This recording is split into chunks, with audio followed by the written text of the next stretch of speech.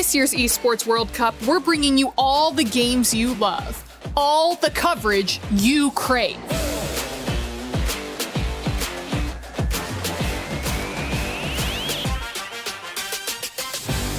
And for the first time ever, a completely unfiltered behind-the-scenes broadcast. And he absolutely destroys him. I don't think insane. he ever saw that coming. That was incredible. This means you're getting the real coverage. I think that was with raw opinions. I'm just gonna have to say it. I think they have their heads up right now. They're just Absolutely. Yes, from broadcasters who don't even know they're being recorded. They don't know they're being recorded? Oh, what do you mean? That is insane. What is this? I'm sorry, is this a good idea? This is what we have. All you have to do is read the lines.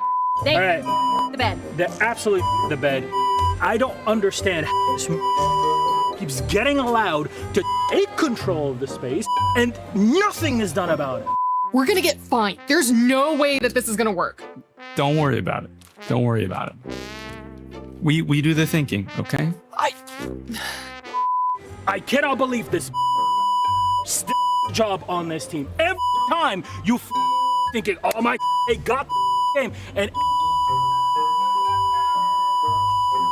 You know what?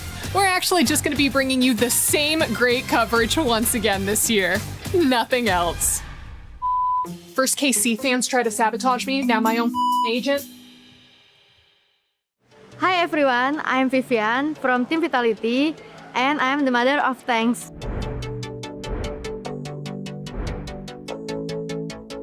Di video kali ini aku bakal bedah sedikit gameplay dari aku sendiri sekaligus jelasin kepada kalian gimana cara aku ngambil keputusan saat aku main di pertandingan momen-momen penting. Semoga bisa kasih gambaran buat kalian tentang cara aku main sebagai roamer. Let's get into it. A miss two pops the wind of nature. Sayori goes down and Panda versus Vivian, but Vivian gets the kill. Ini adalah rekaman game di MWI tahun lalu 2025. Tim aku melawan Gigi. Jadi di game kali ini aku mau ngasih tahu apa yang aku lakuin di sini.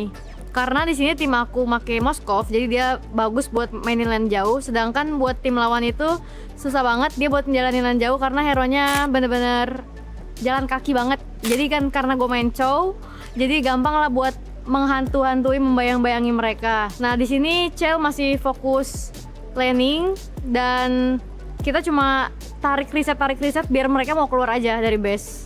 Kayak gitu. Nah sedangkan hero mereka kalau keluar terlalu jauh dari base itu terlalu bahaya buat mereka karena terlalu lemot jalannya kan. Jadi sulit lah buat mereka dan di sini aku tinggal dan sama tim aku tinggal mainin Lordnya aja. Saat mereka keluar kita panis. The final slash keeps Ashley at bay. Another winner crown going to be popped. Sayori's in trouble. She has her own winner crown. But now Panda, a miss two, pops the wind of nature. Sayori goes down and Panda versus Vivian. But Vivian gets the kill. Dan itulah cara aku memenangkan gamenya. Semoga kalian enjoy dan jangan lupa buat support tim aku di MWI 2026.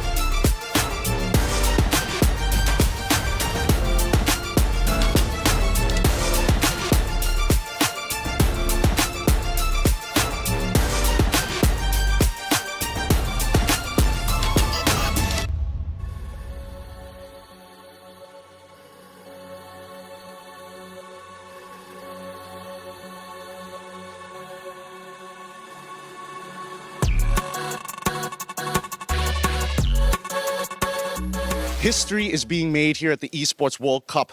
MWI has shown exciting games, especially for our women. We're going to be closing this out with 2 matches. Galaxy Phoenix versus Galtech Cyber Team for a 3rd place match. Don't forget about our grand finals. We are going to see Team Vitality facing off against Na'Vi in a bitter rivalry. It's time to make some history. Let's get it started.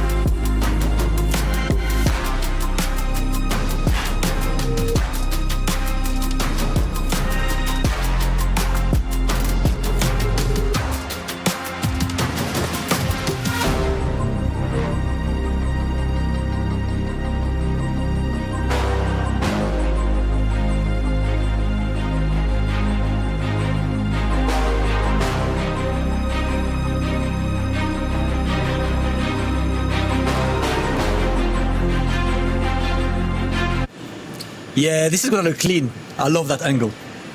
Let me see. Brother, that is horrendous. Damascus is finals day. Get your act together. What do you even know, bro? You said Vitality wouldn't be in grand finals. Brother, and you know what? They're about to meet their demise up against Na'Vi. Yeah, who won last year?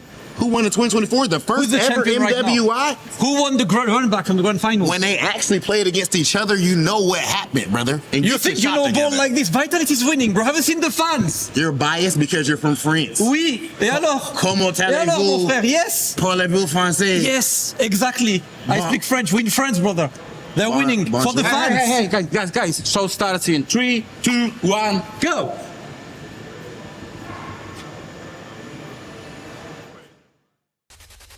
Dynasties aren't built overnight. They're built by eliminating any threat that tries to end them. But this time, that reign means the very team that has ended them before. Triumph isn't about avoiding the fight. It's about what's left standing after it. In the battle of supremacy, they have to push past all limits and dare to rise above. Welcome to the final day of Mobile Legends Bang Bang Women's International here at the Esports World Cup. Ale!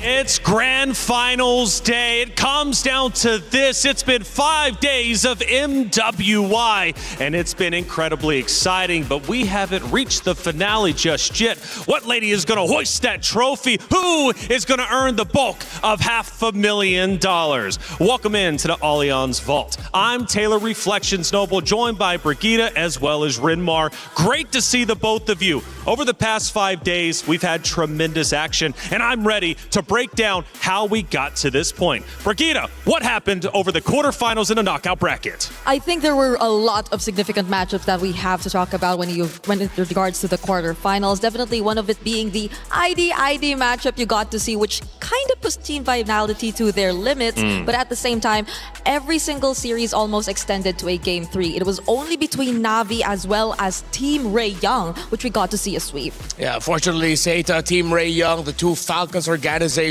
had to go home. GXP and Geltec, they had their keys crushed, but they will still be competing today in our third place match. That's right, and the third place match means a lot. We're talking a difference between $30,000, $50,000. That's a $20,000 difference if you're able to secure the win. Also, on top of that, we've got our first place matchup taking place today, and we got a grudge match, a revenge match, a trilogy from the past. But the journey to get to this point has been grueling. Not only did you have to make it through the group stages, you also had to work your way through the single elimination knockout bracket. And the quarterfinals were absolutely brutal. And of course, the semifinals, they weren't any easier, but for Vitality, they made it look good, getting a 3-1 victory. Of course, for the other side, though, it was a 3-0 victory. Today is going to mean a lot. The MWI is always incredibly exciting, and today is no different. Make sure you're getting active in chat and letting us know who you feel is going to take it all. Speaking of which, we've now reached this point. What does it mean for the competitors on that stage, Brigitte, to finally make it, not only playing for third place, but also to lift the trophy? Individually, it's very significant for them as they were the only crowned MWI champions in history. And now they finally make it to the third of our 2024, 2025, now it's 2026, and they finally get to see each other in the grand finals. Yes, they do. Hey, for getting you caught up, we just recapped a little bit, but we've got some special characters from yesterday to recap how we got to this point. Yesterday was crazy. I think none of us were expecting it to end that fast, considering that we were already in the semifinals here at MWI. But it just so happened that GXP, the flexibility we expected from them, the cleanliness of their games were not something that reflected yesterday because Na'Vi just had a way to deal with every single one of them. Such a great performance from them, and they're finally back in the grand finals, sweeping GXP 3-0. And in our second semifinal, it was, man, banger. Geltec Cyber Team brought the action to Team Vitality, the for sure favorites of the entire tournament. 1 game win. They took a map over. Now Team Vitality, though, after that went on to sweep. We call that the gentleman's sweep. But this time, we're going to take a look at the grand finals. Na'Vi take on Team Vitality today. Who's going to be sent home with the thrill or the agony? We'll find out at MWI. Ooh, it's a big day indeed, and the grand finals has to be our first talking point. And speaking of which, who's our main heroes we'll be looking out for today? Because there's been a lot of people thinking they're the best lady out there right on the very stage. However, there can only be one best team. As far as main heroes that we're looking at, obviously we have quite a few, but speaking in regards to Vitality and Na'Vi, who are the main heroes? For me personally, I'm going to have to give it to our EXP laners. We look at Fumi Echo and Ayanami. They represent the playstyles of their respective teams. Vitality, they are monsters individually, and they shine when each and every single one of them get to do what they're best at. Meanwhile, for Na'Vi, they play together really well as a team, and you see that in the playstyle of Ayanami. When she is with the rest of her squad, she is amazing, and Na'Vi are amazing. That's right, and it's time for our crunchy story of the day. It is, in fact, a rematch of destiny. You have two teams that have fought tooth and nail over the past several years. It's a trilogy, and it is in fact going to be a grand finals rematch dating back to Riyadh 2024. Brigida, these two teams have a history. They have met many times over. For one, it's a revenge matchup. For another, they just want to reclaim glory. And the last time we saw a revenge matchup, at least here in MWI 2026, the story, the script actually has flipped. And that was, mind you, Na'Vi as well. It just happened in the exact same tournament wherein they did not allow themselves to be defeated by GXP twice.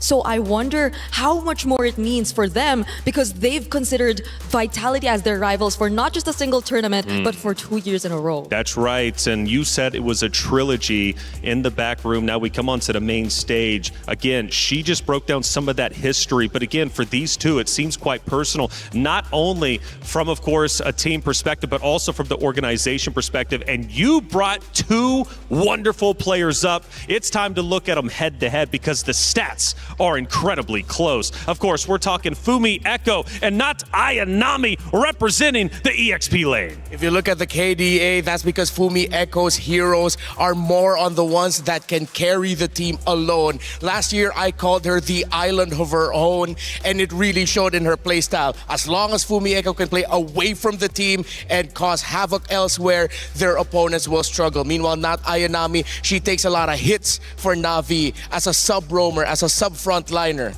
Yep. Brigida, let's take a look at some of the emotions from Na'Vi, because it has been elation. It's also been heartbreak for certain matches, certain times, right? For Na'Vi to make it to the grand finals, they had to fight hard because at some points during the tournament, there were questions revolving around how good this team really was. And maybe a bit more on what their identity actually was, right? Because we already compared not Ayanami, we already compared her to Fumi Echo, and I think not Ayanami is currently leading the tournament in terms of most heroes used.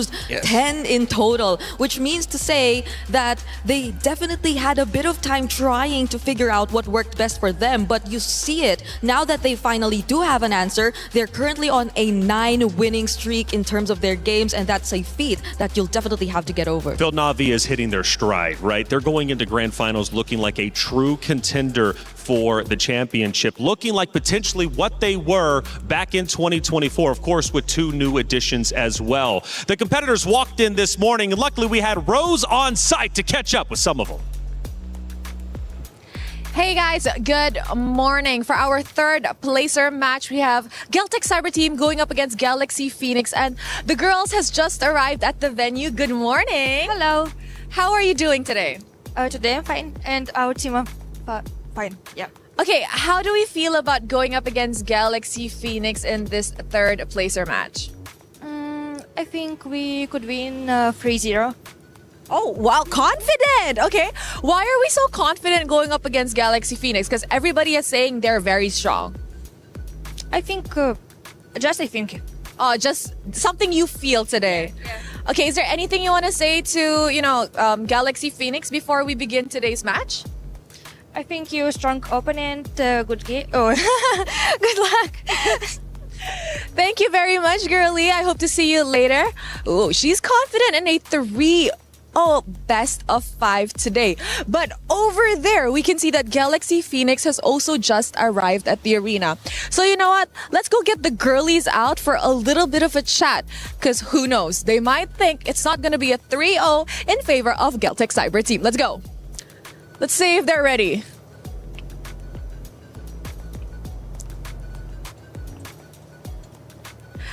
Hello, Winnie. Good morning. Good morning. How are we doing today? Doing good. We're doing good. You managed to prepare well for today's match? Yeah. Now, just now I was talking to Geltec Cyber Team, and they think that your third placer match will end in a 3-0 and they're gonna win. What do you think about that? I'll let them think what they're thinking, but we will beat them. Oh, let them think what they want to think, but you guys will beat them. I love that, Winnie. Good luck. I'll see you later. Bye. Oh, it's getting spicy in here. Let's bring the spice over to the Land of Dawn. Is in our DNA. Whenever we let it out, it becomes our superpower. Now imagine an entire city being built to supercharge it. Kadir City, powered by Play. The spiciness is already starting, and it should be spicy. We've got a lot on the line, not only for the clubs, but also, of course, for the championship, money to be earned. There's so much to talk about. Brigida, the competitors, the ladies, they're looking savage today. I'm glad we see Winnie actually in that kind of spirit, especially I think she was one of the players who was really forced to play out of her comfort yesterday, who slightly had a bit of a struggle in the gold lane, but now with that confidence, I think she'd be okay. Yeah, I think she's going to be just fine. Winnie has been one of the biggest talking points whenever she's playing, at least here on the desk, as well as from the caster perspective. Of course, Grand Finals is going to be incredible. Coming up, though, next is going to be our 3rd and 4th place matchup, and it's going to be a good one. It's Galaxy Phoenix versus Geltech Cyber Team. These two lady rosters are wonderful. They have fought hard to make it to this very point, and you know what? Now that they're here, they're not going to waste that opportunity. Yes, they don't have a shot at the championship, but they do have a shot at, again, life-changing money potentially. We got Na'Vi versus Team Vitality. That's going to be starting at 2 CEST. And you know what? The emotions from Na'Vi and Vitality, again, have sometimes been happiness, have sometimes been sadness. They have gone through the absolute gauntlet to be to this point. But you know what I appreciate, Ridmar? Looking at the emotions from the players, even though when they do get down and out, they somehow, some way, find a way to come back. Yeah, look at Na'Vi. The questions about whether or not they're able to make it to the grand final started early on. They got knocked down to the lower bracket. They almost got eliminated, but then suddenly they went on an undefeated run. That's right, and for the club championship, this matchup means a lot. You have two Titans, number 1 and number 2, this year for the club championship. Trav, walk me through it. It's finals day in MWI, and today either Na'Vi or Team Vitality will be putting yet another frame in the Esports World Cup totem. Team Vitality coming into this one as the heavy favourites, but Na'Vi had a few more pushbacks along the way and started quite slow in MWI. However, Na'Vi sit on top of the club championship leaderboard and at the moment would be the ones taking this trophy home. Team Vitality have got to bridge that gap by getting this win and that valuable crown of MWI. Stay tuned as we carry on talking about all things club championship. Ooh, club championship is looking spicy. It's Na'Vi at the top, Team Vitality just below them, and whoever wins this tournament could very well either hold on to first or maybe overtake first. It's getting crazy up at the top. We mentioned earlier, Team Falcons were eliminated a couple days ago, so they will not have a chance at first place today. But again, for Na'Vi, Vitality, my goodness, do they have a tremendous lead, and they're looking to go even further. This is actually such a very relevant matchup. I can only imagine the fans, especially from Na'Vi, to grow more and more in numbers, especially later on. Yeah, but for the fans of Team Vitality, they are going to be showing up in droves later to support their girls. That's right. Well, it's Galaxy Phoenix versus Geltech Cyber Team. This matchup is about to go down. No mercy for third. One final chance to leave Paris with pride. Not only pride, but also $20,000 additional dollars. It's $30,000 going to fourth place, $50,000 for third place. Rinmar, what does that extra $20,000 mean for our regions, for our competitors? It's life-changing. We've heard so many players over the years talk about how just placing a little bit higher has changed their lives. It's helped them change the lives of their families as well, because a lot of our players here, they're not fighting for themselves, they're fighting for their families. And these two represent fighting for their teams, Kiyoe and Fa. You get the Ice Queen, you get the Fearless Queen, two junglers that represent what it means to be a fearless savage in the Land of Dawn. And definitely in terms of what their regions have been able to achieve as well, their organizations, I think this is such a feat if you're actually able to accomplish a podium finish, because that really what makes the biggest difference as well. Aside from the money, you really get to make sure that you get to end your run in at least top 3. Absolutely, in top 3 to podium is a tremendous accomplishment. Hey, everybody out there, it's Rhino Day. Brand new interactive effect for Rhino Day is available now. Check it it out and join the celebration. Eterna was up here earlier yesterday, and she was pumped up for Rhino Day. So am I. Get involved and earn yourself some of those wonderful stickers, skins, and everything you could possibly get. MLBB, they do it right. Going back to our key head-to-head, though, you do have two phenomenal players who have given their all. And it is the Ice Queen versus the Fearless Queen, right? Two dominant players. Fall, though, I think, has to get the edge, though. I feel like we've been screaming her name non-stop, not only on the desk, but also, of course, whenever you think about the casters. Again, going back to that head-to-head, going back to these two phenomenal players, what do they truly bring to the roster? And is it possible to shut them down once they get going? I think they're both flashy, but in a way, stats-wise, Fa is a much consistent jungler in terms of that. I think she's leading, especially in terms of highest kills, and that just goes to show how active they are across the map. But you feel for Geltec that they try to move more as a unit in a sense that they do take their time and they take it step by step. Now, Rinmar, one thing that I really found interesting, shout out to everybody on the back end doing the stats, making the storylines. You guys are genuinely incredible. But one of the stats really stood out to me, or at least two of them, I should say, for Fa. KDA, KOA, relatively even. Fa does edge out KOA there.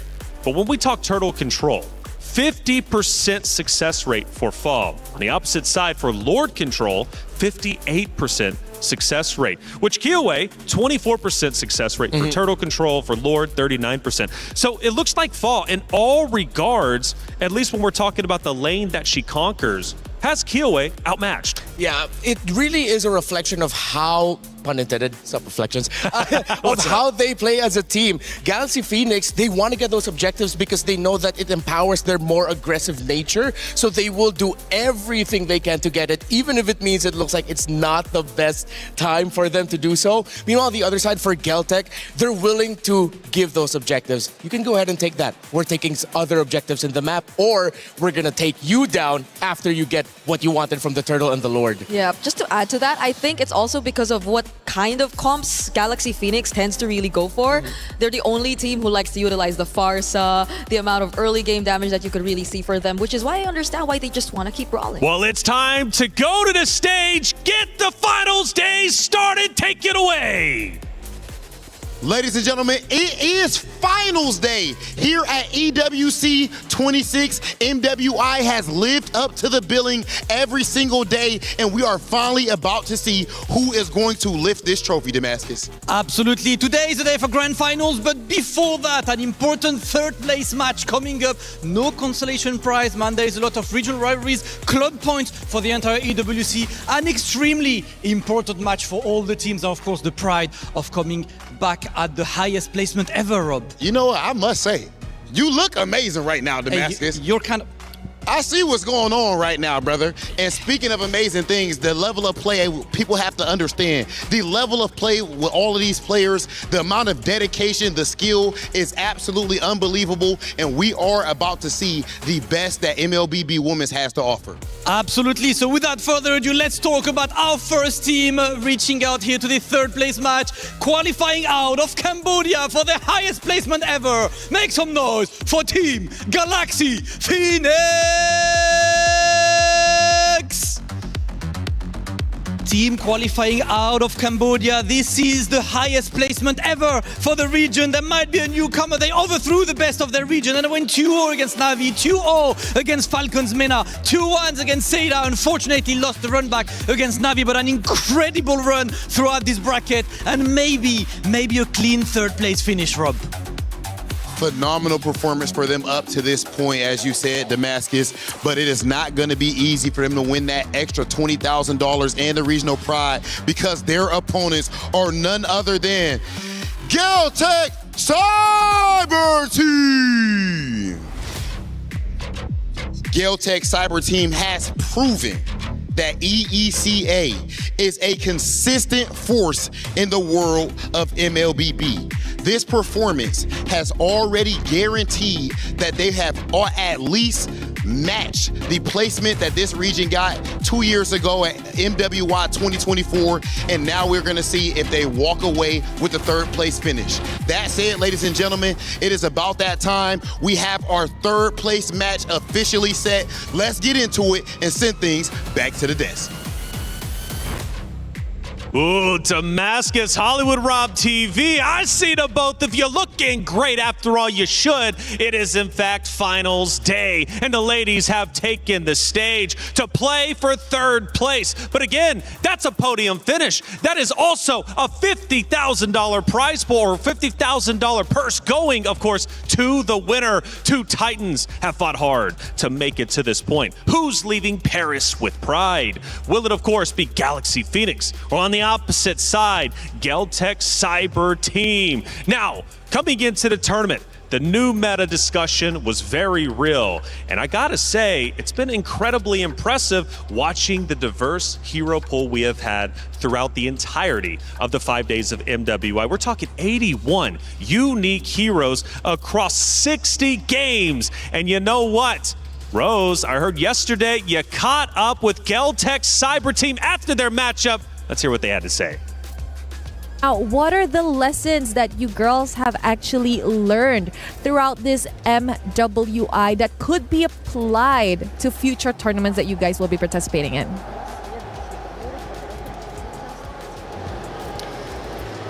Я думаю, то, что какие-то уроки и ошибки мы будем уже обсуждать с тренерами. Пока что мы еще немного не отошли от игр. Вот, обязательно все разберемся с тренерами, с аналитиками, сделаем выводы. Well, you know, I believe that we have a lot of homework to do. Right now, I guess we are still in the zone of the last match, and we'll need some time to discuss the lesson learned and the homework with our coaches, with our analysts. This is something that we will be doing for sure. You know what, girls, thank you very much, and I hope to see you girls come back stronger in tomorrow's third placer match up against Galaxy Phoenix. That's it from us. Brigitte, I mentioned just before that great interview with Rose that 30 unique heroes have been used from Geltec. Number 2 in diversity across all the rosters playing when it comes to MWI. On the opposite side, though, Galaxy Phoenix not so bad themselves. 25 unique heroes. The point is, in comparison, Geltec Cyber Team barely edges out Galaxy Phoenix in their versatility and their ability to use multiple heroes, which means going into our pick and ban process in just about a minute's time, I want to say Geltec might be able to edge out Galaxy Phoenix. But that's also knowing that Galaxy Phoenix have only just recently explored their options in the gold lane. Mostly it's just been on the Claude, but despite that, they only have a 5-hero differential with Geltec Cyber Team. So I think that also just goes to show that they somewhat maybe have something else to show us. Yeah, when it comes to denying picks from Galaxy Phoenix, Geltec Cyber Team, they have the easiest job in the world right now. Belleric, Claude, and maybe the Farsa. Yeah, no. Guinevere, that's what I was looking for. Belleric, Guinevere, Claude. Take those out, and it looks like Galaxy Phoenix are uncomfortable. Uncomfortable indeed. Well, feeling comfortable is the Ice Queen versus the Fearless Queen. It was Fa versus Kiowa, and they're about to throw down. But it's not just them either, right? It's also EXP lane. Liabun versus Ling. These two will also be going toe-to-toe with each other. What kind of matchup can we expect from those two Titans? Oh, it's going to be messy, but all in the best way possible because they have the same play style. They want to make the impact, hard-hitting impact right away. I agree, and I think they've really reviewed what Navi done against Galaxy Phoenix yesterday, immediately taking out that Belleric. So there's really a high chance we see that trend continue just in order to make Galaxy Phoenix uncomfortable. Yeah. And I also like the Galaxy Phoenix are acknowledging that you have to take away the Marcel as a possibility for Coejo. Actually, Coejo and Lemma, they play the same way. They want a lot of disruption, a lot of crowd control, constant vision. Again, when you have two high-profile junglers in your team, expect the roamers and EXP laners to want to play the same way. Now, Fa and Kiowa will be picking very, very shortly. Those are the two that we looked at for our head-to-head. What heroes are we expecting Fa and Kiowa to potentially run? And for the banning process, what can be banned in order to slow them down a little bit? Well, if the Guinevere is open, I definitely want to see Fa consider it again. But Nope. Because if there's a potential Olus again for Kiowa, you might really need something to at least shut her down in any way you can. Yeah, the Olus for Kiowa, Hirara is still on the table for these two. Fa on the Ling, I'm pretty sure Geltec Cyber Team, if they're willing to give it, they're really just gonna pack a lot of picks that will give it difficulty. Kiowa has shown that she's versatile. She was the Ice Queen because of just how cold-blooded she is with getting kills. But she's shown this MWI that she can play the Baksha, she can play the Akai, she can be utility if her team needs to be. And I remember something that Kiowa told me in an interview. She said that her Olus works because the team makes it work. That it's not an individual pick for herself. It is a pick that allows the team to play around it in such a way that you're flexible, you can be aggressive, you can be defensive, you can use it as bait, and that's what Kiowa loves about playing Olus with her team. Wow, they also took out the Sora immediately upon seeing that Valentina ban. Now I'm wondering, because there are just so many options available, but at the same time, does Geltec want to consider stealing away the Claude for first pick against Galaxy Phoenix if they just really want to make them even more uncomfortable? Yep. Or are they sticking to the more normal Belleric maybe priorities, which I think would be also Ban. great for Quedro if... Oh, never mind. Yeah, they... Yeah. Very first ban. One pick that Navi kept spamming yesterday was the Lilia. Oh, wow. Oh, wow. GXP just straight up banned out the Olus. But as we mentioned earlier, you're willing to give the Hirara in this scenario then if you're GXP? So the Hirara, the Claude... Still a lot of priorities open. Phoveus, Freya, Esme even. So both teams are overloaded and they'll have a wide array of choices. The thing is, I feel like they are willing to be less prioritizing their EXP lane simply because I think both these EXP laners, Ling and Liubon, have been two of the most versatile XP laners in terms of the options. They've even used the likes of a CC, maybe even an Alice, which maybe might be a priority later on. So they go for the Atlas instead. And that leaves Galaxy Phoenix with the option to still pick up the Claude if they wanted to. Yep, I think that would be imperative to just pick up the Claude and take a page out of Navi's book. Just pick up the Claude and the Lilia together here and then just be ready to respond to maybe either a Paquito, Esme, Phoveus showing up, Freya. Again, all of the best EXP laners that we know are open. So they go for a different route. It's still a gold laner and a mid laner, but it's the carry and the gourd. At least this way you get some really good pokes. And if ever Geltec want to go for the more tankier junglers, they already have the shred with it. So damage isn't going to be a problem for Galaxy Phoenix. They now want to build around these two picks with more sustainability and a stronger front line. Yeah, and honestly, some of the tankier junglers you actually mentioned are still out there, like the Baksha and Akai, if ever they do want to go for that, since it's very considerable that you're seeing main carries from Galaxy Phoenix already, but they go lock in 2 magic damages, Eve and Harley to complete their trio mid.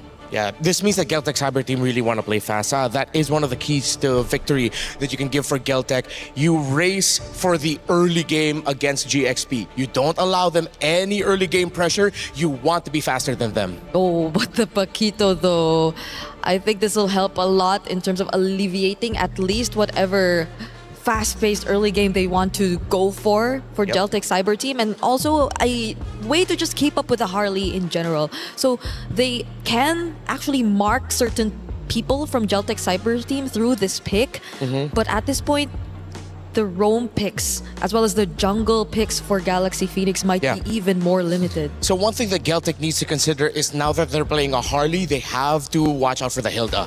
Hilda is one of my suggested roamers for Lemma if ever the Belleric isn't available for her. She has played it already. They banned out the Marcel, the Atlas is gone. If it's not going to be the Hilda and they want to team fight more, they're picking up the Minotaur. Lemma has used even the likes of a Cho and Kaja if they also just really want to go. Yeah, actually, good thing that you pointed out the Kaja. That works out really well with the carry and gourd. Yeah, so that'll be a combo they could just rely on, but then that'll be really, I guess, less just tanky front lines in general. So maybe you really have to see the Paquito be a bit more hybrid than usual if that were to be the case. If they're going to go for the pick-off in the roam, then they're going to have to go for something stable in the jungle. Yeah, you need a tank. Because with the Atlas there, and then if Geltec ever just bring in something tankier, it's not going to be a good time. If Geltec want to match the rotational speed, I think they're just going to end up with a Benedetta for the EXP lane. But this is smart from Geltec too, because we saw how Galaxy Phoenix had a bit of adjustment with the utility junglers yesterday. Like when they went tank, their rotation seemed to be a bit more read out by the opponent. So even the backshot gets taken out here by Geltec, only leaving them to an Akai potentially if they really want to consider that. But for Fa, I'm not sure if I want to see them go that route. I think they've chosen these heroes and they're gonna have to accept they might have to just go for the tanks unless they really just want to play the map. But with the Lingon, you can't. It'll be too much if they go for burst damage in the Nolan. If they throw back to a fighter in the Leomord, you're up against an Atlas. Even the Yi Sun Shin is... Yi Sun Shin too much. I think they just have to accept that they're going to go for sustainability. They pick up the Cho in the roam. Good call there earlier. Okay, so it is going to be tough for Fa, but we get to see that later on as Geltec Cyber Team. We're looking at their sides. So they know that they're going up against the Paquito. The Esmeralda's not there, but the Yuzhong. Into the carry gourd. Yeah. And then you round it out with a Clint. Clint will have all the space in the world provided with the Eve. Harley for the initial burst. Yuzhong and Clint for the clean up. And then you have the Atlas just to initiate things. I'm a little bit happier. No, not a little bit. I'm much happier with the lineup of Geltec. Galaxy Phoenix, they're not going to be able to find a pick that will just be able to match it. Unless GXP are going into this with a mindset of, we're better than you, we play better than you, we fight better than you, then go greedy. I invite it, sure, but it's too risky. Yeah, because at this point, maybe Akai is just the safest. But that's the keyword, it's safest option. Yeah. You're not really going to be able to pair it up much. You're forced to use it almost defensively every single time. Other options we mentioned, if they want to go Assassin and just accept the fact that they play better. No, has to be Akai. Yeah, they're not. They're just going to stick with the Akai, keep it simple, and at least balance out the lineup, because I think it'll mainly revolve around the combos between the Cho, Gourd, or carry anyway. There is no mercy for third place. We're talking 50,000 for third, and fourth place walks away with 30. Still very respectable, but I'm sure the competitors want 20,000 additional dollars. It's two storylines. You've got the Queen of Kiowa going against the fearless Queen of Fall. It's Galaxy Phoenix versus Geltec Cyber Team for third place, map number 1. Mirako Gideon, let's get it started. Here we go. Welcome to the Land of Dawn, folks. It's about that time, the start of the day, the final one of MWI at EWC 2026. And we get these two brutal competitors who've gone for a lot of comfort, I'd say, for Geltec Cyber Team. Going for the EECA playstyle, the Clint that we didn't see for the majority of the tournament, finally here for Tokyo. And immediately, right off the bat, Sancha, unfortunately losing out their flicker early on is going to make this 2v2 a little bit harder. Luckily, Cho in the early stages of the game going to be able to do things like that. Guerrero has to be a little careful here to maintain that pressure. We got that first blood rate comparison. Geltec Cyber Team, they usually take a bit longer to get into the game. Meanwhile, though, GXP, known for the early aggression, and that's where I'll have a little bit of my doubts here. For the Akai pick on Fa. What's wrong with it? I think that the overall composition seems good. They at least have a disengage mechanic. You know, it doesn't necessarily always have to be Fa being the aggressive one. First, Sophia loses her own flicker, and at this point, the mid lane is down to an even state. But just notice, everybody's coming down to the mid lane. Everybody's here like it's a petting zoo. Everybody wants a piece of it. Sanjay, unfortunately, this time walked a little too far, where he has to back out. Seems like it don't matter. Akai, Assassins, it'll still be first blood for GXP. But a little bit back onto that topic, I feel like for GXP, especially yesterday against Na'Vi, it really felt like with these utility jungles in hand, it's not the comfort, it's not GXP. It's a good composition, it's just not Galaxy Phoenix that we've come to know. Yeah, but this is the personality that I love to see from both of these teams, right? Just hyper-aggressive, I win lane, I win game type situations. Both of them can really get dirty during the scrum. So I think that at this point, as much as I love GXP, I do want to see like what the peak of team fighting compositions, or at least brawling compositions, would look like between the two. And we'll find out who's going to win those 50-50s. So far, Ling on the Paquito, as expected though, winning on the lane just by getting the XP grab to really have a hold on that. As they set up for turtle number 1, GXP have a massive advantage coming into this with the Akai heavy spin. And Kuejo, just like any other Atlas, no level 4 just yet. Liubon chunked down as well. This looks great for Galaxy Phoenix. Yeah, it just means that unfortunately for GCT, they're not going to be able to contest this, but let's see. It could be anybody's game here. Sondre playing with fire, getting really, really close as Ling trying to keep Kyoe out of this. And it looks like they should be able to get this no problem. Kyoe won't have the magic trick hat-trick to get in, and Fa instantly with a heavy spin, locking down 1 as the backline getting tight. Lubon finds it into Sophia with the help of the Black Dragon form, and it only gets worse from this point onwards. Real-world manipulation slows them down, but Winnie, not enough to nail them in. Winnie, I'm surprised, made it all the way, tried to go for the double wave here, and will give up just a little bit of that holy shielding. Yeah, she's going to have to lose a bit of those mini waves as well. Heck, a whole cannon minion. She decides to stay in the mid lane here.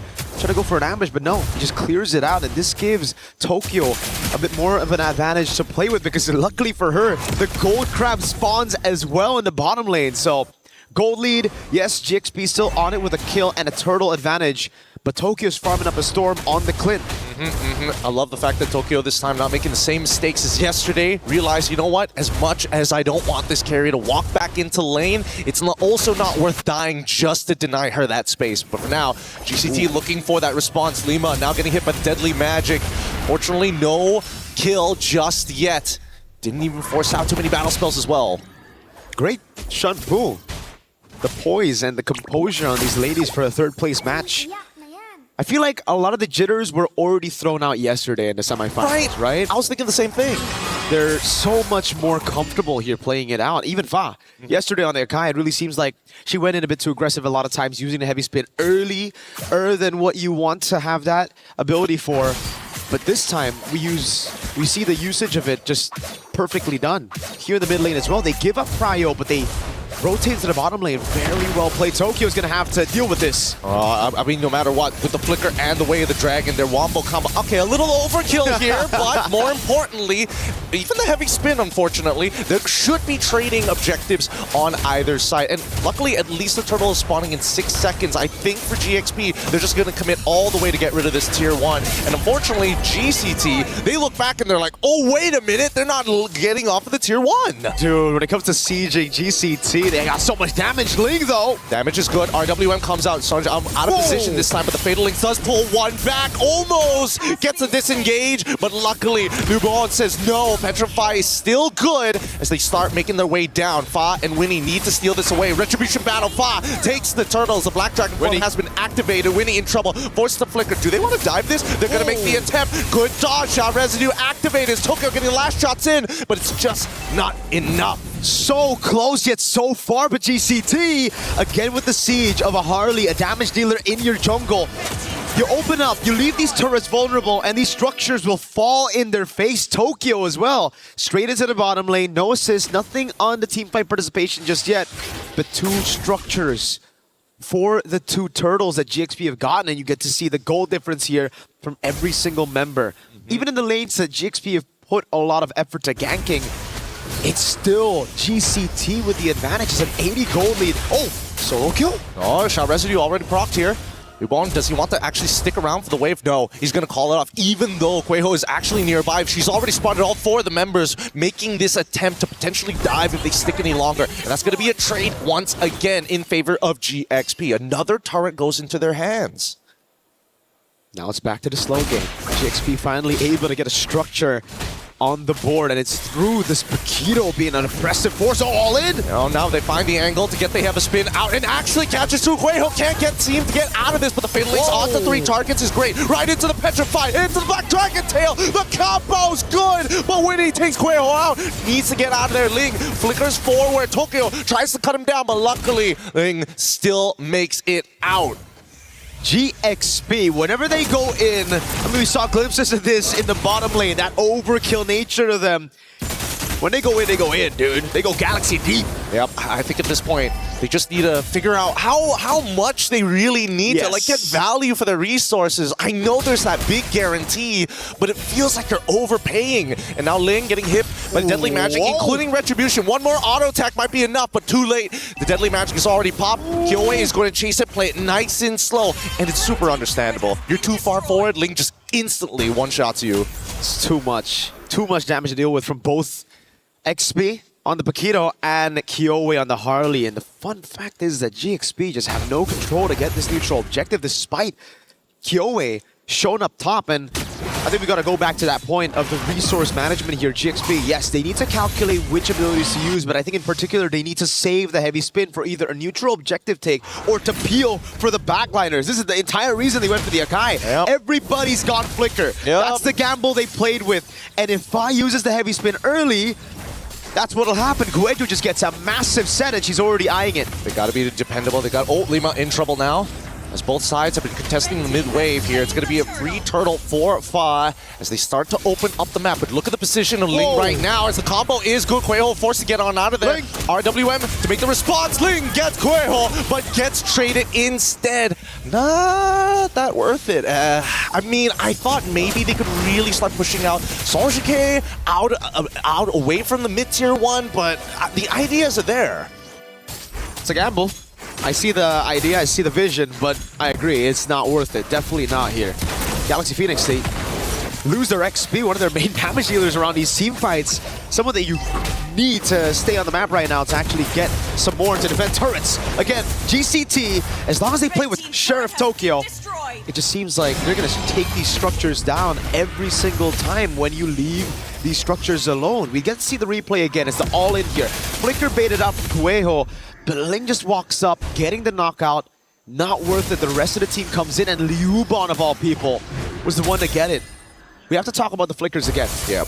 If GCT are able to bait the heavy spin, even with the Fatal Links, that means that Kyoe, Liuban will have a free way to just jump in the backline, and especially with this Dragon at 5-0. It's a massive threat to both Sophia and Winnie. You know what? Let's pull up the idol list to see how truly dangerous this Dragon is actually going to be in this game. Because at this point, like, I'm looking at Winnie, she's already like 3-1. She's almost there, complete to that third item. But wow, the strongest ever going to be Sophia. Times at best. Somebody needs to clean this up, but it looks like GCT get away with this huge punish for Geltech. Oh no, the flicker burnt as well. That was brutal. GXP a bit miscoordinating the resources there as well. A little bit of a bad call, I'd say. The gold lead is crazy. Lemma, though.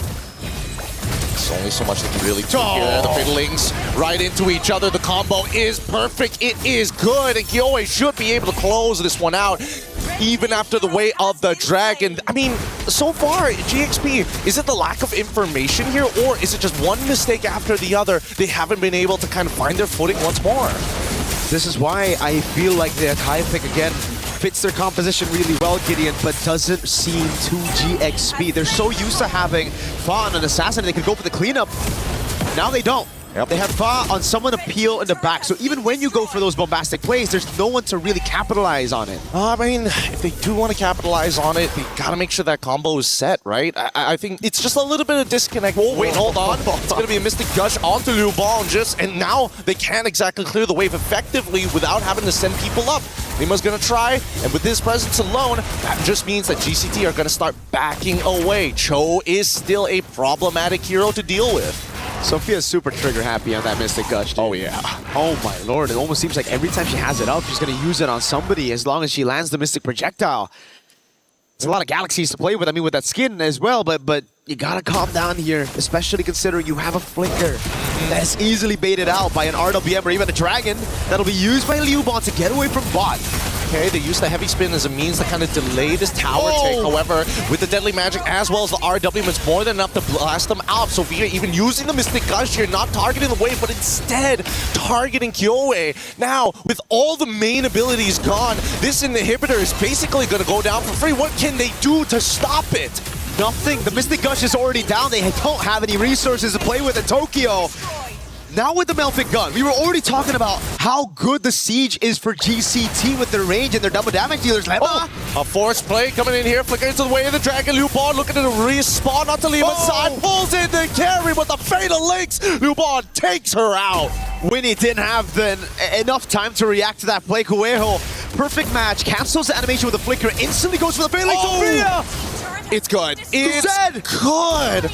Deadly Magic, 1.7k, worth it. Blows them up, no problem with a Chastised Pauldron already purchased by Lubon if things weren't difficult enough. Oh my lord. Ling's been doing such a good job of playing that damage control game, just staying in the sides and keeping that lead from getting away too far from her. But now it's Lubon back again ahead with a Chastised Pauldron. She knows exactly what's a threat to her. It's just the carry right now to shred her down from the sky. So with the Chastised Pauldron, I don't even think Ling can actually do what she's been able to do on Lubon right now to dominate that lane. So what's the order as of yet, right? Because the way that I'm thinking about it, Fa has been using their abilities too soon to try and disengage. I think the heavy spin needs to be the disengage at this point, right? You gotta sell that Fa's going to engage, and then maybe Lima gets a pick and you can wombo combo with a Mystic Gush. That's what I'm thinking. That's what I'm thinking too. It's just all about the combo. That's why Lemma has been put in this really tough spot to just constantly go for anyone she can find. Usually that'll be good. If you're snowballing on the board, anybody kick is dead with the carry as well, right? So an extra guarantee. But the fact that these frontliners have all those items just gives Lemma an even tougher time. At least for Ling, she can constantly just push in top lane. She can constantly put pressure where Kyoe is going to be the only person who can actually deal with those waves on the Harley. But now it comes back to GXP. Have they learned from their mistakes yesterday on the Akai, on this kind of composition? Can they play to pull back instead of going aggressive the way they've been doing in the group stage? Great spot by Sophia. Again, it's Ling up top, setting up the waves for GXP, but GCT hold control over this bottom wave. Again, the heavy spin! It's very early, and the Black Dragon form has been committed. They're even using the conceal to chase into the back line. Ling has to keep on pushing at this point in time. Fatal Links gonna connect on one. RWM on top of Sophia. Mystic Gush to slow things down. The Black Dragon is on top of Fa, but notice that the inhibitor is getting attacked, and finally GCT realize what's going on as they deny the recalls. This could be a potential backdoor, but the waves is done, and now we're back to this even state. GCT, they've already picked up the kill onto Sophia. They send their Yi back as they should be able to get this Lord for absolutely free. GCT playing with fire, going all in on that fight, and it was a good play by GXP to try to hold them back, but initially it was Fa on the heavy spin that was just so off. It looked awkward.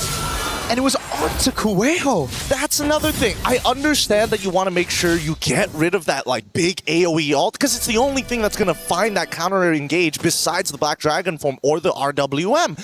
I think the GXP at this point, they got to play off of Lima no matter what. Whoa. Aggressive move.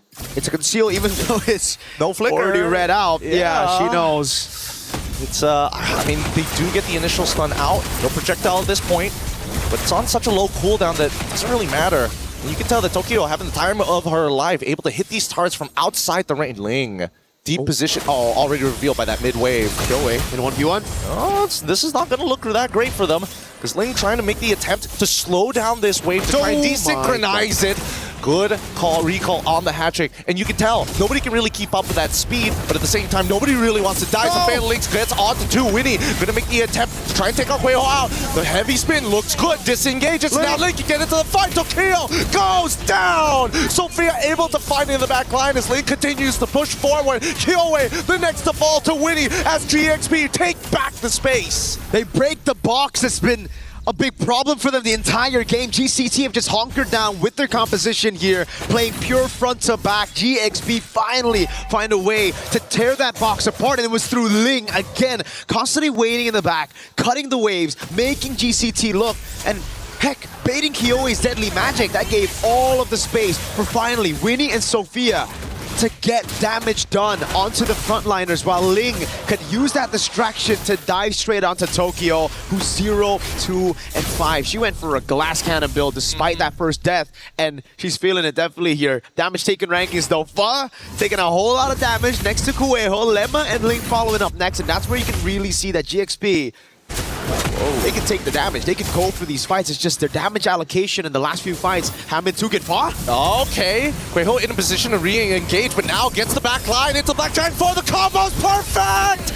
Sonjike takes out Sophia, and even with an immortality, Fa getting punished for the mistakes. Luckily, Winnie and Lima are able to get out of this, but all that pressure surmounted to nothing much as GCT take control of this game again.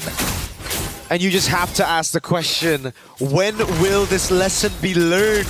From GXP, the instant heavy spin. GXP, Winnie and Lema are doing a good job. The Deadly Magic lands. That's an immortality gone for sure. Can't do much about that. Tries to get to the fountain in time, but unfortunately still goes down.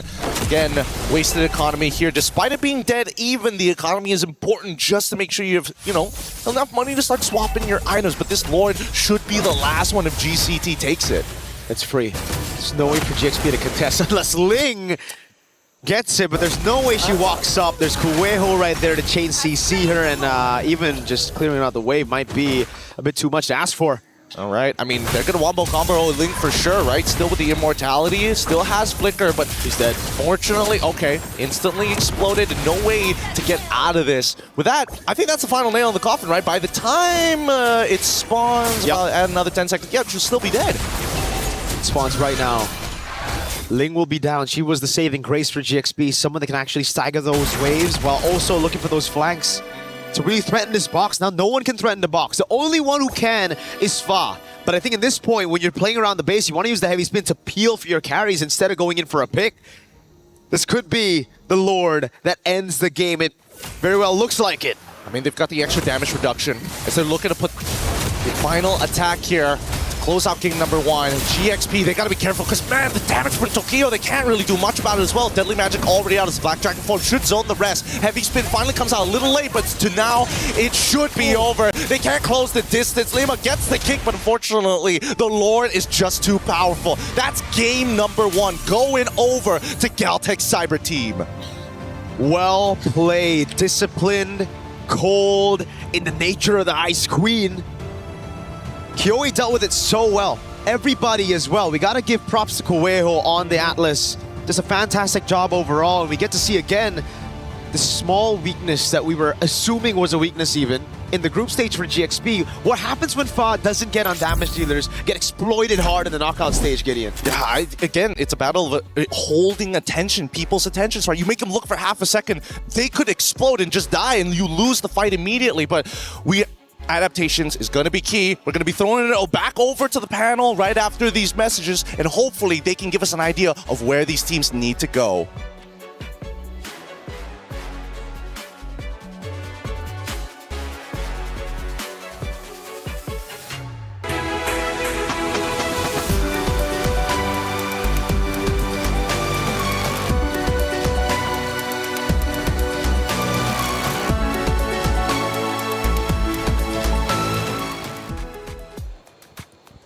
No mercy for third place, and that is exactly the case here. After a grueling matchup that went back and forth, it was Galtech's Cyber Team able to take map number 1. They now lead 1-0 in this best-of-5 series. Let's go all the way back in time to our pick and bans, where a lot of games are either won or lost within, the first 5 minutes, which is the pick and bans. Now, there was a lot of criticism on both sides. However, one side had the most. Where was the losing point during the pick and ban process, in your guys' opinion? I think it was the first 2 picks on the red side for Galaxy Phoenix. I really strongly believe they should have just gone for the Lilia and get their signature pick on the Claude. It gives them a lot of AoE advantage. It allows them to control the center while being comfortable in the side lanes. And most importantly, it wouldn't have led to that Harley pickup. I think the Harley was picked because they saw the gourd. Yeah, I would have to double down on the Claude, and maybe I guess there could be a bit flexibility with the mid because I know they have a lot in their arsenal. They have the likes of the Farsight if they just really want to counter out whatever potential mid lane pick, or even the Lilia potentially getting picked up. But them trying to focus a bit too much on the carry, aside from it not totally a comfort for Winnie, I guess, also forced them to play around the carry instead, now that they were left with a choice in jungle last pick. We set the stage for Fa versus Kyoe. Now, Fa statistically has great success when it comes to turtle control as well as the Lord control. Going a little bit deeper with the hero selection, because of the first early picks, did it not allow Fa to do what she needed to do for Galaxy Phoenix that has made Galaxy Phoenix so successful throughout the tournament? Oh yeah, because they then had to play for everyone else. Fa had to support the Gord, had to support the carry, and it wasn't just her as a carry. Galaxy Phoenix needs Fa as a carry. Yeah, you see remnants of that in, I guess, the timings in which she uses the heavy spin. Yeah, too early. It seems that they always comes out a bit too early, and you kind of see through that it is maybe not her best strongest suit. Well, we talked about the heroes. Now let's look at the stats from map number 1. Yeah, you can see that even though Galaxy Phoenix got all the turtles, this is what we were talking about in the pre-match. Geltec, they're willing to give up the turtles just so that they could get objectives elsewhere. They get majority of the towers, and they were supplementing Tokyo, sometimes Liubon, who was getting a lot of kills, to at least be able to get a little bit more farm for themselves so that they can help the team better. Yeah, and I think what GCT were doing were more straight to the point. I understand if I understand if GPX wanted to be a bit more creative. They had the Paquito, so you see her trying to go for the backlines a lot of times, but it was a bit too much, especially in the early game. There was a time it definitely rewarded them, though. I think that was during one of their potential base sieges, but that was about it. Because again, it seemed more of a glass cannon EXP lane rather than something that could just complement what Fa wanted to do as an Akai. There's a couple of actions that I want to talk about from that game number 1. The first one, we go to about the 15:30 mark. Now, this was a small mistake from Geltec that led to a potential opportunity for Galaxy Phoenix. Yeah, they slipped up a little bit on the discipline. Geltec have been trying to send Ling to find the backline, to find Tokyo, to find Sonjeke, and then eventually they were able to get it. It's because Geltec just pushed a little bit too deep with the Lord up top when they didn't have to. They needed to usher in their middle minion wave so that they could healthily go to the tower. And it wasn't completely shown, but then eventually you'd see Ling and GXP just punish Geltec. And I want to talk more about that moment in just a second, but Bree, let's take a look at our second action. This is going to be the very tail end of it. And this is where Geltec Cyber Team says enough is enough. We want game 1. Yeah, you want to assign Lemma as the person holding the Lord or pushing it to the side, but even then, Lemma could barely just deal with the damage. But also, how could you just expect Fa to go in first when she's the holder of that heavy spin who should potentially push them away? So the front lines had a very brutal experience here in this entire game. Now we got some comments from the chat, though. They've been getting active. And we love, by the way, you all talking. GXP downfall got to be studied. Ooh, that's a spicy one to start off. Cappy, why are you bringing so much spice into our chat? Keep it coming. What else do we got? Please, Fa, Assassin next game. So this is interesting. I actually was reading chat just a little bit, and it was like, Assassin, not Assassin. Is that the play? Well, Fa, Assassin next game. Is that truly the win condition? Clint, free hitting. Okay, from Gold Magic Finds. Hey, like I said, keep it chatting up in the chat. We love each and every one of you. Without you, this show would not be possible. Gord, what are you doing? What is Gord doing? I can't blame Gord, though. Yeah, there's just so many heroes for the Gord to worry about that it's really hard to find the perfect angle for it. That's right, Gord, what are you doing? Call an ambulance. But not for me. Okay, classic. Thank you, Jonah, out there. Galaxy Phoenix, I guess, needs an ambulance at the moment, but it's okay. It's just one map. After all, the biggest Titans out there, aka Even Vitality, has even fact taken a loss, right, and managed to come back, which is truly phenomenal. Hey, you out there in the chat, thank you for getting involved, and you can get involved even more. 2 champions, 1 game. My Champions Pick event is now live. From July 27th, submit your predictions for the MSC and MWI champions for a chance to win 50,000 in-game diamonds and MSC 2021 through 2025 tournament skins. Don't forget to leave your picks under at MLBB Esports post for even more chances to win. Lock in your champions now and cheer for your favorite teams. My Champions Pick now live. Make sure, again, you're checking out those posts at MLBB Esports for all the updates and also to get involved in some amazing prizes. Hey, it's been a great day so far, and I believe the comms have been flowing quite well, especially yesterday to make it into grand finals, and Sadia has provided our radio comms. Aurus sih guys, di sini mau nggak? Mau ini aurus sih guys. Makin lewat nih, midnya weh. Lihat ya, aman. Bisa nggak? Boleh, ke backside, ke belakang. Udah ulti ya. Gas. Belakang. Gas. Nice. Lagi dong. Udah end sih. Sampai lagi kah? Sampai lagi. Maniak. Recall guys. Nih. Kasih. Sor. Efektif banget. Ngaco dia. Gua naik. Gua juga. Jangan satu Vivi di sini. Dia naik sebelah sih cewek ya. Ya. Boleh enggak fight guys? Boleh guys. Ini Hylos sih ketinggalan. Lampu di bawah. Bisa enggak? Bisa. Vivi. Itu bertiga. Kudanya guys. Nice one. Gas lagi boleh. Boleh. 10 ulti gue. Metia clear out. Ini guys, gas lagi. OTW. 5 detik. Ini ku slow nih dia. Makan lagi. Valennya. Nice one. Nice. Lapu ini dia. Masuk ya, masuk guys. Aman. Weh, dapat buff biru. Kadi. Viva tolong. Pikir karinya ya. 10-52.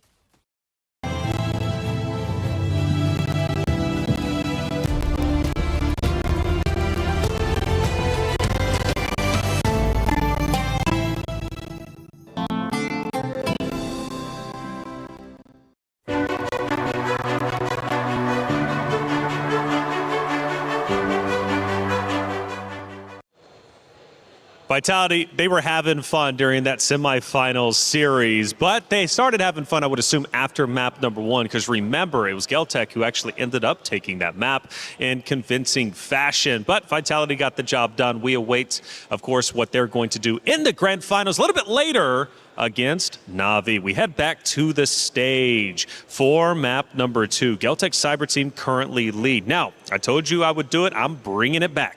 We were at that 15-30 second mark. That small mistake from Geltec that led to an opportunity for Galaxy Phoenix. Galaxy Phoenix ultimately ended up losing the map. That opportunity was very small, short-sighted, and Geltec was able to recover. Now, what could have led Galaxy Phoenix to take that moment, that lapse of judgment, from the side of Galaxy Phoenix into a victory? Well, afterwards, they got out of their base and was able to get just a little bit of control in the map. But then the problem was they got caught out yet again. So they really have to be careful with that. Apparently, we just had a body cam from the coach himself. Wow. So that's kind of cool, right? Actually, I don't think I've ever seen a body cam from a coach to see what they're looking at. I thought we weren't allowed to see the notes. That's interesting. But I think it was hidden anyway, but that's cool. That's how it looks like. Yeah, that's actually really dope. They get out there and get a chance to obviously get the viewpoint. Because, I mean, it's a lot to manage as a coach. I mean, you're talking about 5 players, 133 heroes that you have to go through, the different synergies. I mean, I'm blown away each and every single draft hearing you two just theorycraft on what's being picked up. But guess what? We get to do it again. This is one of my favorite times. Let's listen into you two. What's going to be going down in our pick and bans? All right. So it's pretty much Flying similar. clouds. Flying Cloud. You take away the Guinevere. Geltec's going to take away the Belleric. There we go. Yep. Pretty much. They understood. Like, Na'Vi really got to expose Galaxy Phoenix too well. They're playing on the same side? Yep, right? same side. So they haven't really changed sides. And I believe there are stats to actually back that up. They might be a bit more comfortable doing it. GXP has barely won on the blue side, if not 0. Like, they haven't won a single game on blue. So even now that I feel like they did the map decision, they'd rather play it in red and just maybe address some of the mistakes that they had earlier on. So they take out the Atlas. They will take out or leave open the Aulus, and it makes sense. They banned out the Valentina earlier, which is why Geltec was able to rush pick the Atlas. So knowing that they also banned the Valentina now, they understood that they needed to take the Atlas away as well. I think Geltec will be encouraged to consider their Aulus option open, but then of course, if possible, maybe just double down on the Baksha. Are we not prioritizing the Hirara anymore too? Like, was it open earlier? Yeah, it was right? open. No one picked it up. I think no one wanted to pick up because they saw the Atlas. Now this is very interesting. That they rush pick the carry. Are they potentially setting up themselves to just go for jungle utility and they want to make sure it's safe? They're doing something very similar to what GXP did in game number 1, except that this time they're on blue side. So GXP will have the Gourd to themselves, and both Belleric Atlas are already gone. So what else can we expect? Do they go XP lane this time and maybe You know, I feel like you can keep the options open still. Just pick up your Claude. Oh, whoa. Whoa! Where is this coming from? A Khalid roam? This early? When there's so many power picks that you can both be fighting for. Vovius, Esme, Paquito, Freya, all still open. I can only think of like them potentially anticipating maybe a Mathilda utility matchup, but that isn't likely to show up just based on the carry that you're seeing right now. So what could be the plan here? Is it just really faster movements overall for GXP? Are they picking up an assassin that will move around the map much faster and switch it up as what we've been seeing in the comments so far? But Geltic won't really react to that just yet. It's just the Esmeralda and the Kimmy that they lock in so far. So much DPS. Great sources of damage. You have a strong front in the Esmeralda. You're most likely going to round it out with two more frontliners if you're not going to go for pick-off combos with the carry burst. So far, Geltic has made better decisions in this draft. The fact that they get the Esme. Yeah. Not a lot of heroes right now are going to be able to handle the Esmeralda. Galaxy Phoenix can't even consider picking up a CC just yet because you don't even see the jungle. You pick up the CC too early, and then Geltic can just switch it up to an assassin again. Yeah, and they just have so many ways to kite, so you might want to be careful about that if you're Galaxy Phoenix and looking to just go for a composition that might just attempt to dive, because you don't know what the jungle or the EXP lane is going to be just yet. But knowing that this is a Khalid, they might be a bit more playful and creative around the team fights. And this Alice just proves us that that might be the way to go. All right. So at least you have some flexibility. This I like from Galaxy Phoenix. They have an option to put it into the jungle, option to put it in the EXP, option to... Those are the only roles you can put in Alice. And I thought, for a second, I was like, wait, there's one more. Nope, it's only two. So they have that flexibility to work with, and that's great. You can still slot in heroes potentially like Glue if you want to, depending on who goes where. Can I just say, Coach Osprey's feeling good about this. I just know he's feeling good about this. Yeah. He did a 6-7. Like, he did? Oh, I missed that. He just did. I thought he was just We are shrugging. not bringing that back on this desk. Okay, we will not. We will not. It's way past its time.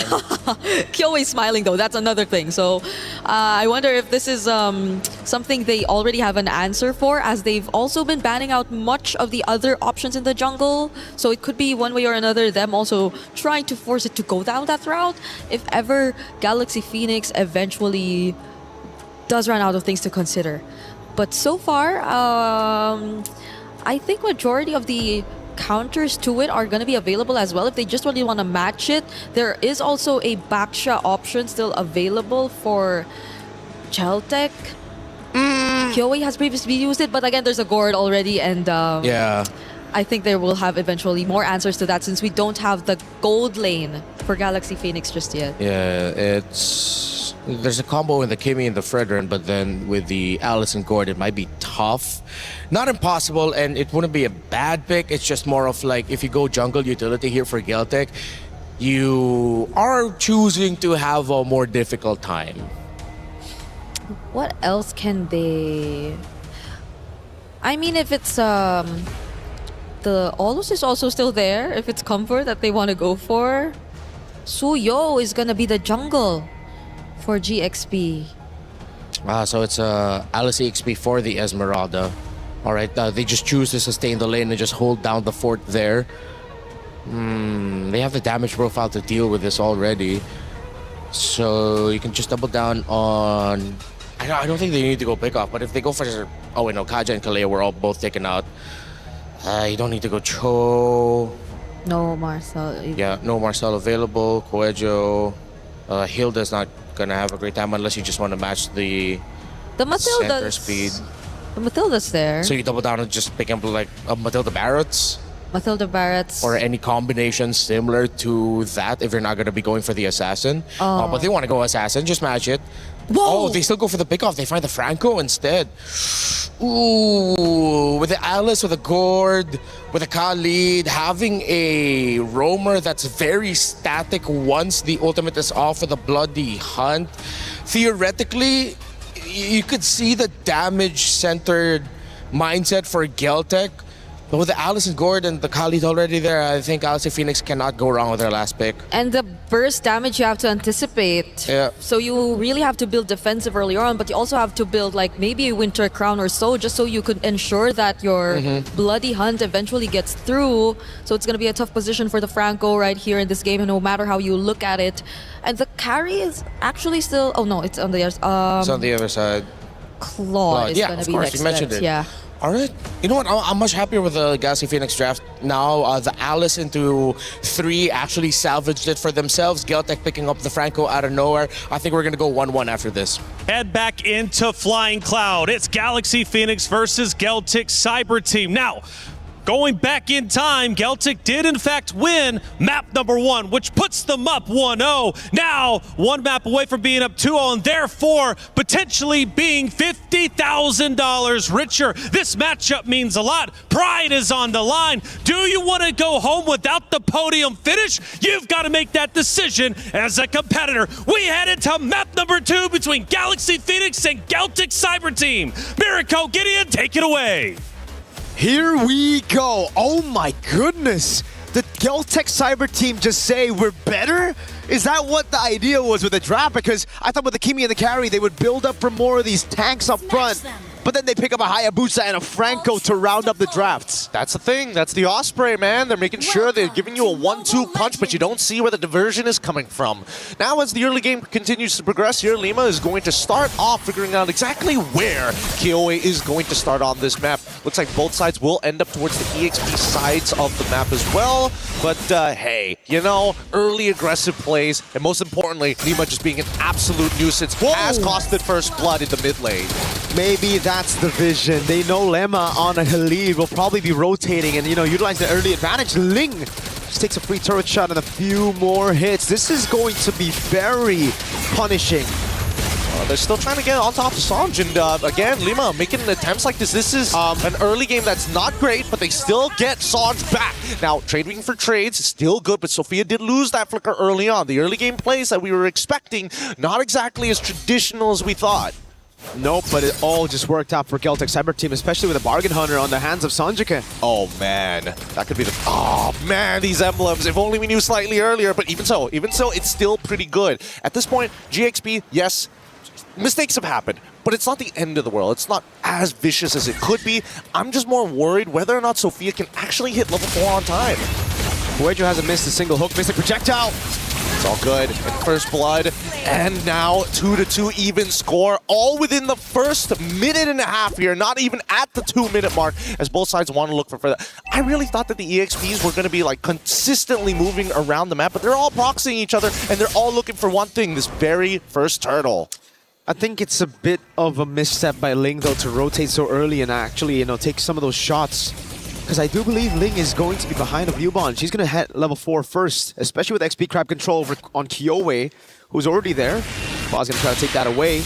Both hit level 4, no problem. Now it's all about the mid lane, and it seems like Sanjika is the one who won't hit level 4 after that death. It's a little bit of time, right? Yes, EXP over time, they still managed to get it through, waiting for the opportunity, but Sanj in a lot of trouble as Ling is able to peel all 3 of them from the turtle side. They don't have the angles to get in as Lima is covering the exits. That's going to be first turtle for GXP. Oh, missed a projectile on the Gush as well. Back combo, not going to exactly land efficiently, but Kioe has an opportunity to maybe make something happen. Ooh, sees 2, decides to pull back. Good decision by Kioe.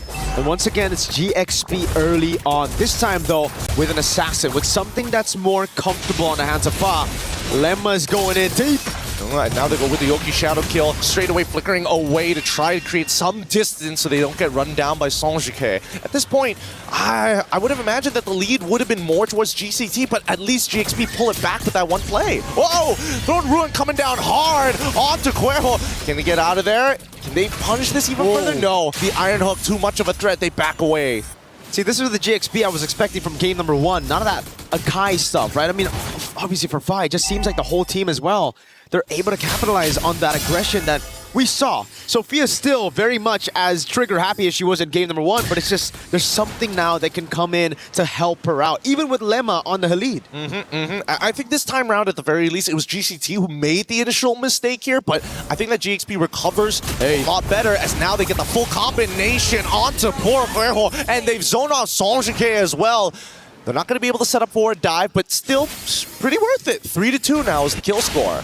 The problem was just the picks, man. The problem was the picks, because now with all the aggressive picks in their hands, with Winnie back on a comfort pick, fun fact, in the group stages, all the way to before semifinals, to the quarterfinals, that means Winnie only played 2 heroes. It was Harith and Claude. So the fact that she tried her, luck with the carry, and the whole team tried their luck with a different kind of composition was kind of strange, and Iron Hook whiffs.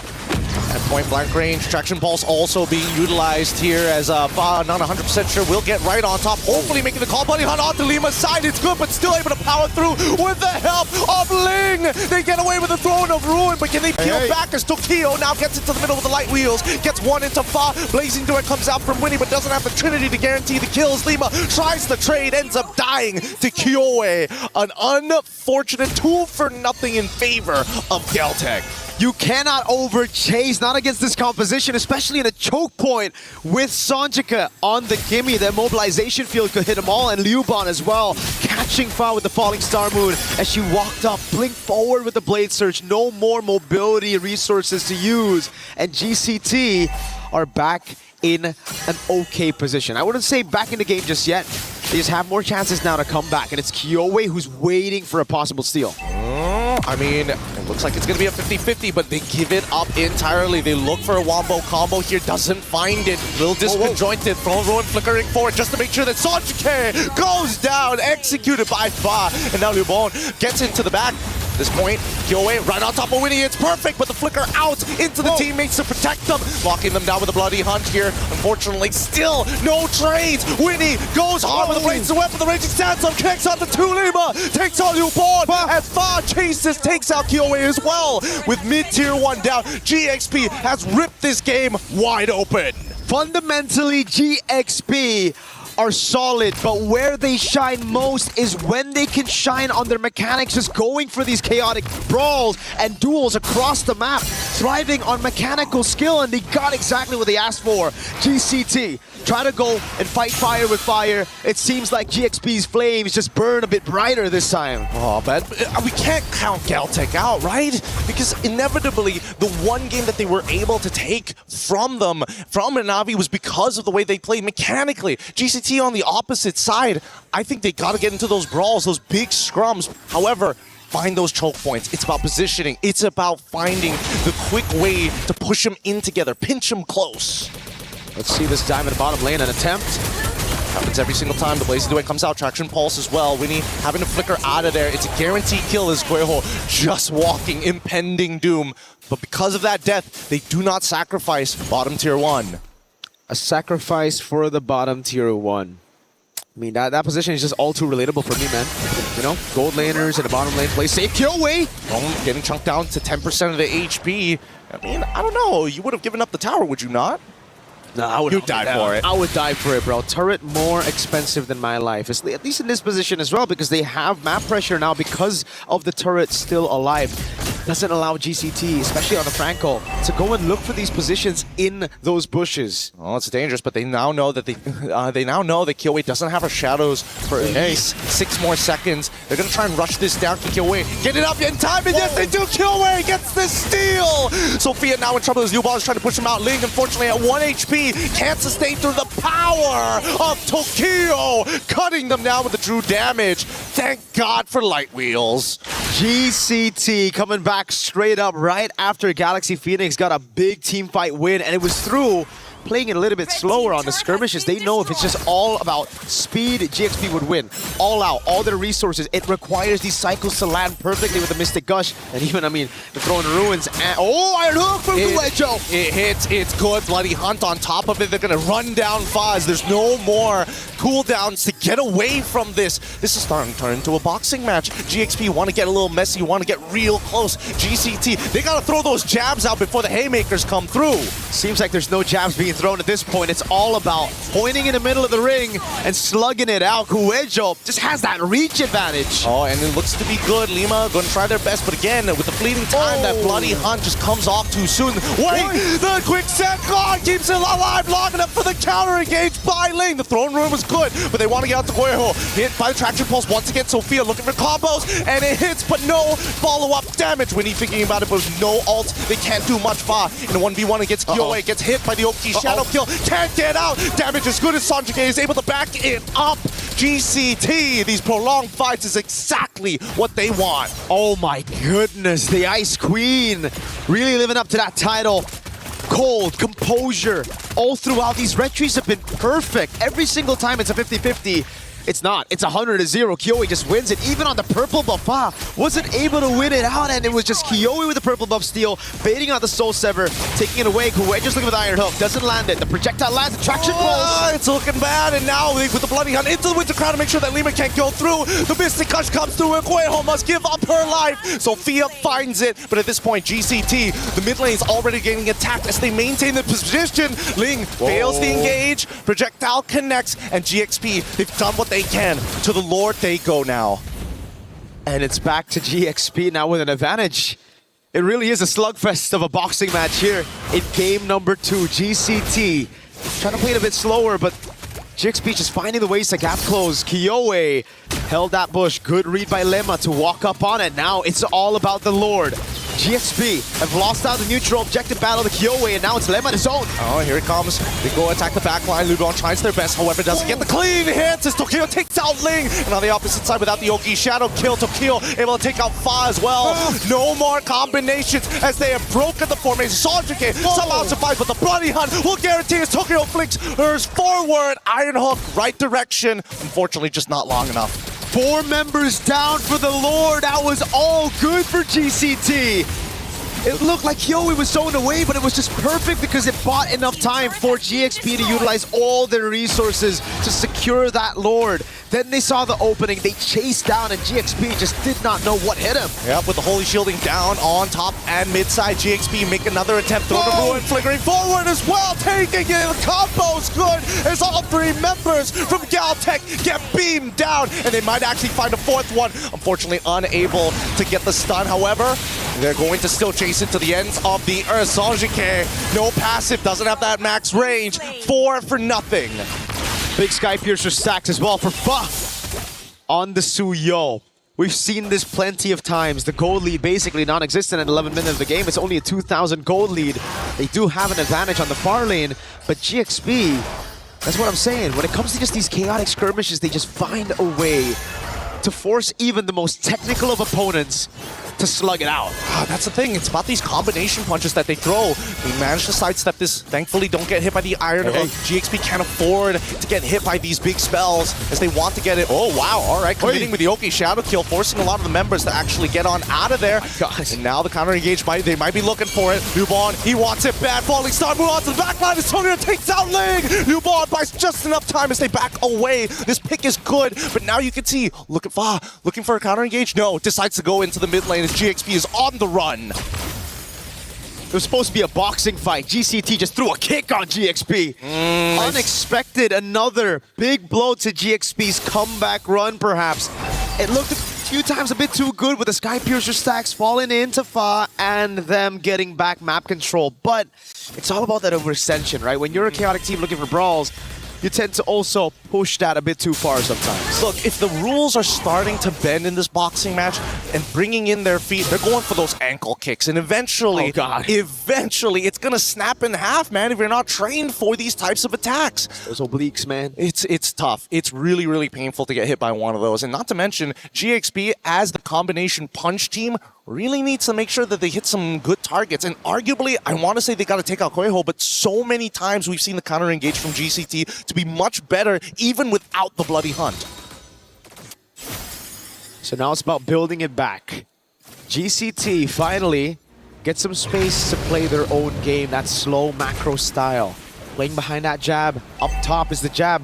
They have that forced error built up, slow push coming in. GXP are going to have to look for a gamble, a wild haymaker to turn things around, a wipe in the skirmish, or a Lord take where they don't lose anybody. Yeah, look at these aggressive positions that they're holding him in no man's land, trying to make sure that they have that first setup. However, the backup is so far away that this could be an overextension, and I think that GCT might have just figured it out, but luckily they got into lane, forced them out entirely, and now they have a power position over this Lord.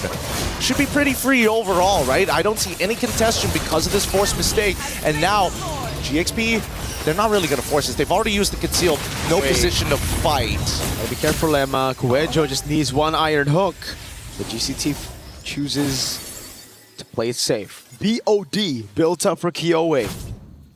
Take a look at the items. Chastised Pauldron as well. The Wind of Nature being built up by Tokyo. That'll take all of the threat of the Claude and the Suyo. The two heroes that can actually dive together with the Alice out of the skirmish already. Is that a holy crystal that Sanjik is building for? Yeah, I think so. That's, I mean, that'll hurt. It's going to hurt for sure, but at the same time, I wouldn't blame the decision because based on what we've seen so far, Sanjik usually isn't that... Wait, hold on. Throne Ruin does connect, able to combo perfectly, but luckily the winner crown coming from Kueho is good enough. Thinking about the bloody hunt, they get it on towards Lima, and unfortunately Fa with too many stacks, able to make it happen. Lubon, falling star mood, they were targeting the front line, but now Sanjik focus forward to try and ensure this. Lima will try their best as well to heal them up, but now in the back, Kiowe finds him with the Oki shadow kill, and it's just too much damage for Sophia to take. Kiowe found the angle through all that chaos. GXP thought they had GCT because they saw them split up, but now it's GCT looking for the end. Possible match point. Immobilization lands. It's good, it's good. However, they need that wave, and Ling is able to delay this wave for as long as they can. Traction Pulse again, getting thrown out. Lubion trying their best to try and pull some attention to their side. The Yoki Shadow kill might just find one. Unfortunately, RNG isn't on their side. Lubion needs to take out Fa. Fa gets on out of there just in the nick of time as Ling gets on top of it too, and the peel should be it. This is when Lubion should fall, when you have a Raging Sandstorm, and especially with so much pain, and yet they don't give these kills over to Winnie. How the heck did Galaxy pull that defense, not losing another base turret? It still stays just one base turret down. It was from the prior push, GCT. They have to push it a bit further. They have to be wary of these crazy, awkward engages from Galaxy Phoenix. They're caught behind the ropes right now, on the ropes. It's about that body motion, right? They gotta dodge. They don't mind getting nicked, and that's the truth of it. Getting nicked is okay, but as soon as that haymaker comes out, you can see GCT, they scatter. They're swinging wild, that's for sure, man. Leaving themselves open, but that's what you gotta do. Throne of Ruin again, the haymaker landing. It's not good enough this time with Winter Crown. Alquejo can't seem to get out of there. Has to use the Bloody Hunt, and it's going Winnie. Goes down as Kiowe finds a double to that front line. A single Oki Shadow kill was good enough. Winnie got one shot. Oh my goodness, the red tree from Kiowe plus the shadow kill took everything out of the Claude. And now it's just Fa and Sophia to try to delay this game. Inhibitor open, Fa looking for an opportunity. One minion, they just need to clear it up, and with the red tree they will. Sophia out of position, and now the next wave has spawned. Not sure why Sophia decided to walk away like this, knowing that Fa can actually delay these waves. However, topside, there's just not enough manpower. 4 more seconds until Ling comes back up. 6 more on Lima, and 6 more on Winnie, as I need to defend with everything they got. Throne of Ruin is out, but it's too late. That's the end of the game here in the game number 2. Galtech Cyber Team 2-0. That's match point. To do it with a composition that threw most of their main winning conditions that we saw from the group stage all the way to the semifinals out the window, to say, no, I'm just better. If you want to brawl, if you want to go and slug it out, we can do just that. We haven't seen a flex like this in a while, to say, you know what you think at the meta? We don't care about that. We've got our own playbook, and I'm starting to like it, I'm not gonna lie. I love the way that both of these teams, their scrimmages are ridiculous. These ladies are fierce. We need more of this. We need more of this everywhere. We're going to be throwing over to our studio to break this down for you. I'm sure they've got a lot to say for such an exciting game, but only after these messages.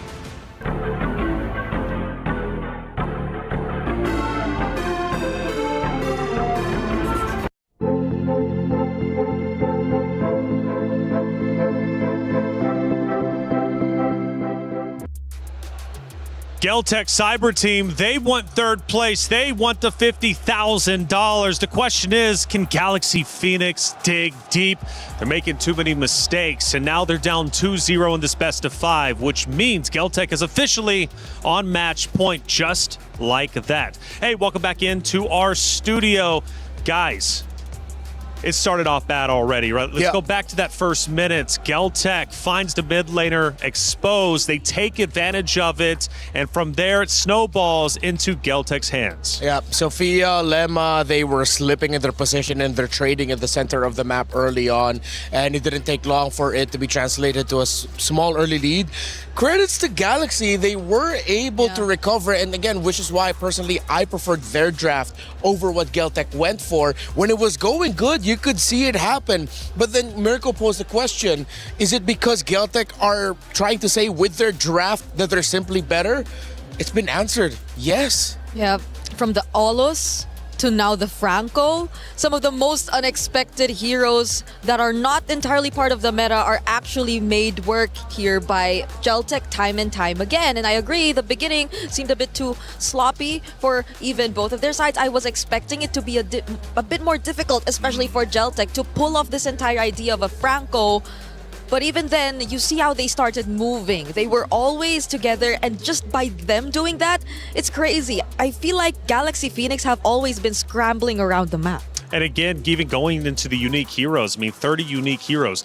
They are the second most moving team when it comes to hero selection, which is truly impressive. Again, going back to that first minute, though, let's take a look at it, because this is where things truly started off bad for Galaxy Phoenix. At a time where they needed it to go well, especially given the fact that they had just come off a loss from map number 1. We go back in time to the first minute and take a look. Again, the mid laner getting exposed. I mean, we're just 40 seconds in. Yeah, where was Lemma in that situation? You have to be helping your mid laner clear. I think she overthought it and thought that, hey, maybe the Franco's gonna be going into the gold lane. Nope, and that just left you vulnerable at the center of the map. You lose your mid, you lose your roam early, and with, as you mentioned, coming from a loss, knowing that if you lose this, you're gonna be down match point, you need to have a good start, or it's gonna influence the rest of your game. You're gonna be sloppy, you're gonna be taking unnecessary risks. Yeah, honestly, if you try to look at the different angles Lemma might have considered as to why she just went straight to Kyowe,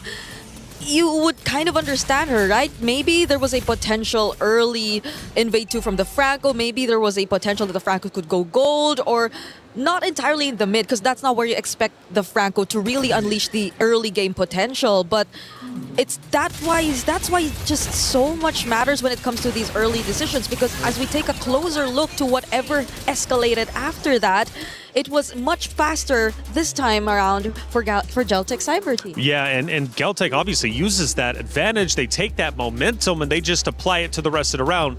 But you're right, though, Rinmar. Like, it was, in fact, of course, Galaxy Phoenix did, in fact, have some comeback moments. We now go a little bit deeper into round number 2, and we do see that it's relatively even based upon this action, right? I mean, they do start coming back. Galaxy Phoenix is looking a bit more solid, but still not so comfortable at this point. Yeah, this was when it was going good for themselves, and you see the beauty of their lineup. Yeah, I think it is also a moment wherein you get to see how eventually Geltech Cyber Team can be caught off guard, but if you prolong the team fights much to a point where you don't get to burst down anyone from Geltech and they just keep on throwing out their skills, then it becomes a favorable position for them as well, considering the carry also got the late entries. That's right, and even at the very end, Galaxy Phoenix, you can criticize how they defended their base. The pressure from Geltech was tremendous, and as they started pushing into the base, you can notice Geltech clearly was looking incredibly strong. We take a look at that action, Rinmar. Yeah, this was right after they took an unnecessary go or a fight. I believe it was in that upper Lord pit. Link comes out. You see the idea with the combos, with what they can dish out. And with what I said earlier about mentality, at least Galaxy Phoenix, they were still willing to fight. And if you see them, when you do it layer per layer together as a team, you find your moment, it looks good, but they just couldn't do that consistently all throughout game number 2. Yeah, it's always Geltech being able to get away. I mean, I don't blame it. It's a Hayabusa. So probably the next best option really was the Franco, which is why they tried to burst her down multiple times in a row, force out the Winter Crown, and in some ways it became a bit favorable for them. But you also have to take into consideration that whatever you do, Liubon is still going to be there. She's still going to be in your face. Well, Miracle and Gideon are calling the action, and they're doing a phenomenal job, and we happen to be recording them. Let's see what kind of antics they got into during the commentary. Well, it's dangerous, but they now know that Kyoei doesn't have her shadows for at least 6 more seconds. They're going to try and rush this down. Can Kyoei get it up in time? And yes, they do. Kyoei gets the steal. Sophia now in trouble as Liubon is trying to push him out. Ling, unfortunately, at 1 HP, can't sustain through the power of Tokyo, cutting them down with the true damage. Thank God for Light Wheels. Play is in our DNA. Whenever we let it out, it becomes our superpower. Now imagine an entire city being built to supercharge it. Kadir City, powered by play. It's always entertaining seeing the commentators explode with energy. Bria actually made a comment about you when we had your hey, it was okay. It was a good moment, right? When you were up there commentating. Because when you're up here, you know, you're all poised, professional, wrapped up, right? And when you're up there, you just explode with this ball of energy. I can't help myself. The games yesterday were very explosive. I think we would all agree to that. At least for today, they have been a bit one-sided though. So I'm really hoping we get a bit more of that same level of explosiveness in the next few games. Sanjike was getting a lot of attention and for good reasons. Game 2 stats. 90% kill participation. That shows how well gelled together Geltech was. They played together as a team. They played around their Franco. They knew that they had 2 carries to work with through the Kimmy, through the carry as well, and they played around each other so well. Yeah, there wasn't even a Sky Piercer in that lineup. Yeah, I think it was just pure team fighting and winning out, and that's what gave them the advantage. Man, Geltech is on fire. Coming into this, quite honestly, I thought Galaxy Phoenix was probably going to be the favorite, but Geltech says otherwise, and they have been looking phenomenal. Hey, we've got the EWC survey on your screen. Scan that QR code and give us feedback on what you think about the broadcast. What do you think about the Esports World Cup as a whole? We would love to hear your feedback because, again, for you all out there, you're the ones that make this worth it. We go back to our stage, and it's now serious business for Galaxy Phoenix. They're down 0-2, and they are forced to come back. Geltech is absolutely on fire. Little mistakes here and there, maybe hero selections going bad for Galaxy Phoenix. They've got a lot to fix, and they've got to fix it quickly. Yeah, I hope they can shut up the haters and just prove, no, they're not better than us. Maybe equal footing, and then eventually get to the point where you can prove that you are better. Because so far, I have not seen the Galaxy Phoenix that wowed us, that gave us that surprise joy of, wow, where did this team come from? For a while now in this tournament. They do have to dig deep and just remember who they are and play together, play great as individuals. Yeah, and they played 2 very different games already. Like 2 different lineups, 2 different approaches, but none of them worked just yet.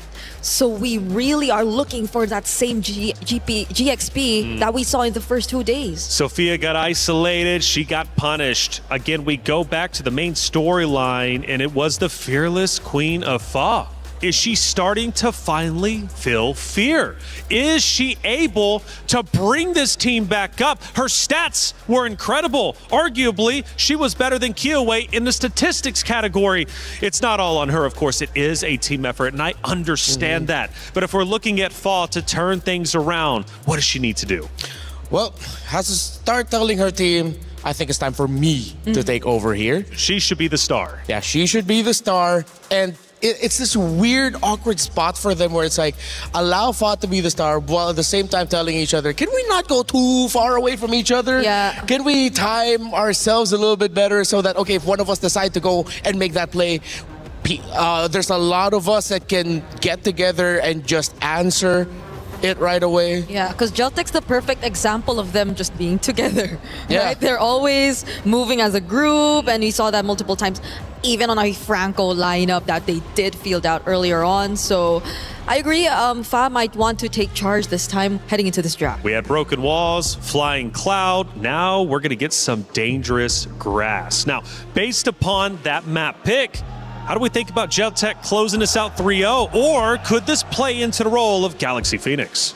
Ooh, if it's dangerous grass and Geltec that we're talking about, I might as well think that this will also be one of their more favorable maps if they were just to talk about their sheer rotations and abilities to move around the map and just catch Galaxy Phoenix by surprise, because they've been doing that very dominantly in the previous 2 games. And now I'm just wondering if they will just allow the possibility of another assassin type of comp to come through for Geltec. I have one very simple suggestion for GXP. You're going up against a team that are playing around each other too well. They stick together a lot. I know Gord is great, but can you please pick up a Lilia? Or even consider, hey, if you want to go for something greedy and you play for a little bit later in the game, maybe pick up a Sicilian. Okay, that's like my bias for the pick alone, but come on, Lilia, please. Okay. Eve gets picked up here though, so the range will definitely be a problem to deal with for GXP as they get to decide on what their first 2 picks are going to be this time. I feel like this should definitely be the time to Claude, right? Yeah. You pick up the Cloud now, you get that comfort pick, and then you pick up your assassins and a diving EXP laner, or maybe just an EXP laner that can hold really well, help dive alongside whatever the assassin for Fa will be. You don't need to pick it up this early. Just get the Claude, get the Lilia. We're waiting for them to get these 2 picks that they could center their draft around. But that also leaves us with a question of, do they leave Fa's pick for second phase all over again? Do they rather flex Fa in the jungle rather than put her on a pick that's comfortable and play around it? But they get the Harith. Just get the glue, Geltec. Get the glue, get the Phoveus, one of those. Even the Esmeralda would be great. You have so many options available to answer. And that's also knowing you're playing into an Eve lineup too. The Eve is the first pick. You see what mid lane, what blocks could potentially be established for Geltec, but this is still the route. I think they have counter engaged. Yes, they go for the Khalid, but even this hasn't really worked for them earlier on. Now it's more and more boxes. It's a Hylos and an Esmeralda. Again, Geltec, they play together as a team. It's so good. They have pretty much won the first phase of the draft. Well, I don't know what's going on. Okay, at this point, please, Lilia. Maybe I would be okay with the Valdir, but I would love a Lilia at this point. Yeah, so you have also a bit more of the burst damage. Yeah, you have the Khalid already. Yeah, it's constant damage. You can dish out slows. It's not just a stun with true damage. It's constant little bursts of damage that makes fighting around your own personal box as GXP even more dangerous. Then pick up a CC. I think matchups we see in the EXP lane are already slightly, or they attempted to at least balance it out through the CC, but I feel like it's still gonna be tough either way. There's just so much to think about. You pretty much put both of your XP laners, or both of your fronts forward. They have to make the tough choice now of whether or not they can go for damage in the jungle or just accept that you're gonna have Fa once again playing utility for the team.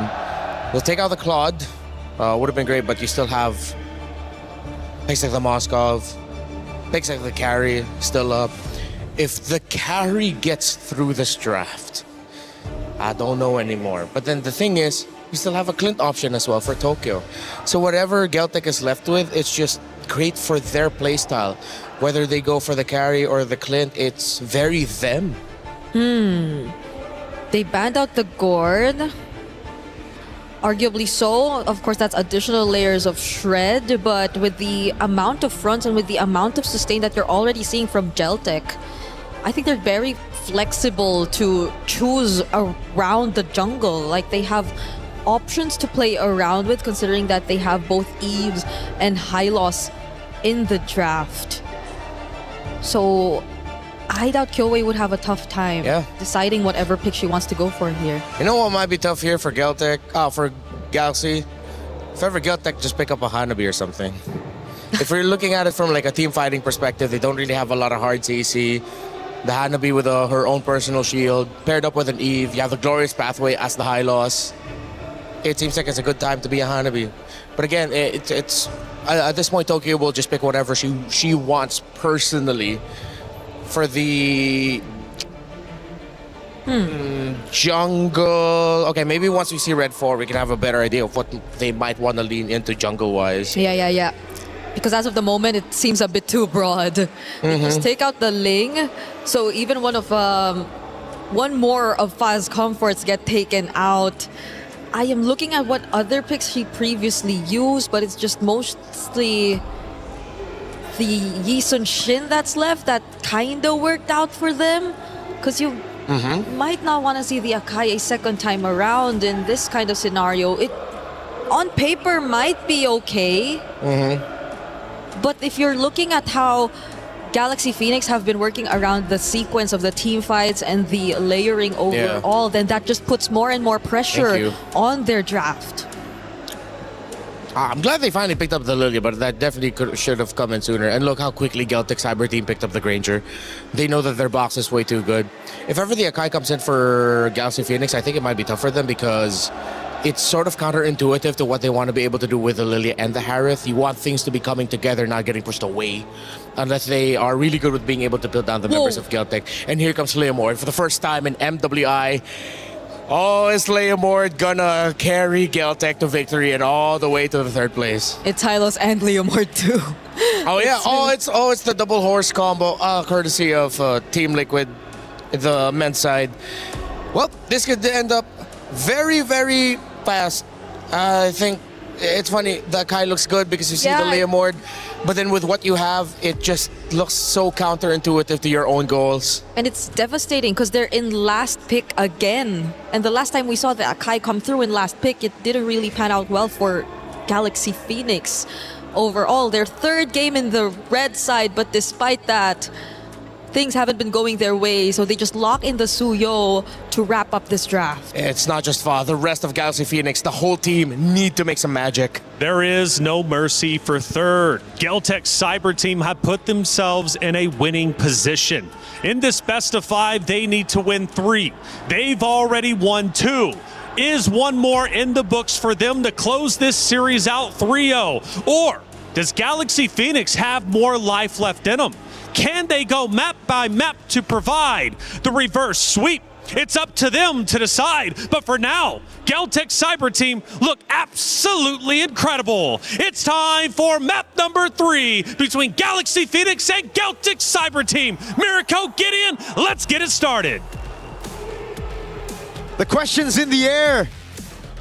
So far, Galaxy Phoenix haven't been able to get a single game after making it to top 4. In a best of 5, they just struggle. Do they have the mental fortitude to come back? Because GCT, they just need a game to finish it off. It's match point, and that's the high pressure, the high stakes that we've all been waiting for. And especially if GXP is going to climb out of this hole in this best of 5 series.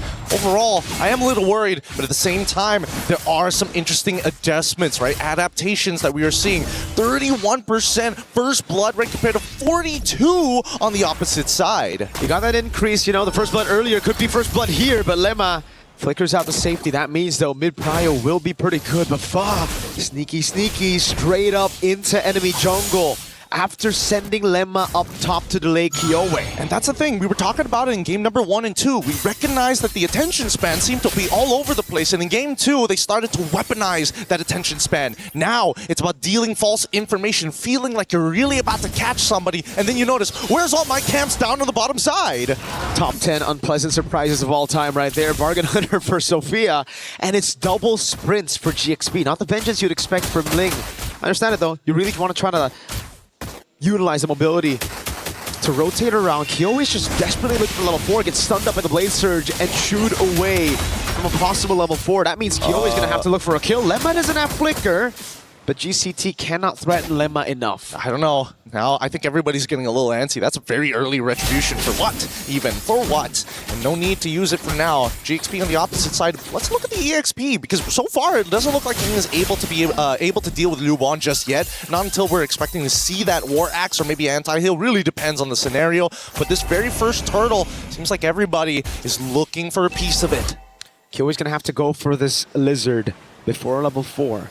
But GXP are taking a bit too long to set up for the neutral objective just because Ling was behind in level.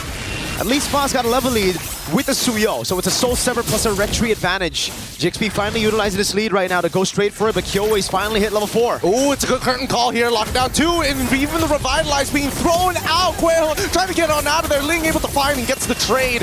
Can she survive it? She does. Saved by 5. Now the real one manipulation, able to clean up 1. Lima, quick sand guard, keeping him alive. Kyowa in trouble! No! And Lima still finds it. Lubon can get it.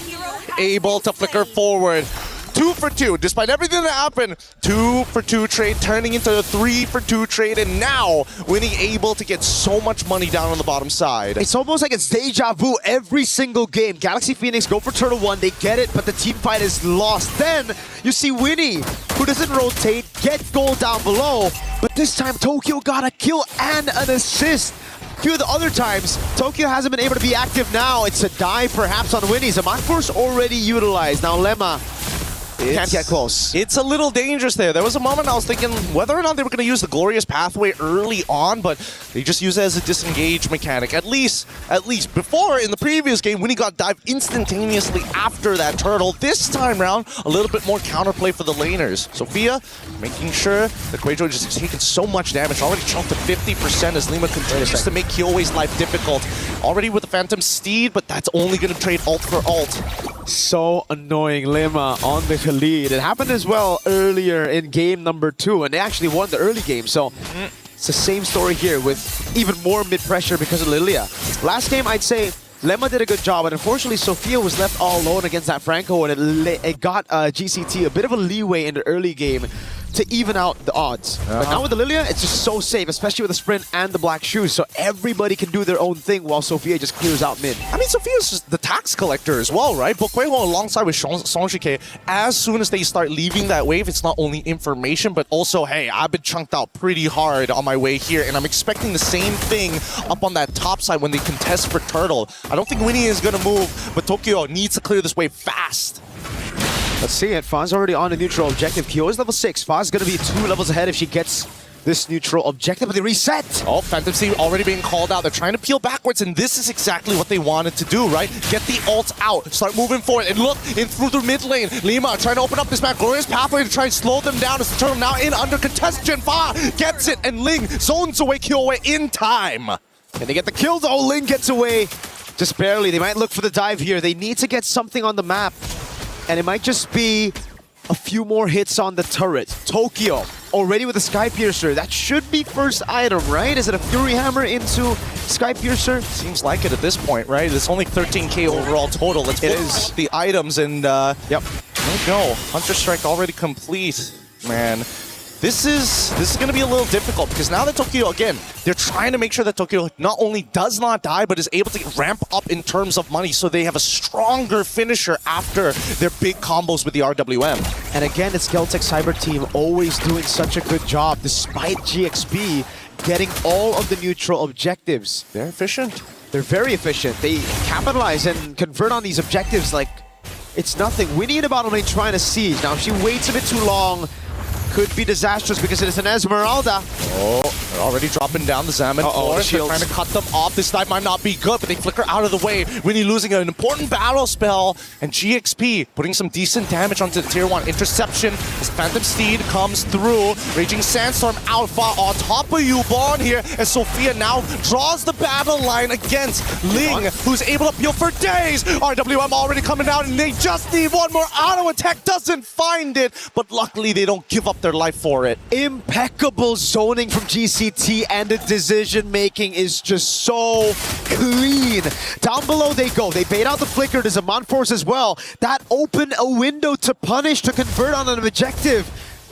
No structures for GXP. They can finally get on the board right now with a turret up top, but with the bottom wave pushing again, it forces Winnie to stay put, as GCT will have a man advantage coming into the final turtle fight. Look, it's still fancy footwork at the end of the day, and it's only 6 minutes 45 seconds. I don't know how long they can keep that up. It's just high tension so far. But let's look at the goal difference, because the majority of that goal is leading into two different sides. But it's so minuscule overall. Phantom Steed, in trouble. Ling already dead, and now they're going to go for Sophia after the black shoes, sprinting the opposite direction as Tokyo is going to chase them down with the help of Kyoe, who finds the double. This should be a free turtle, but is there going to be a trade back?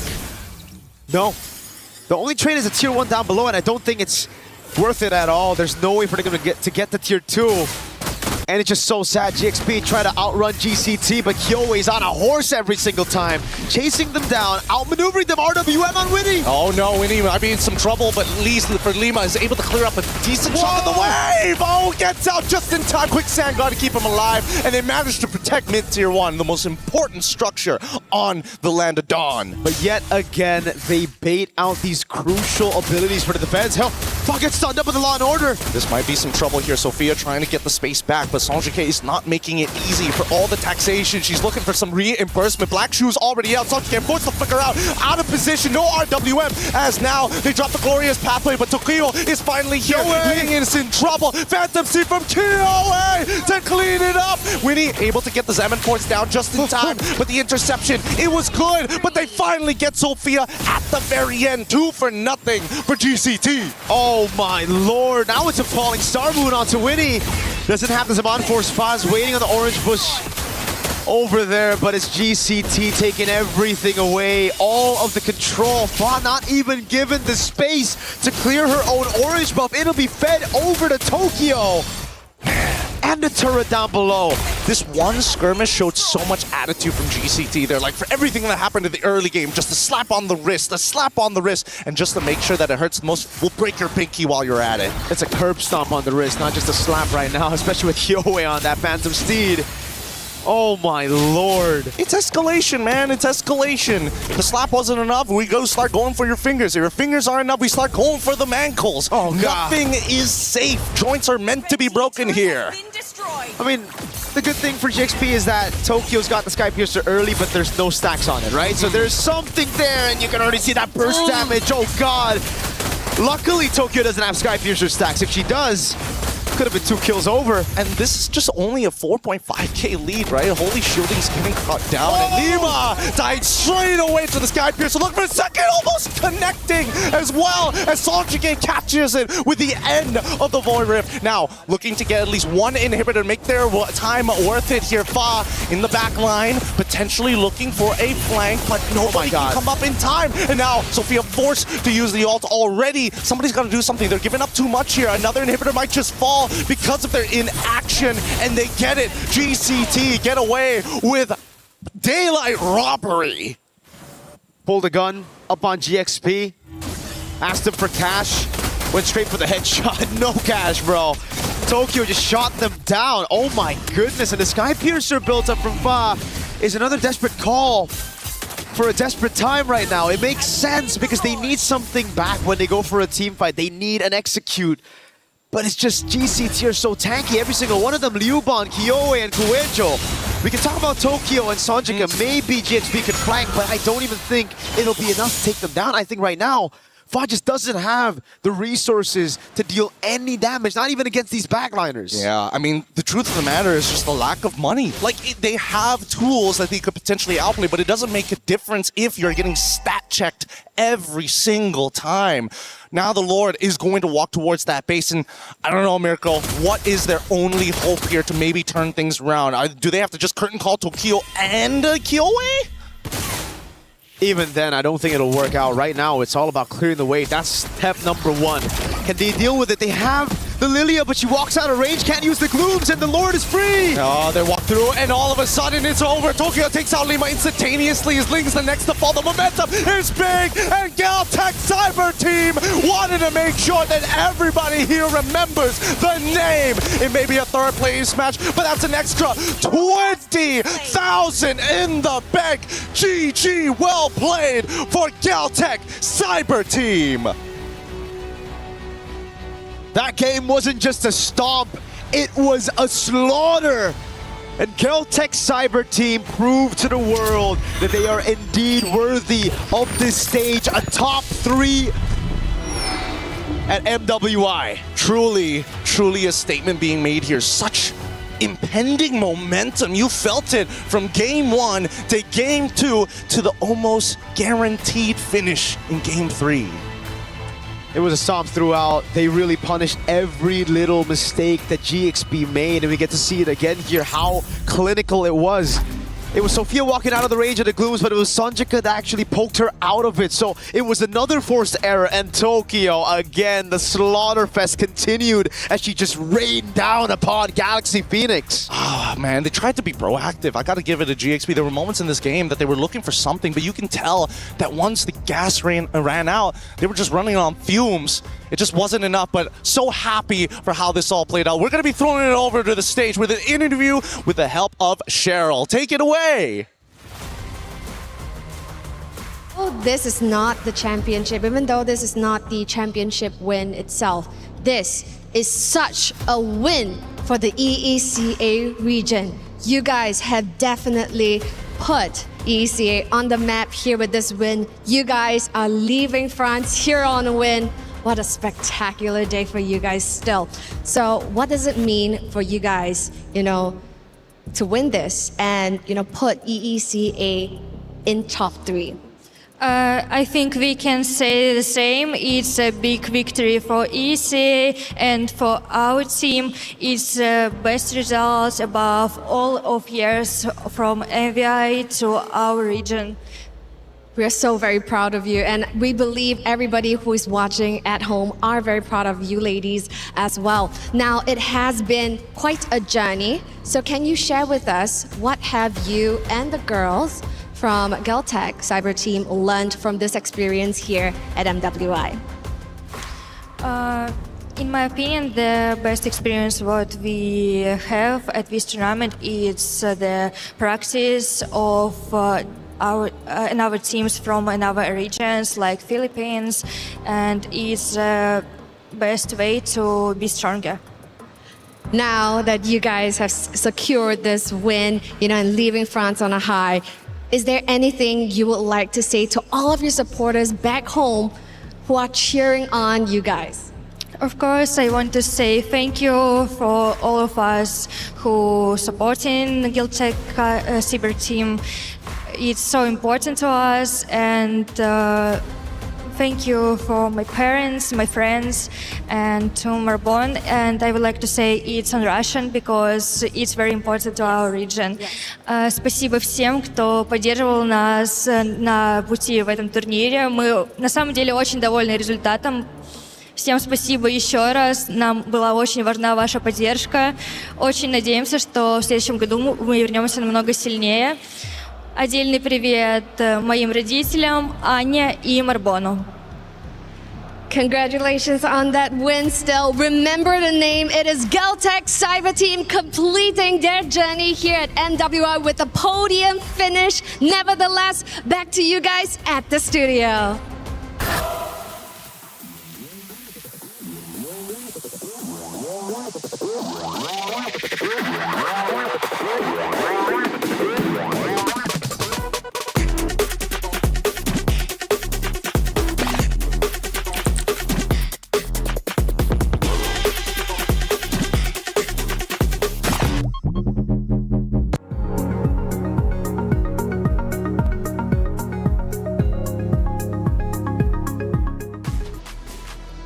Celtic Cyber Team came into the tournament with a mission. It was to gain the championship. Yes, they might have fell short, but they end up accomplishing some incredible feats. We're talking third place, walking away with $50,000, a tremendous amount of pride also for their region. Celtic Cyber Team, congratulations for your podium finish. For the fourth place of Galaxy Phoenix, you should also celebrate your accomplishments. Making it to top 4 is a tremendous accomplishment in its own right. And walk away with your head held high and be proud of what you've managed to do in the 2026 MWI competition. You ladies are some of the best in the world, and you need to understand that. Please walk away with your head held high. Hey, big accomplishments from Celtic Cyber Team, though. A 3-0 victory is tremendous. We talked about what it meant to not only podium, but also earn that additional $20,000, not only for the players, but also for the org themselves. Yeah, Celtic Cyber Team, and especially KOA, after her performance, star-making performance in MWI 2024, missing out in 2025, coming back here with a team of, at this point, rookies for an international competition, solidifying the fact that the top 3 regions for women's MLBB after MWI this year are EECA, Indonesia, and the Philippines. And of course, we're going to figure out like where they are going to be placing after the grand finals. It's a massive achievement, and what a journey for them. And they did shout out these particular regions too, because they believe that it's been one of their best experiences here in MWI, if not the best. The fact that they were able to also experience how it's like to play against different regions, the more stronger regions that they would consider for themselves as well. And it's unbelievable because Renmar did point out that this is KOA's return, but it's also her return alongside a bunch of rookies, and they did not play as if they were rookies nor newcomers to the professional scene at all. Not at all. KOA was a tremendous talking point throughout our entire tournament. Now, again, to celebrate Galaxy Phoenix, I know I had to do the thing. I had to put the pressure on Fa, right? But that's just, hey, look, I want to express that as commentator talk. Fa has been a tremendous competitor in this MWI competition. And I understand they lose 3-0. But we have to celebrate Ling, Fa, Sophia, Lima, Winnie for their tremendous accomplishments throughout the bracket. Yeah, for Cyber Phoenix, I think a lot of the results that they got after the initial wins came from a lot of respect from their opponents. They saw what their Belleric Guinevere could do, what it means to take away the comforts of Lima and Sofia, give them a lot of difficulty so that in turn Fa would have a difficult time. Every result that we saw, every loss that we saw from from Galaxy Phoenix came from the fact that teams needed to deal with them, and they were relentless in doing so because of how skilled they are. I am excited to see where this team will go moving forward and how they'll grow from this experience. And I know for a fact that they will go the distance because they've been through no joke. They've been through probably one of the hardest paths to MWI 2026, or even building up their career in general, because I believe they've also been one of the only teams we have here in MWI to play in even their region's main leagues alongside their male counterparts in the league. So they have a lot of experience. They've been through a lot of heartbreak, but at the same time, I think this feat, this achievement that they've been able to secure is something that they should just use as motivation to keep pushing forward, because they do have the potential. And looking at the stats briefly, Celtic, they controlled this map number 3 very well from start to finish. Reminiscent of the first 2 maps that they played nearly flawlessly. There were brief moments of Galaxy Phoenix coming back and striking while the iron was hot, but it was Celtic consistently taking back control to earn not only this map number 3, but also the best of 5 series as a whole, winning 3-0. Again, we celebrate the accomplishments of all of these ladies, these competitors who have done such a tremendous job over the course of 5 days of competition. Now, as we bring it back, let's discuss that map number 3 and what ended up unfolding, right? Because you look at the stats, obviously, Celtic, they pretty much dominated the map number 3, but there has to be some positive notes from Galaxy Phoenix. In terms of the positive notes, sure. Let's Adjustments. see. The adjustments. Yeah. The fact that they were still willing to find angles, even though majority of the lineup that they were up against would make it near impossible to do so. They didn't shy away from that. They were, as their fearless queen was, fearless in finding those opportunities, and I can give a lot of respect for that for GXP. We look at Tokyo and Bree, her stats are looking stacked. Yep, that was a statement from a Granger in game number 3 because Granger, again, not part of the more common gold lane picks, but in that scenario, I feel like it was such a perfect pick because you see how, yes, there were adjustments from Galaxy Phoenix. They did pick up the Lilia, finally, you said thank you, and they had decent amounts of damage, but at the same time, that forced them to play close range. That forced them to be a bit more up close towards their opponents, which I think the Granger greatly took advantage of because he had to play from a distance. There was no one else trying to hunt her down, and Tokyo in that game, probably one of the biggest problems aside from the fact that both the Hylos and the Leomord were just running through this lineup of GXP. Who is Tokyo as a player? Because obviously we talk a lot about Kiowe. Liabun also gets a lot of attention, Sanjike. But Tokyo as one of the competitors, one of the great competitors, podium now, 3rd place. Who is she to MWI? Well, she is someone that shows that even if there is an impossible task in front of you, you can make it work. And if there is a easy task in front of you, then she makes it look easy. There was an iconic play that she pulled off in Stream B wherein the team accidentally sent her alone with a teleport amidst 5 members of their opponents. That's insane. And she got away with it, and she got to turn it around with the rest of her team. That's actually incredible. Hey, sometimes staying alive is the best play. Speaking of plays, let's take a look at a couple of them from that game number 3. This is where we start, Bree. 7 minutes and 50 seconds. Yep, right here, clearly map control is already pretty much favoring GCT, but there has been an attempt. There has been an attempt whatsoever from Galaxy Phoenix to still push forward, but the punish, the Kyowe entry from behind, I believe, is going to be the highlight of this play. Just simply because of how they have such reliable chase, heroes to just go in from the back lines. It's been tough to push forward for GXP. Yeah, and I can credit GXP's tenacity. For 8 minutes, they kept it close. They got the trade in terms of towers. They could not get as much objectives compared to GCT, but you could see that it had to take a unique angle of approach from Geltec, a slow-moving chess match of finding the right angle, then eventually finding it.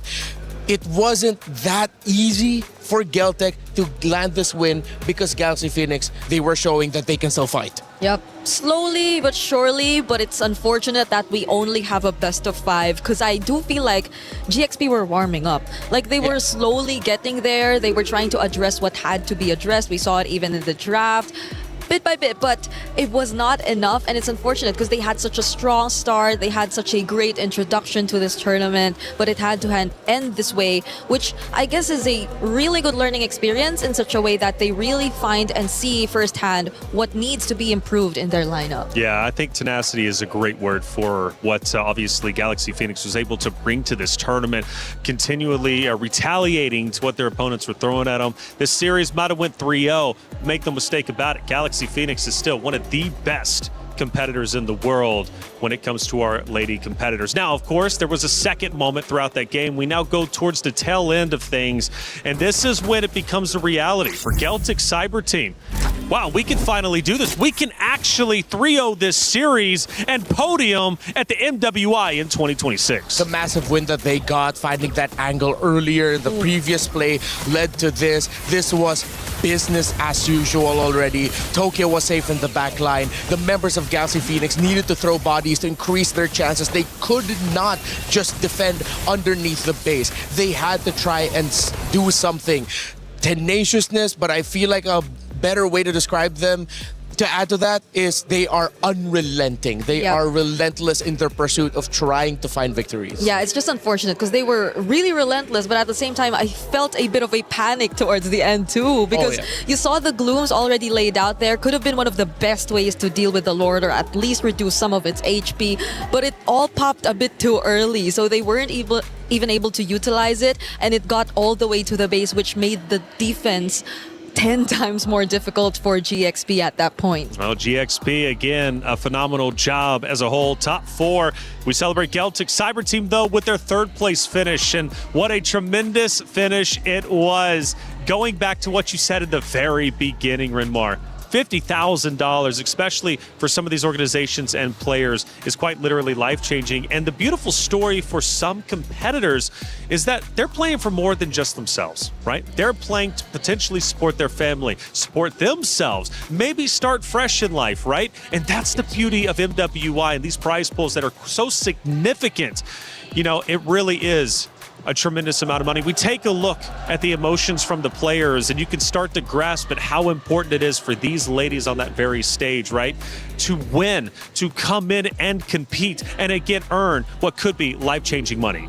They came in here poised. At first we thought it was nerves, but it really looked like they were just cold-blooded, similar to their own personal Ice Queen, and it showed in-game. They were business as usual, honestly. Every time they ended a game, you don't really see the more exaggerated reactions, I'd say. It's just them, I guess, trying to remind themselves that it's not over yet. There's still a game. It's something that we still have to remind ourselves of, because you really can't lose you can't lose that momentum. You can't let go of your focus, especially in such a high stakes match. Yeah, you can feel that they were clearly thinking, job's not finished. Not yet. Job finished? Job's not finished with every game that they won. And you can finally see them relax a little bit and finally let loose once they finally won. Yeah, there were just small celebrations here and there. Yeah. They're just going for the high fives, the head pats. It's cute seeing the head pats, yes. But towards that interview, I think that's where you got to see the most of it. Liu Won and her just being very emotional. I know she probably didn't shed some tears, but she was probably close. Like, I felt how her voice was starting to shake, especially when she was asked about her messages to the supporters and what does this mean for her and her region overall. So it's great because now you see how all these emerging regions are actually trying and already proving a point. Yeah, I mean, especially when you see those post-match interviews, even more so when they've won, you know how hard it is hitting. Especially. Let's take a look at our team stats head-to-head. Galaxy Phoenix versus Celtic Cyber Team. They will trade off a couple of times. Obviously, the win rate for Celtic is going to be higher naturally as the winners. But it's actually quite interesting to see the red side win percentage for the side of Galaxy Phoenix. Yeah, especially blue, right? Yeah. That whole series, they never played on blue. Yeah, they always just played on the red side, and I think that was just them constantly choosing it, and then at the times Celtic even choosing and realizing that they are better off on the blue side here. And Galaxy Phoenix just unfortunately, despite being on their comfort side, could not find the right sequence, the right priority of hero picks to make it comfortable for them in game. It felt like a lot of their choices was just them choosing the more difficult road of being able to land wins. And in their game 2, which for me personally was their best draft this entire series, you saw it, they just couldn't fully execute it. Still, we saw the glimpses of what could have been. I guess Coach Ririth had to deal with a bit too much going against Coach Osprey. Yeah. The swerves in the drafts, the sudden flexes, I guess, took us by surprise a lot of times throughout this series. So who would have expected, right, that Celtic still had those cards up their sleeve? Yeah, it's interesting, isn't it? Because Coach Osprey has been such a big talking point for Celtic. And again, coming into it, and I bring it back into conversation, you know, throughout our tournament, we have seen so many different heroes selected. It's been incredibly unique, and Coach Osprey is a large reason why Celtic was number 2 when it came to overall hero selection. We've got a lot of great people in the venue, including Rain. Come back in, brother. By the way, it was nice to meet you yesterday for the first time. I know we've seen each other virtually, but you kind of came over, and it was great to shake hands with you. Rain, what's going on, man? Hey, third and fourth, it's done. Yeah, I'm good. It's 3-0, and also you're looking good, man. When I see you in front of me, I feel like this guy is so handsome. Hey! Okay, Ray, and we didn't plan that, by the way. He just came up with that on his own. Witness me. Hey, Ray, I appreciate you. It's great to see you, man. Yeah, 3-0, it's a big shock, right? It was a best of 5, but we only get 3 maps. Yeah. We've been celebrating Celtic Cyber Team and just how good they are. Third place to podium. I mean, such a tremendous accomplishment. Yeah, true. I think they play as a team better than Cambodia team, even though Cambodia have like maybe individually they are better in terms of mechanics, but in terms of team fight, in terms of how they should play as a team, overall I think Geltec play better. What do you think? But what do you think about the $50,000 Geltec just won? I mean, that is significant. I think that one will become their main motivation after this to improve, and I think after this they will try to aim for top 2, maybe try to aim for champion. Because their performance is phenomenal, man. And are you sure that one is Liu Bon, guys? Yeah, it's Liu not Bon. Kid Bomba. Oh, Her performance really good, man. Her performance really good, man. Yeah, that is Liu Bon. Of course, Kid Bomba is a popular player who plays the same role as Liu Bon, and then a lot of people really look up to him as like the best in his role in that region. Yeah. So for Rain to say that, hey, are you sure there's not Kid Bomba up there? Nope, that's Liu Bon. That is one of the tallest compliments you can give a player. I agree. But I have a question for Rain here, since we have a bit more time with him. Okay. Was this something you actually expected? Did you expect it to go for GCT, and did you expect it to be a 3-0? No, I didn't expect at all. I expect that actually GCT GXP will give a hard time for team from EECA, right? Yeah. But we can see that overall, in terms of macro, in terms of decision making, surprisingly, GCT is one step ahead. Yeah. It really felt like that, and it wasn't just in game. Also, even with like a lot of the drafting decisions. If you got to see the drafts of Galaxy Phoenix, do you think there were times where they were overthinking? They picked things too early. What did you think about their priorities in the draft? Yeah, I think it's true. Sometimes we just need to keep it simple, man. For example, like, this hero is our winning hero, right? Or momentum hero. We just need to prior that hero. Let's say we can see they prior Atlas, they prior carry. We know already that the identity, the gameplay for GCT is quite clear. They know how to win. They know which hero they should pick. You know, one of the things we've been bringing up is just how many unique heroes have been used throughout the entirety of MWI as a whole. I mean, it's felt fresh. You know, the new meta came in. We were kind of curious how it ended up playing out. Have you liked the versatility you've seen from the ladies competing throughout the 5 days?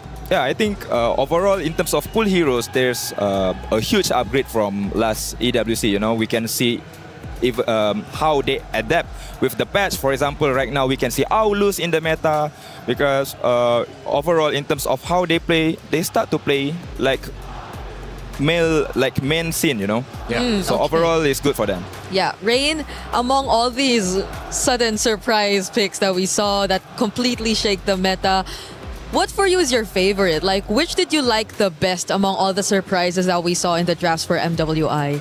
Overall, Yeah. I think Fanny. Oh. Fanny in lady scene, and it's being used by a good user. We can see there are a lot of mechanical heroes being played, such as Fanny and also Link, and the mechanic is actually quite shocking, you know. Even they play better than me, you know, in terms of the cable, in terms of how they collect the sword for Link. So they are very good, man. So let me ask you this. Coming up is going to be grand finals in about an hour or so. It's Na'Vi, Vitality. It's a rematch, right? This is a trilogy that has been developing over the past several years. Do you want to throw your hat in the ring, give us a prediction, or I guess just let us know how you think the series is going to end up unfolding? Okay, here's my prediction. if Vival don't play Assassin, Na'Vi PH will win 4-2. Whoa! But if Vival play Assassin, the result might be 4-0 Vitality. Ooh, 4-0 or 4-2. That's fair. I mean, we got to see. Well, Viva got 2 Savages in one series yesterday. That's true. That is rare. It was a Hirara, and I think the other one was on the Nolan. Yeah. So I could see why Rain would think that way. Definitely fair. And the Saudia comm showed us that they were laughing. Yeah. Just laughing while everything was happening, while they were picking up the Savage. Yeah, the shot call of Shell was not specific place. It was to TP on them. Just TP. Just recall on them. Yep. Well, Rain, obviously it's been great having you in the venue. I guess last question, you're in Paris. I don't know if you've been to Paris before or not. Either way, have you been having a good time, man, getting out there, seeing all the sights? Yeah, I have really good time. I went to Eiffel Tower last night. Okay, great. So after this, maybe I want to try the pizza. Pizza. Right? Yeah. Okay. Okay. Fair enough, man. Hey, Rain, thank you so much for everything you've been doing, brother. I hope to see you again. And thanks for calling me handsome. That just makes today a little bit easier. Thank you so much, man. Thank you so much, guys. That's Rain, okay. He's in the building. He's doing his own, of course, commentary over everything that's been taking place. And he says he's been enjoying the ride. Hey, Floix, I love hearing these comments and seeing all these comments pop up, man, especially from our chatters out there. And if you want to get involved, make sure you keep chatting so we can show what you're saying. No wonder Geltech's able to steal one game from Vitality. You know what? That's absolute facts. Yeah. It was a game which actually felt one-sided against Vitality yesterday. Yeah. So it was a bit surprising to see that it was too quick for Vitality to bounce back. But in this scenario, it's great. It did not affect them in any way, it seems. It seems like it was more on GXP that you feel the effect carried over to the series from their previous losses in this tournament. The only thing I don't want to see pop up down there is 6-7. Yeah. No 6-7s from me. Okay, we got Granger early snowball. Yeah, well, that's exactly what we got to see. Tokyo was safe in the back line. She didn't have anything to worry about. She was getting her Sky Piercer stacks. I believe there were Sky Piercer stacks on the Granger, right? Yeah. So early snowball indeed. It was just a good time for the Granger. And Esme's so tanky. Esmeralda's been an incredibly popular pick throughout our 5 days. Broken. Yeah. So broken. Broken. Need to fix her, please. Well, I don't know if I'm thankful we're seeing her again or if I'm sad that we're not seeing the Sora anymore because teams have also adjusted to just, let's just take out the Sora, you know, because the Sora has been having way too good of a time. So I'm still stuck in the middle. I don't know about the next series, though, if it's still going to be Sora, Esme all over again. The shock from the Psychic coming in as well. Yeah. And Capian saying every Na'Vi didn't dominate GXP this much, or even Na'Vi didn't dominate GXP this much. Possibly true. Yeah, we saw that at multiple points during the Na'Vi GXP matchup where Na'Vi looked like they were going to lose or they looked like they were struggling against GXP. But for Geltech, save for a few select moments in game number 2, they just look so comfortable. Yeah, that makes me wonder. That makes me wonder if we ever saw a Na'Vi GCT match. Oh, what could have been like the result? I feel like though, all right, maybe I'm just playing advocate for my Na'Vi girls. Okay. But they did face off against GXP first, and they were the ones that sort of exposed the shortcomings of GXP in terms of the draft. Okay. Because it was the Guinevere Belleric that kept getting banned. Who did that first? It was Na'Vi. So Na'Vi girls. So I think I know who you're going for in the grand finals. Before you leave this desk, I will be getting your opinion. Hey, everybody, guess what? It's Rhino Day! Brand new interactive effect for Rhino Day is available now. Check it out and join the celebration. Bree, it's Rhino Day. Get involved, okay? Should I say it too? Go for it. It's Rhino Day! It's Rhino Day! Okay, are we doing predictions? Wait, that's a horse. That's a horse. Wait, what does a rhino sound like? Rhino sound like? Chat. Chat, what does a rhino sound like? Let's take some looks at the highlights for the games while chat figures out what a rhino sounds like. Hey, there was a lot of great moments for sure. We're rubbing the hands because Geltech knew, hey, some money's coming our way. Yeah. Reflections was actually asking, what are those things on the hands of the players? Yeah, I've never seen those before. And I do several mobile games, but I've never seen the heating pads on the back of the hands. That's super smart. Yeah, they play so much that the heating actually provides a lot of comfort for them. It's true. But there are some players who don't even need it. They just say, we like feeling warm. It feels like a hug for the hand. Yeah, because sometimes the venue gets too cold and you don't want to miss like the buttons or you just suddenly freeze as you're trying to go for a play. Do they also have chalk up there too? Yes. Chalk, now see, that's super powder. I have never seen that. Actually, I've never seen that in any of the other titles that I've done. So that is super cool. You know, they're not going up there to power lift. They're going up there to play mobile games, and they're still using powder and chalk on their hands. That's cool. And you get sweaty. Yeah, it does. It does. You know, there's a fun fact like with mobile gamers here in MLBB. There are some who like to keep their nails long because for them it's like haptic feedback. Oh. Like they feel the tapping of it. Yeah. Like, there are players who think like, oh, I need to cut my nails so it doesn't get in the way of me pressing. But no, some of them really like the feeling, The actually. sensation of just Yeah, the like the sensation, nails tapping the screen. Okay, Yeah. I guess that answers one of my biggest questions because I was really wondering, like, some of the players we got to see here in MWI specifically had also really long nails. Yeah. It's colorful, it's cute, but I wondered how they were actually able to play. But also, when you do that, I think your grasp changes slightly a bit. Yeah, it's like a different grip for the hand. Yeah, I think you use your sides to hit the buttons more than like the actual fingers. Well, Rose is on site. She had a chance to catch up with Galaxy Phoenix and talk about their 4th place performance.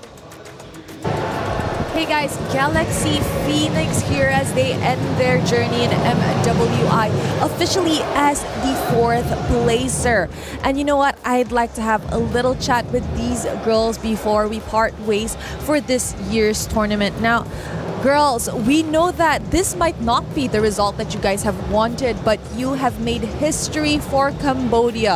The first time ever for the female team placing in the 4th place. So, which part of your journey are you most proud of?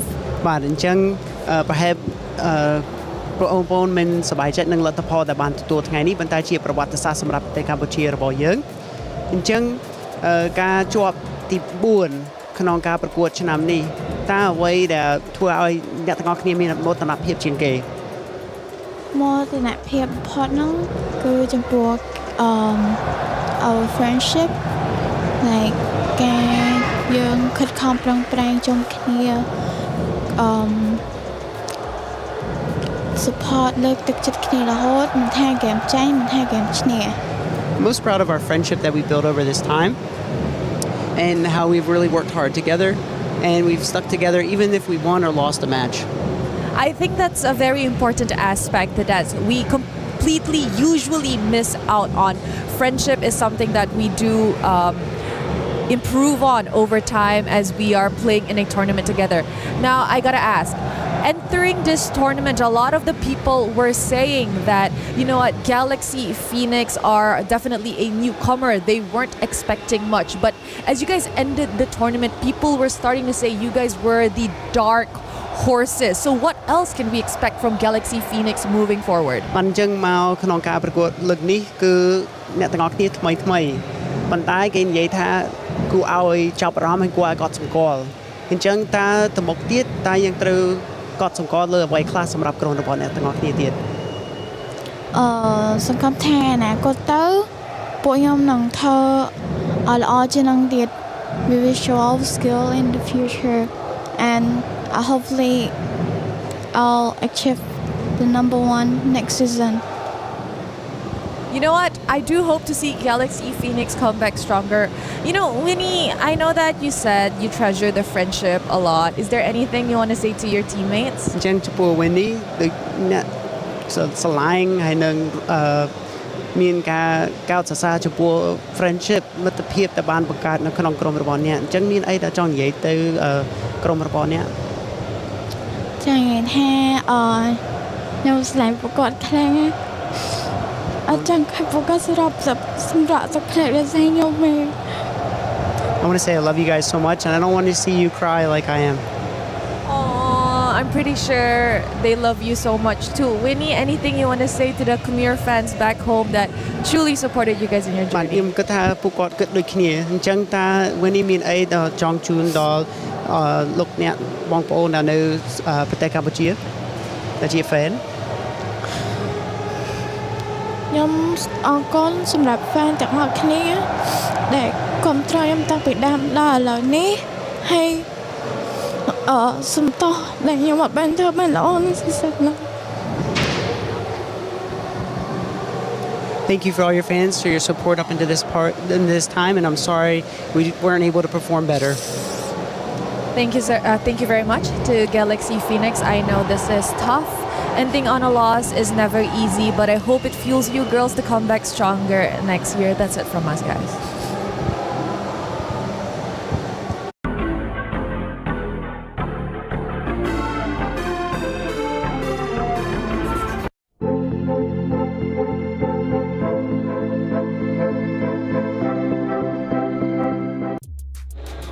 Galaxy Phoenix, I just want to say you are world-class esports athletes. Keep your heads up. It was such a pleasure watching you. I know it hurts to get fourth. However, again, celebrate the fact that you made it that far. Think about the teams that you beat along the way and think about what you're going to be able to accomplish in next year's competition.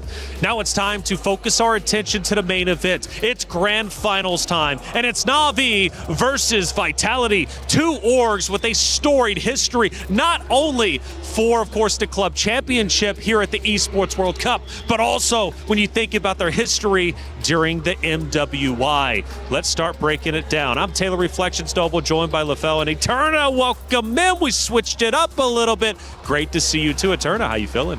I am feeling great. I am feeling excited as well. What? She has so much energy. That's crazy. That's awesome. It is, because it's a rematch from 2024. Like, That's right. Na'Vi and Vitality have been in this position before. And I'm wondering whether or not Na'Vi this time around will actually be able to take them down, especially when they lost last time. That's it. Well, we talked to Rain just a little bit earlier, and he mentioned Assassins for Vivil. Yes. Right? Yep. Vivil comes out with the Assassins. Vitality can win this 4-0. If not, he's actually predicted Na'Vi to take it 4-2. Yeah, honestly, for me, I think Na'Vi has a pretty good shot. You know, Na'Vi could probably do it. I'm saying it. I see some Vitality guys, so I'm just gonna right? Ooh, I feel like Na'Vi can, because here's the thing, Taylor. That's right. You know rock, paper, scissors? Sort of. Na'Vi style kind of counters Vitality style. But other than that, Vitality is amazing. I feel like at least 50-50 chance. 50-50? At least, That's minimum. what I want. Look, I'm thinking 4-1. I won't give my prediction just yet, but I'm thinking 4-1. You're thinking 50-50, so maybe 3-2. Or excuse me, 4, because it's the best. Actually, yeah, that sounds about right. It could be 4-2, actually. Yeah. 4-2? It could be. 4? I'm thinking 4-2. That's what I'm thinking. We'll see. What do you think? I want to know what you think. No, but 4-2 for who first? Well, let's start talking about it. You think Na'Vi has a real chance? Let's start taking a look at their keys to victory. Because Na'Vi does have a lot to work with, right? They've got a lot of tools in their tools chest. First one is to constantly disrupt Team Vitality tempo and never allow Vivian and Cine to get comfortable. Vivian and Cine, for sure, when they get comfortable, they are menaces on the battlefield. I would like to agree with this, but when it comes down to tempo, I feel like more so it's also going to be reliant on Fumi Echo. What's wrong? Getting controversial already. No, I'm just saying, I feel like Ayanami alone could do that. That is true. That is true, which is why I'm very worried, for that pick in particular, especially for the EXP lane, because we just underline how important Fumi Echo is, and obviously the counter to Fumi Echo later on will be not Ayanami, especially in these particular team fights. If we're talking about comfort, especially for Vivian and Cine, for me, it's not about tempo or gameplay, but more so about their hero picks. Oh, true. Yeah, true. Hero picks definitely win the game, like you guys have taught me over the past 5 days. We take a look at another keys to victory, specifically for Na'Vi. Now, in the draft, secure favorable or at least even sideline matchups while prioritizing playmaking heroes for not Ayanami. So kind of going in line with what you two were just talking about. It's almost like we know the game or something, am I right? Anyways, yeah.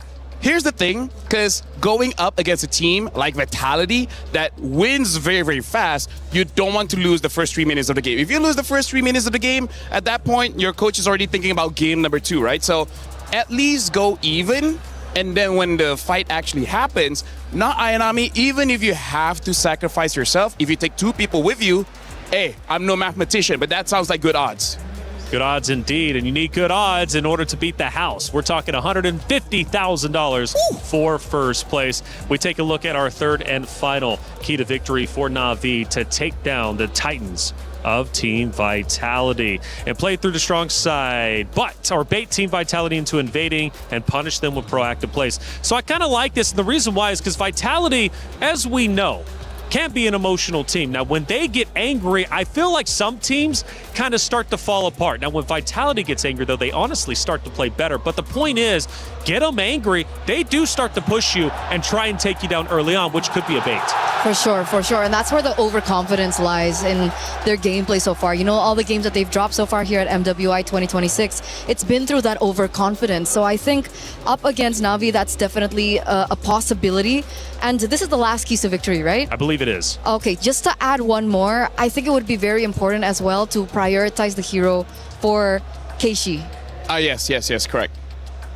She hasn't done as great on the assassin so far. I think you were the one that mentioned it to me backstage because most of their games have been on Stream B, so we didn't really get to see them on Stream A. But the first 3 games that they lost was when Keishi was on a assassin jungler. So perhaps, transitioning into the tank jungler meta for Keishi would be the way to go. We take a look at not only the emotions, but also the fans. We are on home turf when it comes to Vitality. And the Vitality fans, when they show up, they are loud. And one of the things, LaFell, that I mentioned for the plethora of teams facing off against Vitality is they've got to drown out those drums, drown out the chants, because it's not easy. Once you start listening to that, it can really throw you off your game. 100%. Like, here's the thing. You got to come in here headstrong. That's why I like one of the keys to victory as well is try to bait Vitality, because here's the thing. You have tells when you look at the Vitality players to know that when they are annoyed. And I feel like if Na'Vi really want to do, they could annoy them just a little bit so that by game 2 and game 3, they will go for those weird picks and then they start overextending. And then they can take advantage of that. That's right, Na'Vi, a great team. We take a look at some of their winning moments. They're happy, they're joyful because they know that they made it back to grand finals. 3 out of the 5 players winning in the 2024 MWI and actually taking down this Vitality roster. So they've done it before and they look to do it again. You know what's interesting? This is so deja vu just because not only is it the same matchup in the grand finals, but actually the meta that we have right now is quite similar to the meta in 2024. So it's very odd how in 2024, during that time we see the Lings. During that time there's a Roger. Now we don't see a Roger just yet, but it's very different from 25. 25 is all tanks. 24, you have fighters and assassins. Now we have assassins and tanks. So it's very similar to 2024. So maybe that's why Na'Vi is doing so well. That could very well be. And for Na'Vi, not Ayanami, also a reason why they're doing so well. I feel like we talk about her every chance we get. Obviously, she's similar to the role of Ashley, I think, from Gen G, right? She's the pivotal person and she needs a setter hero. She needs to go for damage. I'm so excited I know, that right? my cue cards dropped again. But obviously, she's also one of the longer standings in that particular team, right? She brings out the veterancy, she brings out the experience. She's also the person that can, calm everyone down because, like you mentioned earlier, only 2 of them, I believe, it's not 3, but 2 of them are the ones that are still in Na'Vi from the old roster, the Smart Omega roster. And Rain and Rian, they're so new that hopefully they're accustomed to being in the grand finals. Well, Rain and Rihanna, I think this is one of their first grand finals. If not, it's been a little bit. So they make their debut. Hey, if you want to pick them up, you got it. Maybe what I'll be the gentleman. I know you like the move. I know you like that. I'm kind of stuck here. Actually, I think I'm chained. I'll hold it. Can't see. I don't trust you. I'm stuck up here. Hey, it's Team Vitality, though. The champions. They return. Now, this roster has shown some shaky moments. But the reality is that they've made it here. And through her notes, can you get anything about why Vitality is so strong? Which one? This one? Yeah, no, that's Na'Vi. All right. This is Vitality. Okay, go ahead. Hey, you were supposed Her notes are amazing. Oh, sorry, what? You were supposed to answer this. Okay, no, here's the thing. Looking at Vitality, we got to think about, because even though we saw the keys to victory for Na'Vi, it's talking about control the tempo. The reason is because we see Vitality for the first 3 days. They extended the game, but then start day number 4, they start to go very, very fast. So I really feel like for Team Vitality, if you're looking at a draft, especially if Sini gets her pocket pick, which is that Selena, all of a sudden a supposed 18-minute game turns into 12 minutes, right? So I really feel like for Vitality, it's all about speed. If they can get, let's say 2 to 3 kills in the first 4 minutes, I think they're going to win. I agree. Somehow they just get a crazy snowball. But if it's all about speed and they execute well, again, we go back to the keys to victory for Na'Vi. Will it make it easier for them to get baited in? Can they get overzealous, overextend, and get punished? We've said it over and over. I think it's definitely possible. Fumi Echo, especially in particular, I think the past few games, she is the winning or losing condition, I think, of Team Vitality so far. Yeah.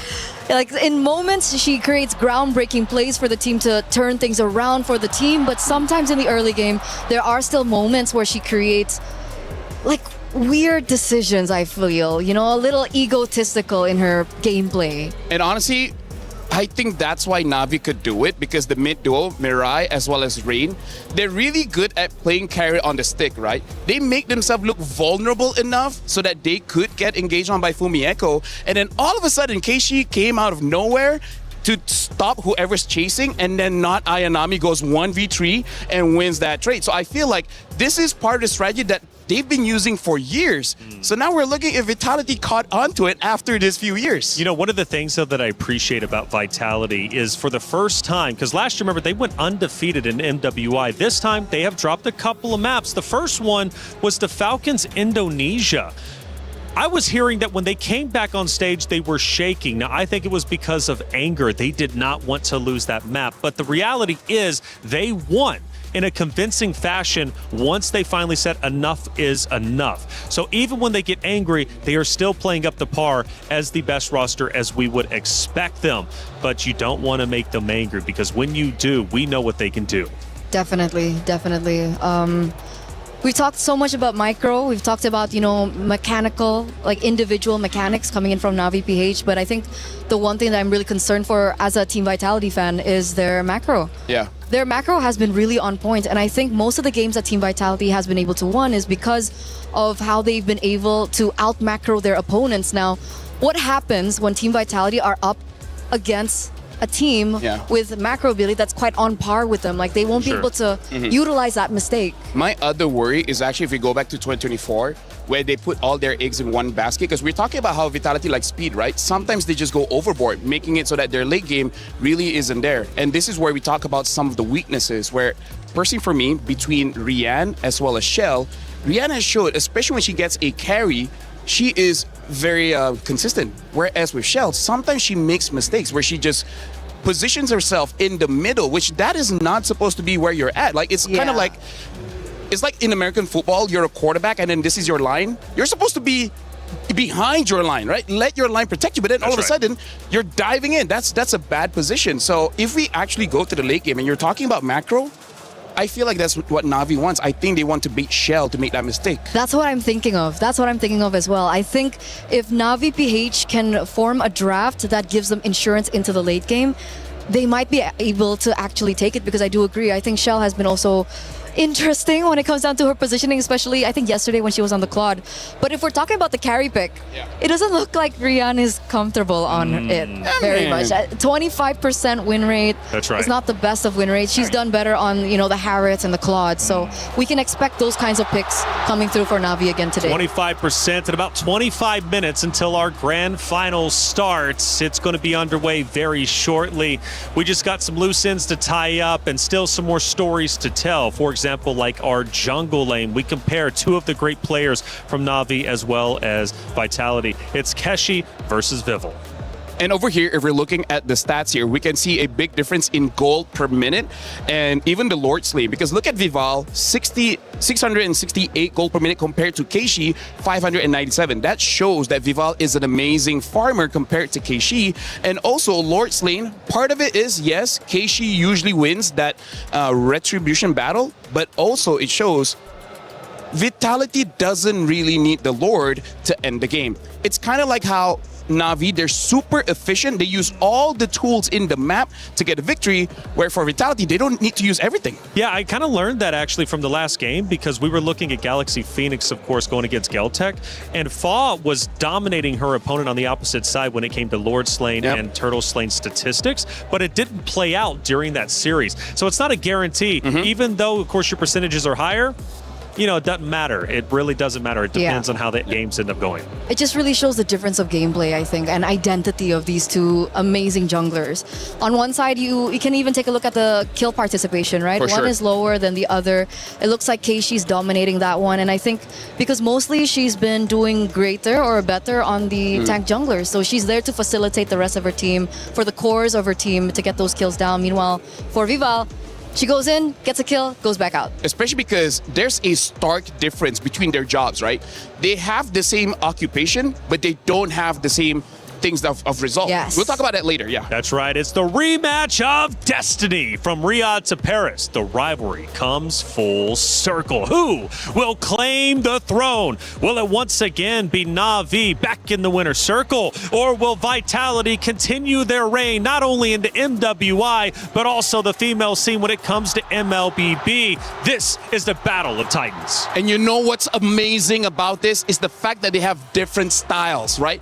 They have individuality in terms of how they play. Like, for example, Vitality all damage. And then when you look at Team Na'Vi, it's all about that teamwork, because we're talking about the kill participation, right? Because Keishi's job is to help her team. Vival is supposed to be the superstar. She's supposed to be the one getting that spotlight, so her team has to help her out. It's honestly kind of like a My Hero Academia, where it's like one for all and all for one. Yeah. It's a hero villain kind of thing. But it's really up to you which one is the hero, which one is the villain, you know? Well, we took a look at the keys to victory for Na'Vi. Now let's hone in on Vitality. What do they need to do in order to take down the boogeyman, which is Vitality? The first one coming up here is going to be target Rain's hero pool by banning or countering Claude and Harith, forcing her onto secondary picks. Yeah, this is what I was talking about, right? The hero pool from Rian in particular. Again, 25% win rate on the carry. So let's say one picks the Claude, you ban out the Harith, then if Rian's forced on something uncomfortable like the carry, especially if, let's say, Viva wants to go for an assassin, it actually might work in their favor. I feel like the only reason you would take out the, leave the Claude open is if Vivian is willing to pick up something like a Cho. Because I feel like one of the reasons why they've been winning so much on the Claude is because here in MWI, there's not a lot of heroes that actually does knock up to cancel out the Blazing Duet. And let's be real, for most of the games that Na'Vi wins, it's because Rian has so much space because everyone is doing so well, right? She gets to free farm. I mean, she wins her lane. Against Shell, I don't know how she's going to win the lane. I feel like Shell might dominate on that one. But comes to the late game, I think the safest is banning Claude. Harith, maybe they can fight that. Maybe Vitality can fight that. But hero pool between the two, because Geltec had the second most heroes selected, unique heroes, I should say. I wonder how it looks between those two, because I don't know who the number one was. Let's take a look at our second key to victory coming up, obviously, in just a few moments. And I do wonder what it's going to be. How does Vitality take down the roster of Na'Vi? Well, secure the early game advantage through superior rotations, allowing Vival and Shell to control the map and objectives. And honestly, this is just the style of Indonesia, because I've traveled around the world. I played Mobile Legends in many different countries, and in Indonesia, the timing is very weird. For example, most countries don't fight for the first 2 minutes, but when you're going up against a team like Indonesia, sometimes as quickly as 30 seconds to 50 seconds, all of a sudden there's a surprise gang going on, and that really catches you off guard, and then you just blank out. You don't know what to do in that game anymore. So that's something that they definitely can do against Na'Vi. The special thing about Team Vitality is that when I watch their games play out, they have different systems. They have different strategies. Sometimes with a certain composition, obviously, they play very aggressive from the early game, but sometimes the aggression doesn't necessarily mean that they're looking for kills around the map. Sometimes it's map control. Sometimes they're invading the enemy jungle. Maybe they're taking away certain creeps away from the enemy jungle. So it's not necessarily just brunt force and violence coming in from Team Vitality. Sometimes it's more macro-heavy style that I think Na'Vi PH also need to be very wary of. Yeah, the ganks and the backdoors can have you chasing Ghost and really take away from your game plan set at hand. Let's take a look at our third and final key to victory for Vitality to overcome that of Na'Vi. Give Fumi Echo the resources and heroes to dictate fights through aggressive playmaking and mechanical outplays. Fumi Echo truly can be a key to victory in her own right. And I gotta say, this is where we gotta see the drafts, because both Fumi Echo as well as No Ayanami have been performing well on same heroes, right? The Freya, especially that Alice, man. Even though both really like to do damage, but when they have that Alice, it's a work of art.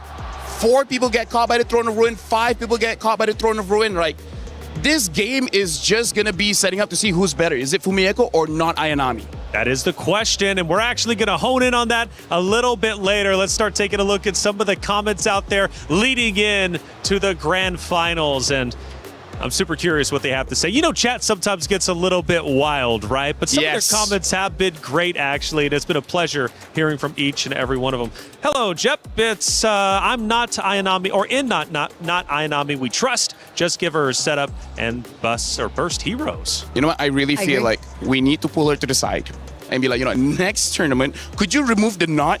It's so, like, honestly, I feel like even in communication, like, I think Vitality be like, hey, not Ayanami. Like, wait, so Ayanami or not Ayanami? That is I true. do agree. That is true. Sarmu Gaming, Navi 60%, Vitality 40%. Ooh, so already we're starting to go for Navi over the previous champions. It's a valid opinion. I think 2 years ago, everyone was also thinking, you know what, there's no way Team Vitality win this, and they were able to win. Navi will get stomped. Wow. JV, I swear that wasn't me. JV, yeah, that was me. JV, Navi will get stomped 0-4 easy. JV, hold up. I do like me some spice, but is that too spicy? Hey, JP Portland's with us. It says 4-2. I really feel if Navi gets under the skin of Vitality, here's the thing. If Navi wins 2-0, I think they're going all the way. All the way. I think Vitality cannot recover after getting 2-0'd. That's actually crazy to say. So because we've seen them come back. So you think Navi up 2-0, it's done and dusted. I think 1-0, it's still okay. I think it's still possible. I hope so. 1-0 on a best of 7. Yeah, like we can go reset. We've been in this position like a million zillion times, but 2 games in a row might be a little difficult for them to actually come back. One of the win conditions. Assassin. Viv will play Assassin, win 4-1. I agree. Yeah. I feel like it would be so crazy if we see her on a Baxia or an Akai. I think Akai might show up. I think that's going to be a contested because it's one of pick. her best heroes, yeah. And it's both of their, strong heroes. It's both Keishi's and Vival's. It seems like Vivo, a lot of pressure on her back. Actually, she's the one too, like the Vitality fans, when they show up, they love to cheer her name. Hey, Grand Finals is going to be underway in about 15 or so minutes, but the Esports World Cup is massive. There's so much taking place, and we've got an app to keep you all informed. He thinks he can come in here and play my game. Let's go. He knows nothing. Let's go! Tyler, why? You're done. This is my ladder. You can't climb it. It's better than me hard-sucking Masters. You're going too far now. Your eyes buggy. Your elbows ashy. That airline? That's an L airline. Somebody better hold me. Okay, yeah. Do something then. Raw energy. House from blow the house down.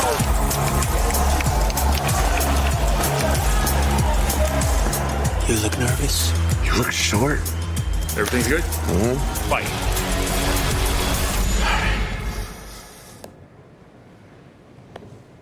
Okay.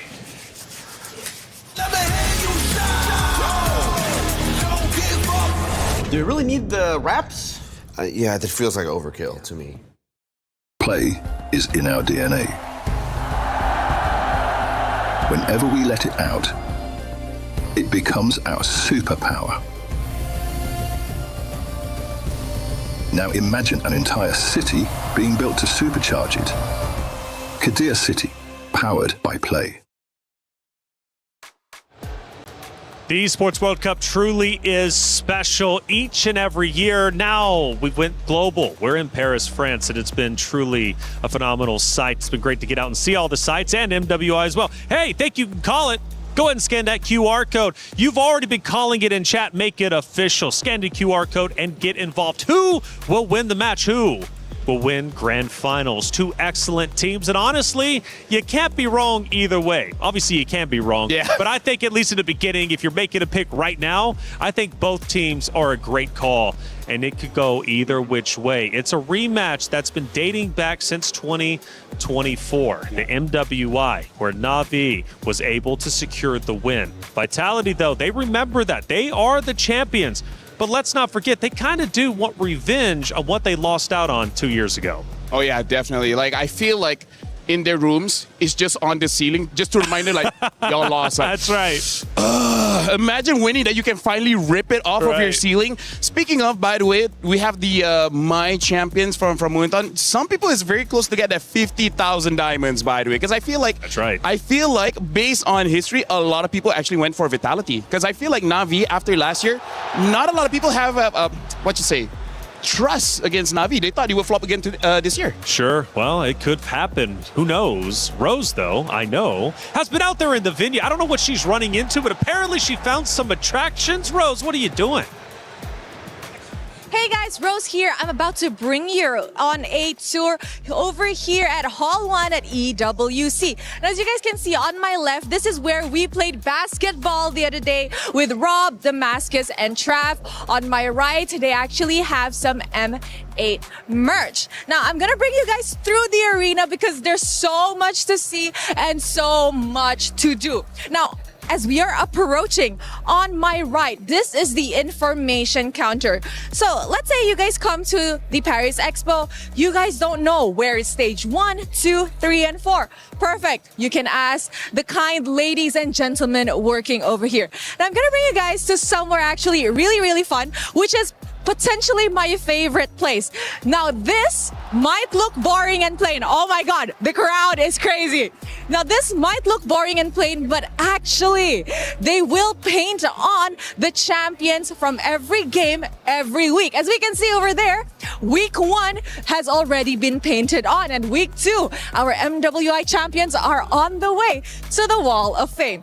And as we continue our journey to the front, there's so much more to see and do. Now I'm gonna bring you guys to somewhere really fun where you guys might be able to win some prizes. Okay, as I am approaching this area, this is actually called the Quest booth.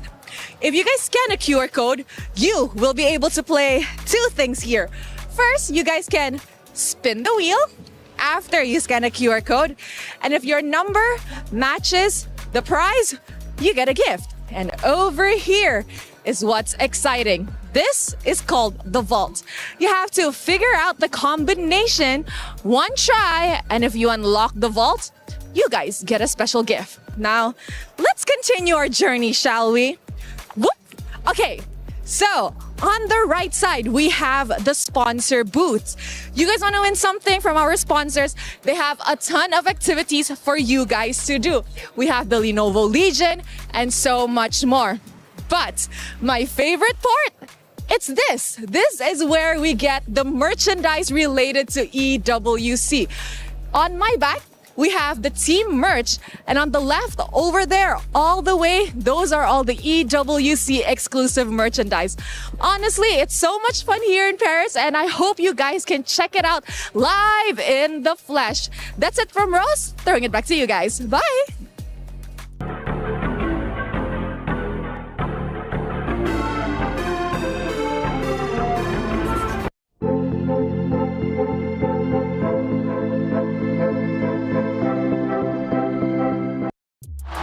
Like I said, Esports World Cup is amazing. I didn't even know we had half those things because I've been so busy up here along with you guys, but clearly there's a lot to do. I'd love to try the vault. Yeah, absolutely. Right? But can you get it in first try? I don't think so. No? I mean, like, if they gave enough clues, I think we can figure it out. Yeah. That's the question. Hey, look, Queen of Assassin. Hold up, this is epic.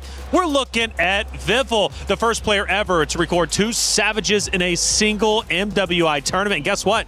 She did that just yesterday. Yeah, back-to-back as well. It's one on actually the insane. Hirara, one on the Nolan. And it really goes to show that if you shut someone down from Team Vitality, there's literally 4 other people that can step up in the place. And her stats at the bottom left and bottom right is just truly incredible. And let's not forget, on the Ling, 100% win rate. I mean, again, that's why she's the showstopper, man. That's why all the highlights are on her. So that makes it good and bad. Good is that she can win games. Bad, what if he gets shut down early? Because that's one of the reasons why the tanks started coming into the jungle to stop those assassins. So this is really a matchup kind of thing. Like, if Keishi stops Vival, Vival loses. If Vival is able to outplay Keishi, then Vitality wins. Mid prio is going to be so important, I think. You know, the picks for both the mid laners and the roamers are going to be so important because if, let's say, Vival does go, you know, guns blazing, yeah, let's pick an assassin, let's pick up the hero, or let's pick up something like the Nolan, that mid prio needs to be perfect to be able to defend her. We start taking a look at some of the highlights from previous games. And again, Vival with the 2 Savages is absolutely unbelievable. We've made history this MWI for multiple reasons. We're talking regional performances, obviously individual performances, and in this case, the 2 Savages too. It just comes to show you how far the ladies have improved each and every year due to the support of Moonton, due to the support of the esports scene when it comes to MLBB. For these ladies to compete, I mean, they truly have elevated themselves. You look back 3 years to where we are now, night and day difference. Yeah, especially if you're looking at the highlights here and you see the different jobs of Fumi, Echo, Sini, as well as Vivian. Fumi Echo seems to be the one setting up so that Vival can go in, and then you have Vivian there in case something goes wrong. Vivian will protect the main damage dealer so that they never get punished, and then Sini is just dealing damage. That's how it depends on the picks, especially for, you know, the Vivian, that mother you're of tanks. looking on screen right now, right? If she's on a hero that's a little bit more aggressive, a little bit more active, like the Cho that we saw, then you can expect her to be the initiator. But if she's on, you know, I would say like the Atlas is actually an active hero, but the way that they play it is that they try to trigger out the Purifies first and then allow her to come in last minute. Pop that Purify. Exactly. So it really depends on the layering and it really depends on the heroes that's really given to her. Vitality, it's actually quite special to think of. We take a look at their history and, of course, how far they have come to become champions and be champions in themselves. And, you know, Vitality is one of these rosters that truly has, I want to say, some of the most impressive statistics across almost all esports. When you think about how many wins they've got, how many championships, how long they've been dominant. And let's also bring it back to the fact that they have been in every single grand final appearance when it comes to MWI. Now, Na'Vi, of course, Na'Vi is out of this world as well. They are champions in themselves, of course, with the several or a couple players on the roster, and they look to return here with 2 newcomers of Rain and Rion. First time in grand finals. The question is, how well can they do? And let's add a little bit of cherry on top for you guys. Rain has the highest KD in this entire tournament, KDA of 13.7. And I think that's so impressive, especially as a newcomer. Like, You're how so do you, impressive. Thank you. You are as well. How do you have the mentality as a newcomer to get to this point in the tournament? Like, let's say even like the first 3. Okay, I guess they kind of lost that one. But how did that turn around? How did that adaptation happen so quick until up to this point they're standing at a how many game win streak? I think they're at a 9-game win streak right now. Yeah, I really feel like it's because of both Keishi as well as Mirai. They're honestly the best friends that any mid laner can have because they're active bodyguards just to make sure no one gets close enough to her to damage her. And by that definition, they create so much space. The zoning that both Mirai as well as Keishi has, the roamer as well as the jungler, gives enough confidence for Rain to deal out the damage. And then eventually, either not Ayanami or Rian will be there to do the end game stuff. But honestly, it's very impressive because of that teamwork between the 3. So also a bit different where you get Team Vitality that almost every single player will have an individual highlight, right? We've seen Fumi Echo on it, you've seen Shell. But when you look at Team Na'Vi, it's always, yes, you, but other people as well.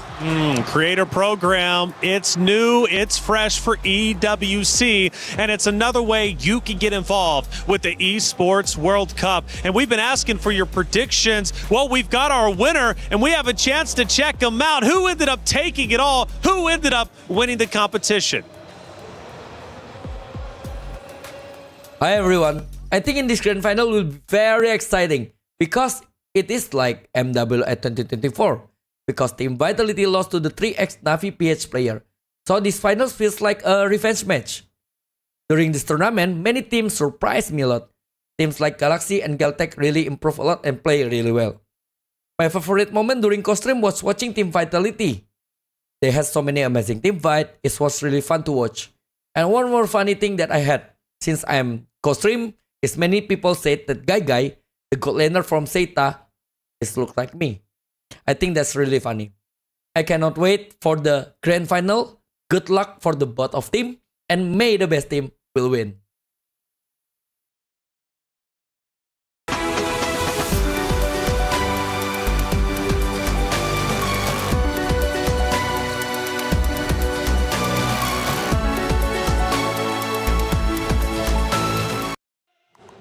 Always great to hear from some familiar faces. And Eterna, you actually recognize the guy. Yeah, it's Coach Age. We like to call him Coach Age. He used to be the coach for BTR and then EVOS, and then now he's like a really huge streamer now. I can't believe I'm saying that.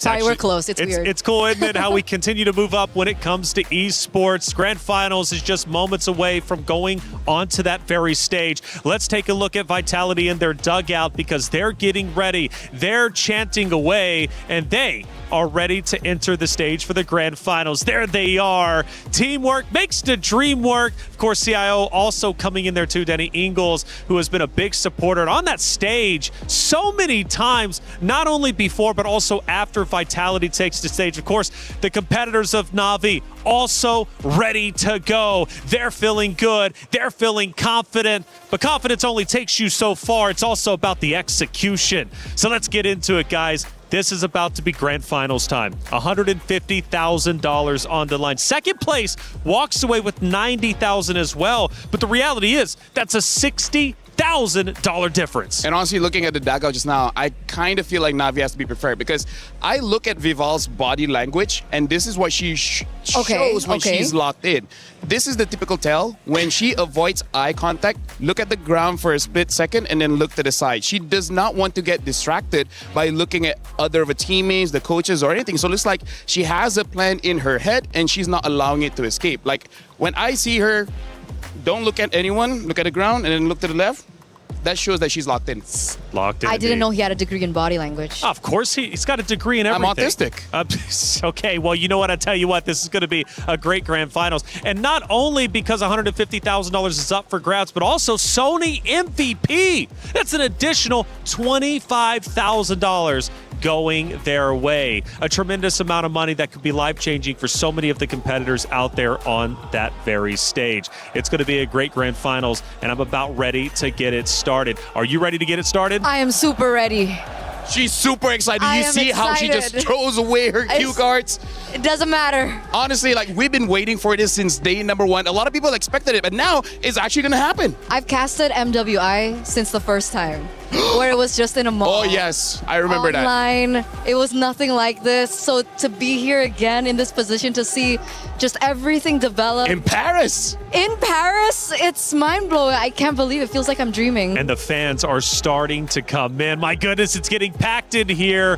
I'm going to love this. The energy is already increasing. The tension, you can cut it with a knife because you have two Titans about to throw down. It's a historical matchup that has been dating back years and years now. It's Na'Vi versus Vitality. And even for the club championship as well, we're talking a lot of money at stake. And both of these rosters for the club championship race are currently number 1 and number 2, which means winning this could very well elevate you up to first place or secure first place even more over the Titans such as Falcons, for example, or many others like Gen G. This Grand Finals has many implications. A lot of money on the line. Lifting that trophy. Drama on drama. We have talked about storylines. We have asked for your predictions. Keep them coming in chat. It's a best of 7. It is the gauntlet. But the question is, who can get through the gauntlet? Let's find out.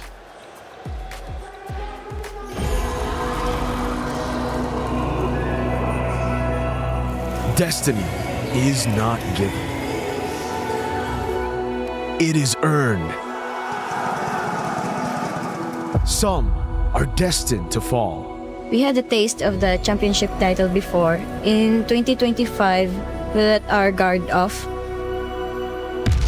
Some are destined to make history. They carry the weight of last year's loss. They're completely undefeated. Team Vitality!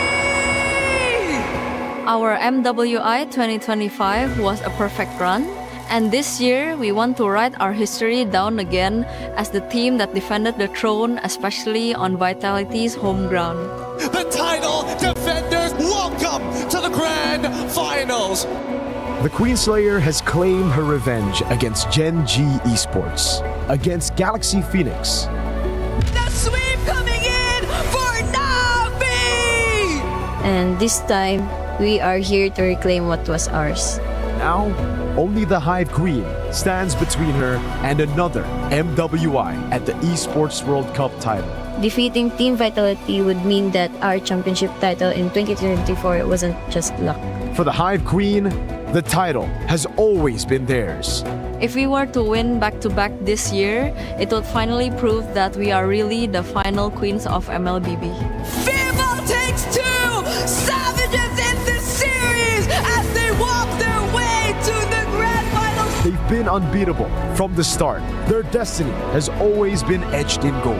To Keishi, let's make this battle between two MWI at EWC champions a one to remember. We've taken our revenge and made it to the end. All I can say to Vival is good luck and let's have a good fight. When destiny calls, everything is on the line. Only one trophy will be lifted. Only one destiny will be fulfilled.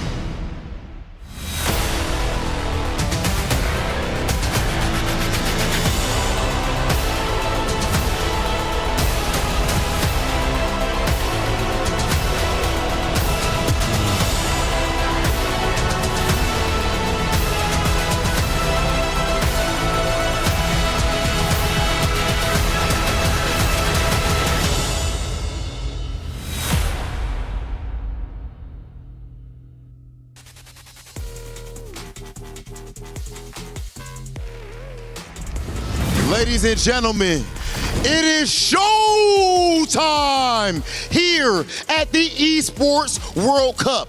We started out with the 16 strongest teams in the world of MLBB, and now we are down to our final two. I am one of your hosts, Hollywood Rob TV, and I am joined here with the immaculately dressed Cheryl. Cheryl, how are we feeling going into grand finals? We're feeling great. A resurgence 5 days in the making. Navi, Philippines, has been sent down just in their very first match here at MWI 2026, forcing them to claw out of the brackets to be standing before us here today.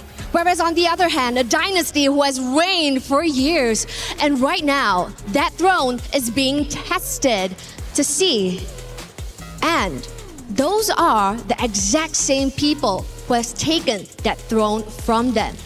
This, ladies and gentlemen, is the grand finals. Let's take a look at who do we have here. Okay, now that the stage is set, it is about time to bring out our first team. Our next team is the 2024 MWI champ, the fighting pride of the Philippines, Pinas Long Malakas. Make some noise for Navi!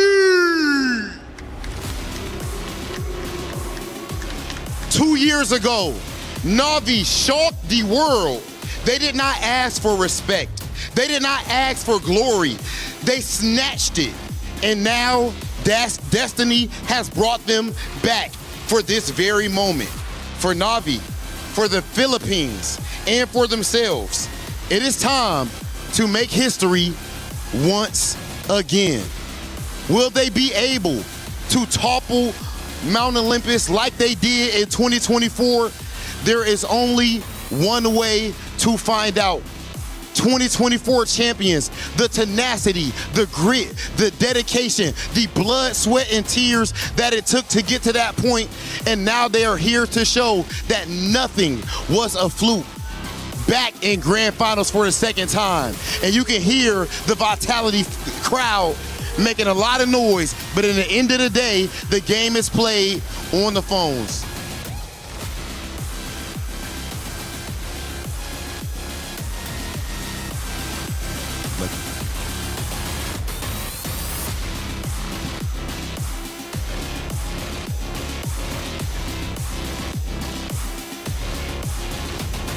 Our roamer, Mirai. Jungler, Kashi. EXP laner, not Ayanami. Gold lane, Rion. And mid lane, Ray. Now, of course, our next team, our returning champions, we do have something very special. Damascus, what's going on with the people? Guys, I am in the middle of the crowd. Of course, I had to be with a beautiful club. The Vitality supporters came out in full force because it is time to welcome the opponents for Team Na'Vi. Listen, guys, vous êtes prêts? Un peu plus fort, vous êtes prêts? It is time for Vitality!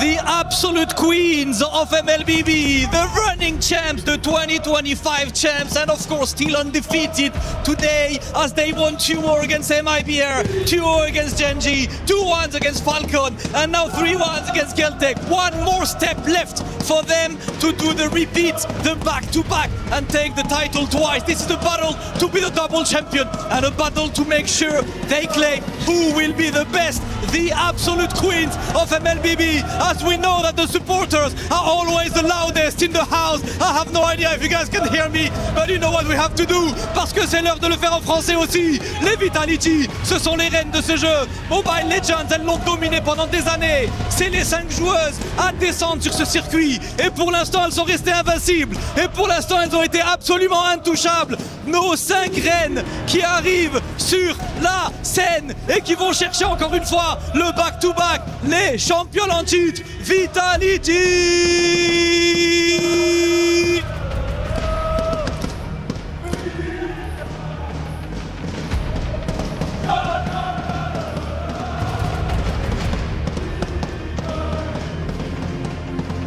The jungler of the team, the Hive Queen, Vival! And the roamer, the mother of tanks, Vivian! Half of the sister duo, the gold laner, Chell!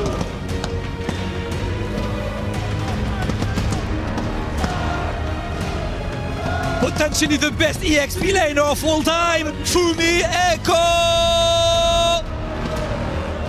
And of course the other sister, the mid lane queen, last year's MVP, Tini!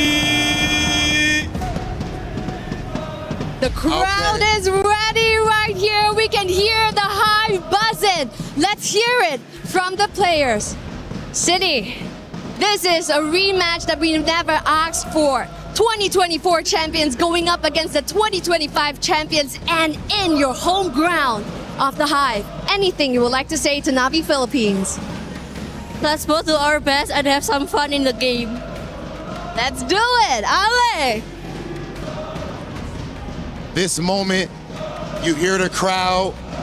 You guys are back in grand finals, going against who many believe to be the favorites going into this tournament, but you have beaten them before. How do you handle the pressure in a moment like this? I think pressure is normal, that we gonna play confidently. Okay, ladies and gentlemen, we have officially heard from both teams. I believe it is time for our face-off. Ladies and gentlemen, let's get to it. Na'Vi, right here. Vitality as well. Face to face. You guys can come up just a little bit, just a little bit. Oh yeah, oh yeah.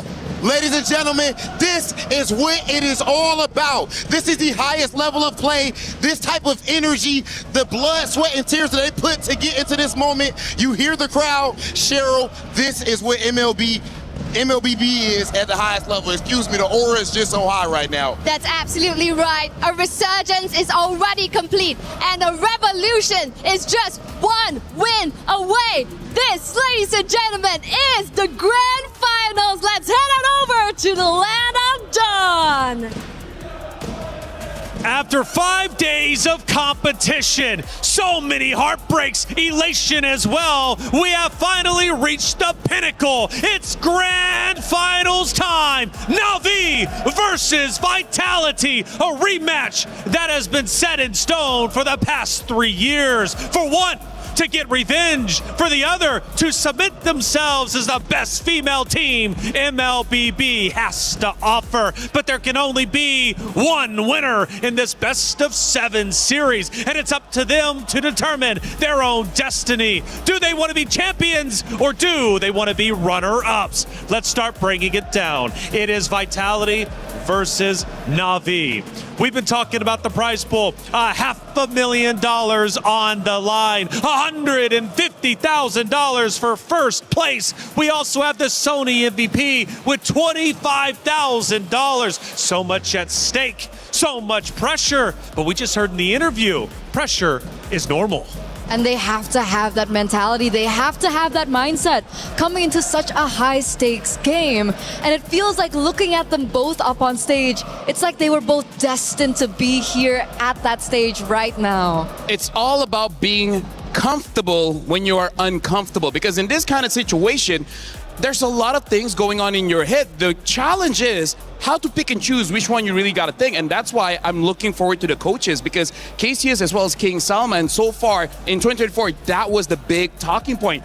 The draft, they messed up. This time, we cannot allow such shenanigans. They faced off in the middle. They stared their opponents in the eyes, but they are undeterred. They have full confidence in their ability to win. The Vitality fans on screen now, they've been going crazy. They've been going insane, and the drum has been beating to the victory of what can be Vitality. For Na'Vi fans, I say, get loud and support your roster, because you're going to need to be louder than the Vitality squad on the opposite side. Here we are, the opponents, the competitors, getting set up on the stage, getting ready to go through the gauntlet. And it is the absolute gauntlet.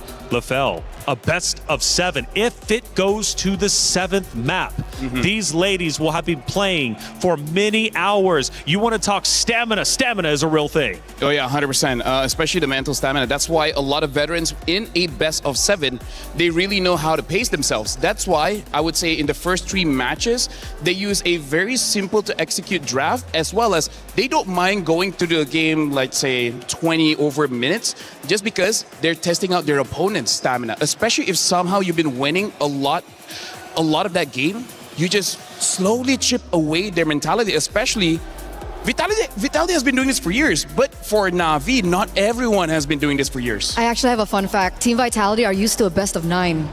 Oh yeah, that's true. Yeah. Yes. So they've played a best of 9. A best of 7 is something that they're definitely comfortable with. And that's why I like that you point out Na'Vi PH here. This is really going to put them to the test. And if they want to be the best, they have got to beat the best. Got to beat the final boss, and that is Vitality. We go to Flying Cloud for map number 1 to set the tone, to set the stage of our grand finals for the 2026 MWI competition here at the Esports World Cup in Paris, France. This is going to be a battle to the death, and we've got the Queen Slayer. We've got the Hive Queen, Vival versus Keshi. Vival versus Keishi. We've been talking about her picks, and that's why it's so important for them to get the side that actually favors them. Because for the past 4 or 5 days that we've been seeing them in MWI, there is a significant win rate on red side. Yeah, and honestly, I kind of feel like part of it is because you want to get the early combo as well as that potential counter pick in the very last slot. Especially because we see Team Vitality, they have some pocket picks like that Selena. It would be very nice if you see the majority of the composition first before you actually invest into it. And not to mention that if you're on red side, you can go for more pinpoint bans. Yes, 100%. Yeah. Right, you can dictate the drafts from there, figure out what the enemy wants to pick first on blue side. So the red side, blue side, that's something that we have to look out for in this best of 7. As well as Not Ayanami versus Fumi Echo. Now, one of the things you all mentioned is Fumi Echo. If she's performing well, of course, the side of Vitality is doing great. If she starts to drop the ball, well, they run into problems. And the same thing could be said for Na'Vi. These two Titans are about to face off. Funnily enough, Taylor, the thing that I'm predicting here is that honestly, those two, they won't fight against each other. They will actually fight the jungler. So instead of Keishi playing fair, fighting 1v1 against Vival, I think she will ask not Ayanami to be the one fighting against Vival. And I think it's the same counter argument. We see that the highest KD is Rain in Na'Vi Philippines. So I feel like Fumi Echo, her job is to avoid not Ayanami and go straight for Rain. And that makes the picks even more important, right? Especially they're going in flying clouds, so they're not on the other maps that Expanding have river, broken walls, yeah. Exactly, the additional movement speed. So with that being said, I'm looking at heroes like Esmeralda that can mobilize a lot quicker around the map. Terizla is very difficult. Like, the impact is there, but movement speed is definitely not there. So Sora might also come into play. These are just some predictions before we get into the first draft. For the Grand Finals debut of Rain and Rion, they have made it to this point. They have played phenomenally well. But we have to admit, there is a different level of pressure playing in the quarters of knockout, then to semis, ultimately the Grand Finals. That pressure can either make you into a diamond or it can crush you under the weight of the moment. Personally, I think Rain will be okay. Rian is the one that I'm a bit worried about because Rain is surrounded by Murray as well as Keishi. If something bad happens, they can pick her back up. But Rian, she's a solo laner. She's going to be playing weak side, meaning that not a lot of rotations going on her. So if she lose a 1v1 against Shell, I don't know how she can recover. If she can, hey, props to you. You deserve to become a champion. And because of how aggressive Vitality has definitely played, especially with the mid rotations. If, let's say, Na'Vi are in a position to say, hey, it looks like Rian is in a winning matchup, but she's actually losing it, do we have the resources or not to send them over to the gold lane? And I feel like that wastes so much time and energy, and it's a mistake that I think they cannot afford. So I do agree with Lafell on that. It's not just Na'Vi versus Vitality. It's also Indonesia versus the Philippines, a rivalry that runs deep. Yeah, I think all the MLBB enjoyers and the supporters and the community know this one. For some reason, like even at MSC, M Series, MWI, it's always been IDPH for the longest of times. Okay, I mean, Malaysia won MSC, right? So we did well in 2024, yeah. We remember that. 25 we went to the Grand Final. But either way, right now, honestly, looking at all the players' expression and faces, it does look like they're really locked in. But I see some players from the side of Vitality, like Shell, she's trying to not let the nerves get to her. So it's nice to see when we're looking at the expression of players, how they approach this Grand Finals very, very differently. Some are really trying to rethink about the strategy. Some is trying to make sure that they're relaxed enough to not overthink. I know it's Indonesia versus Philippines again, which is a huge regional rivalry. However, Paris brings home turf for Vitality, and again, they will have the bulk of the fans out in the audience, screaming, going loud, and making the noise to potentially disrupt that of Na'Vi. But make no mistake about it, Na'Vi is locked in. Again, from that interview, pressure is normal, and they're okay with accepting it. Talked about the keys to victory. Those are going to be highly impactful going into this series, of course. I did see a yawn. I hope we're still ready to go, locked in, wide awake. To be fair, I did see some yawns even in semifinals, and you know what? Once the game started, they were wide awake. Hey, honestly, I've done some research. If you're yawning, it actually means that you're super locked in, that you forgot to breathe. Because your brain needs oxygen, and if you are super focused, you forget to breathe, so that you yawn, you bring that extra oxygen back to your brain. And everybody at home just manually started breathing. Well, now I just did. Right? I mean, like, hey. Now I'm breathing manually. Thank you Guys, that. if you guys Thanks are for that. watching, don't forget to breathe. Don't forget to drink water. If we're talking about Indo as well as Philippines here, we really got to talk about the style. And this is one of the nice things about MLBB. There's not one way to win the game, right? There's multiple different ways. And I feel like, especially having the Vitality crowd here, it can be a weapon for the Vitality players, because if they get, let's say, 1,000 gold ahead, the adrenaline spike that they're going to get from the fans will increase that advantage more and more and more. And it might even discourage Na'Vi, where they're like, wait, are we sure we want to go for this fight? We might lose. Like, that hesitation, Eterna, can really stop a lot of plays. I feel like not Ayanami's been in this position before. A lot of times. I think she's okay. Maybe She that's should why be she okay. put her name not Ayanami. That's so why. if something goes wrong, they don't look for her. It's because it's not Ayanami. It's not Ayanami. So when we think about these two rosters, one is fighting for a dynasty conversation. And I think already that conversation is very real for Vitality, given their history. But even during the content piece before we went onto the stage, I think they realized we need to win again to prove that last year wasn't a fluke. And Na'Vi feels the same way. But see, Na'Vi is out here trying to form a legacy. Both a very, very heavy term, right? Whether you want a dynasty or a legacy, a lot is at stake with this matchup. That's why I really like that interview, right? I think it was one of the Na'Vi players that said, we want to win again so we can prove that it's not luck. Because they have only won one MWI so far compared to Vitality, who's picked up 2 already, on the way to their 3rd. And when it comes down to the grand scheme of things, man, Team Vitality are looking for their, 34th, 35th, 36th trophy? Like, we've lost count at this point as how dominant they've been for the start of the entire female MLBB tournament landscape. And Na'Vi obviously want a taste of that. They have a little bit, but it's not enough. And honestly, that's why every single player, it's very important for you to have an ego, right? It's very important for you to feel like you're the very best, because the harsh reality is, no matter how many times you win, people will always doubt you for some reason, right? Even if you win 30, 35, 40 championships, people will be like, your opponents were easy. So you have to prove yourself time and time and time again. That resilience is only deserved for champions. You're only as good as your last victory. And MWI is the #1 stage when it comes to our female players for MLBB. You can win tournaments previous to this, and it is an accomplishment, and we should celebrate that. But winning MWI is on a different level. Winning MWI puts you into legendary status.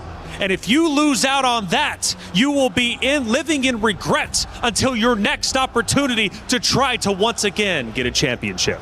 The most prestigious trophy is what you guys just looked on at your screen there. And mentality, we've been talking about it. We've been talking about every single thing that matters here in this grand finals.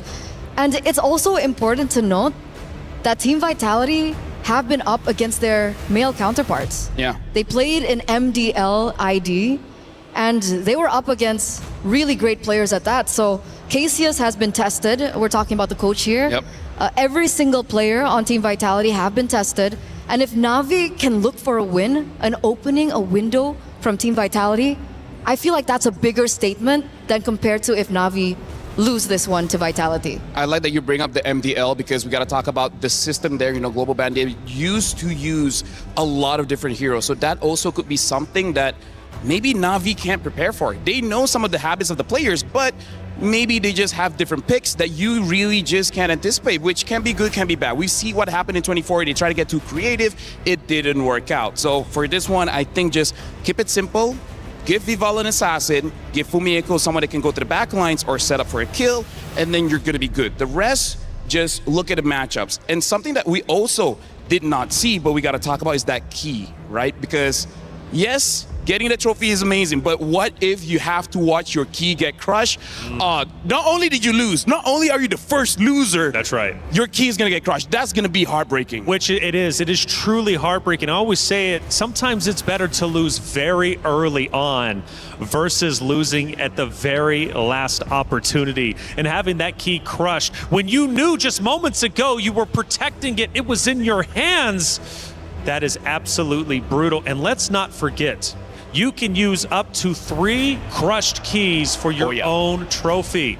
And you better believe if Na'Vi wins, they're using Vitality. If Vitality wins, they will be using Na'Vi. That's another element that you have to also account for.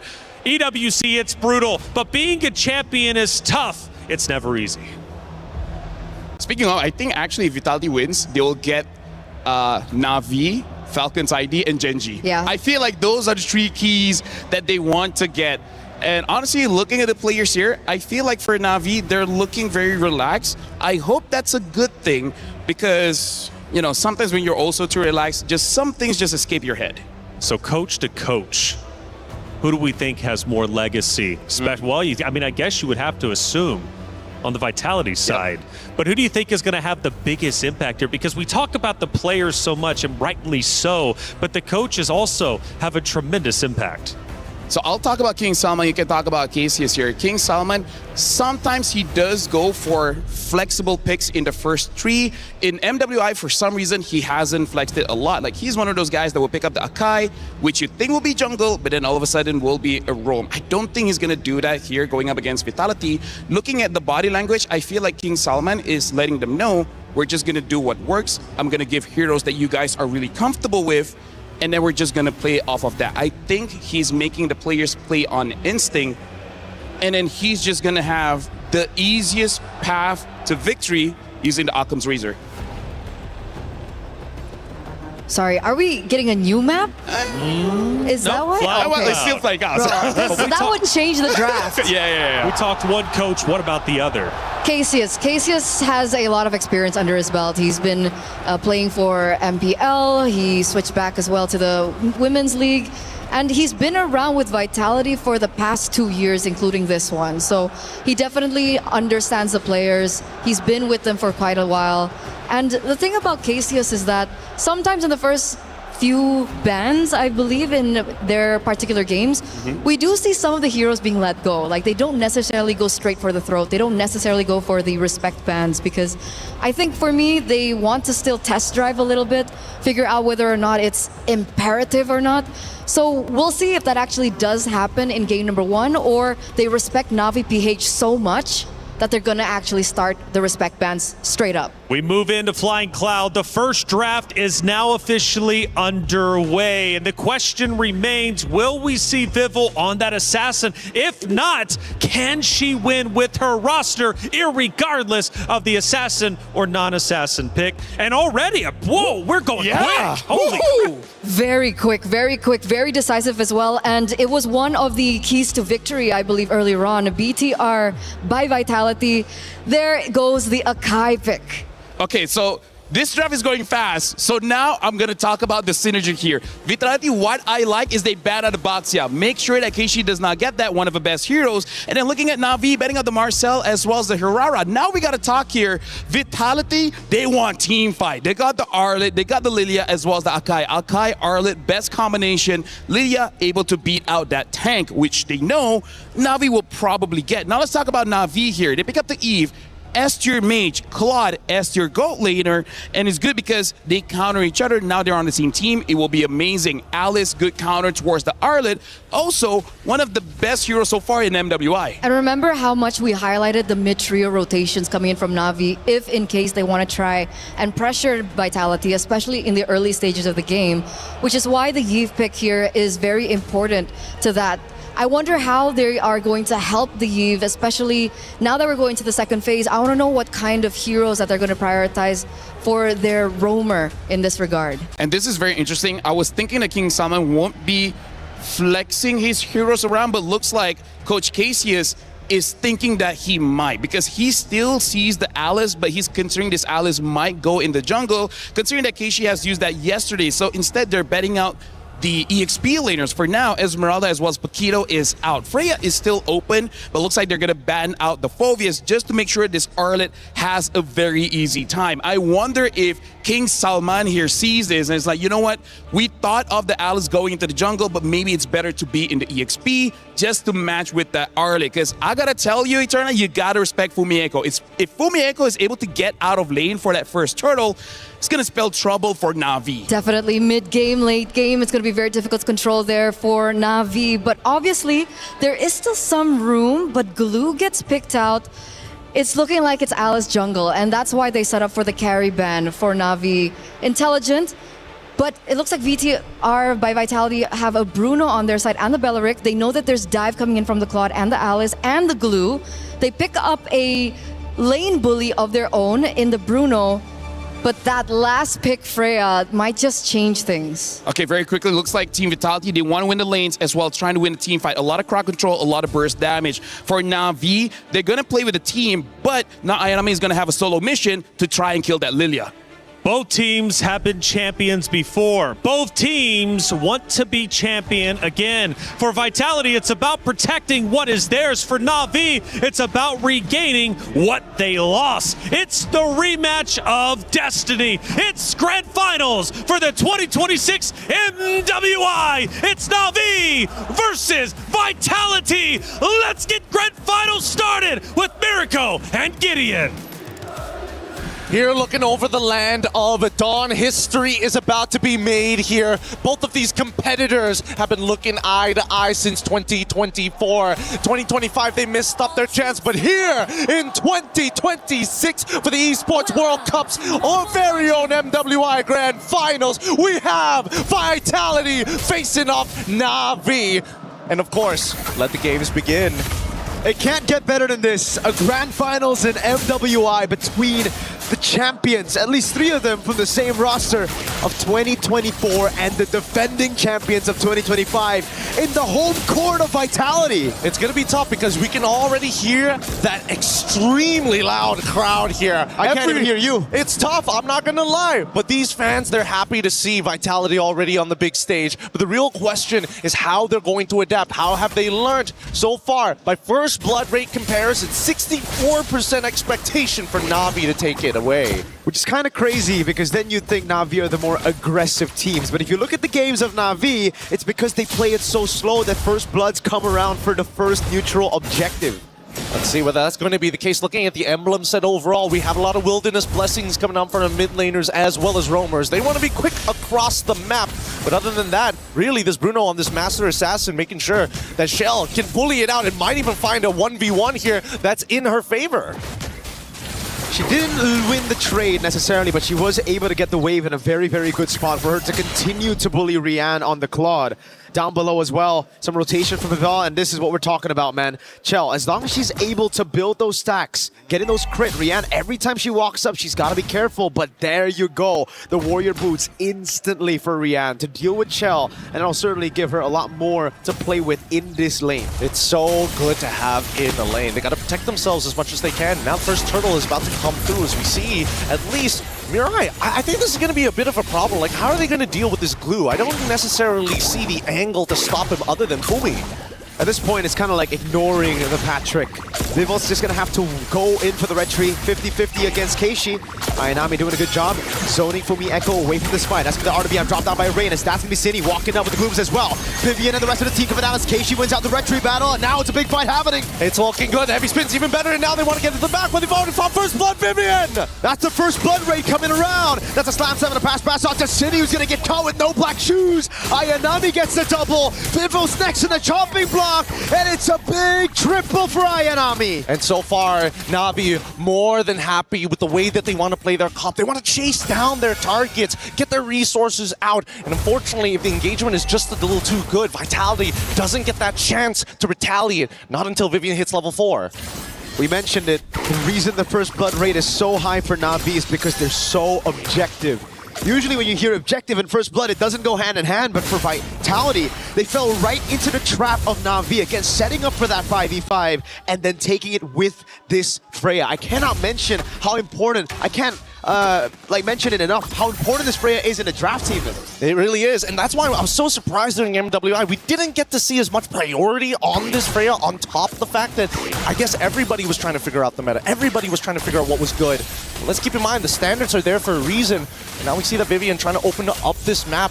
A lot of the motions coming in from Na'Vi needs to start leaning towards Rian's side. They want to unlock her from the lane, because so far, a bit of an EXP lead and now RWM. Yep, the black shoes come around for Cine to escape, so it's an ult for ult. Keishi seems like she wants to go for a bit more of a chase. And there you go. It's just both teams going back at it. Chell, though. Wow, starting to really dominate this laning phase against Rian. Yeah, it's looking very, very nice here.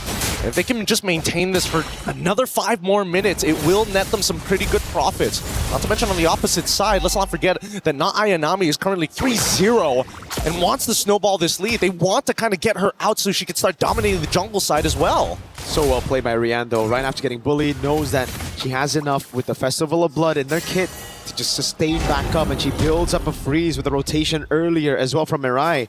Gold Crab, though, still will be monopolized by the Bruno.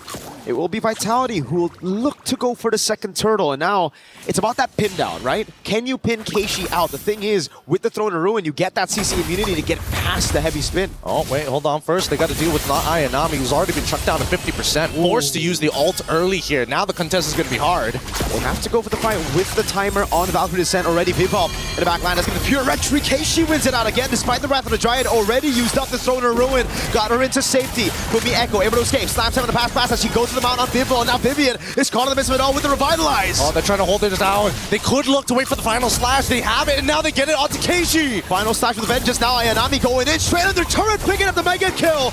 Not enough damage for Vitality as Mirai goes in for the dive. Under turret, taking a lot of those shots and still able to get away with the pass. Meanwhile, up top is Shell going for the dive on Rian, but she gets away in time as in the bottom lane.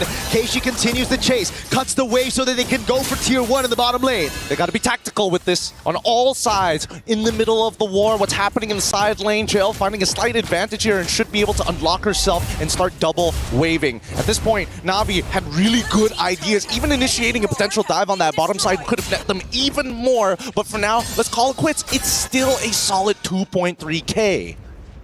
With the heavy spin, you guarantee the retry, but when Keishi just pops in CC immunity, both Wrath of the Dryad and Heavy Spin, they really got to start staggering it, maybe poking Keishi before the fight, but it's just so difficult because there's so many people to zone. It's not just Keishi, it's also not Ayanami. Yep, I mean, let's not forget about Mirai, right? This glue is going to be frustrating, and they have no dedicated way to kind of melt down the frontline tanks. If they engage, it has to be an all-in type situation, if not a bait for some bigger spells from Navi's side. But as we see the game continue to progress, now that they've unlocked both sides at this stage, and unfortunately for Claude, they still need to get the tier 1 up top side before he's done here. Navi is putting a lot of emphasis towards this top side. 22 more seconds until the next turtle spawns.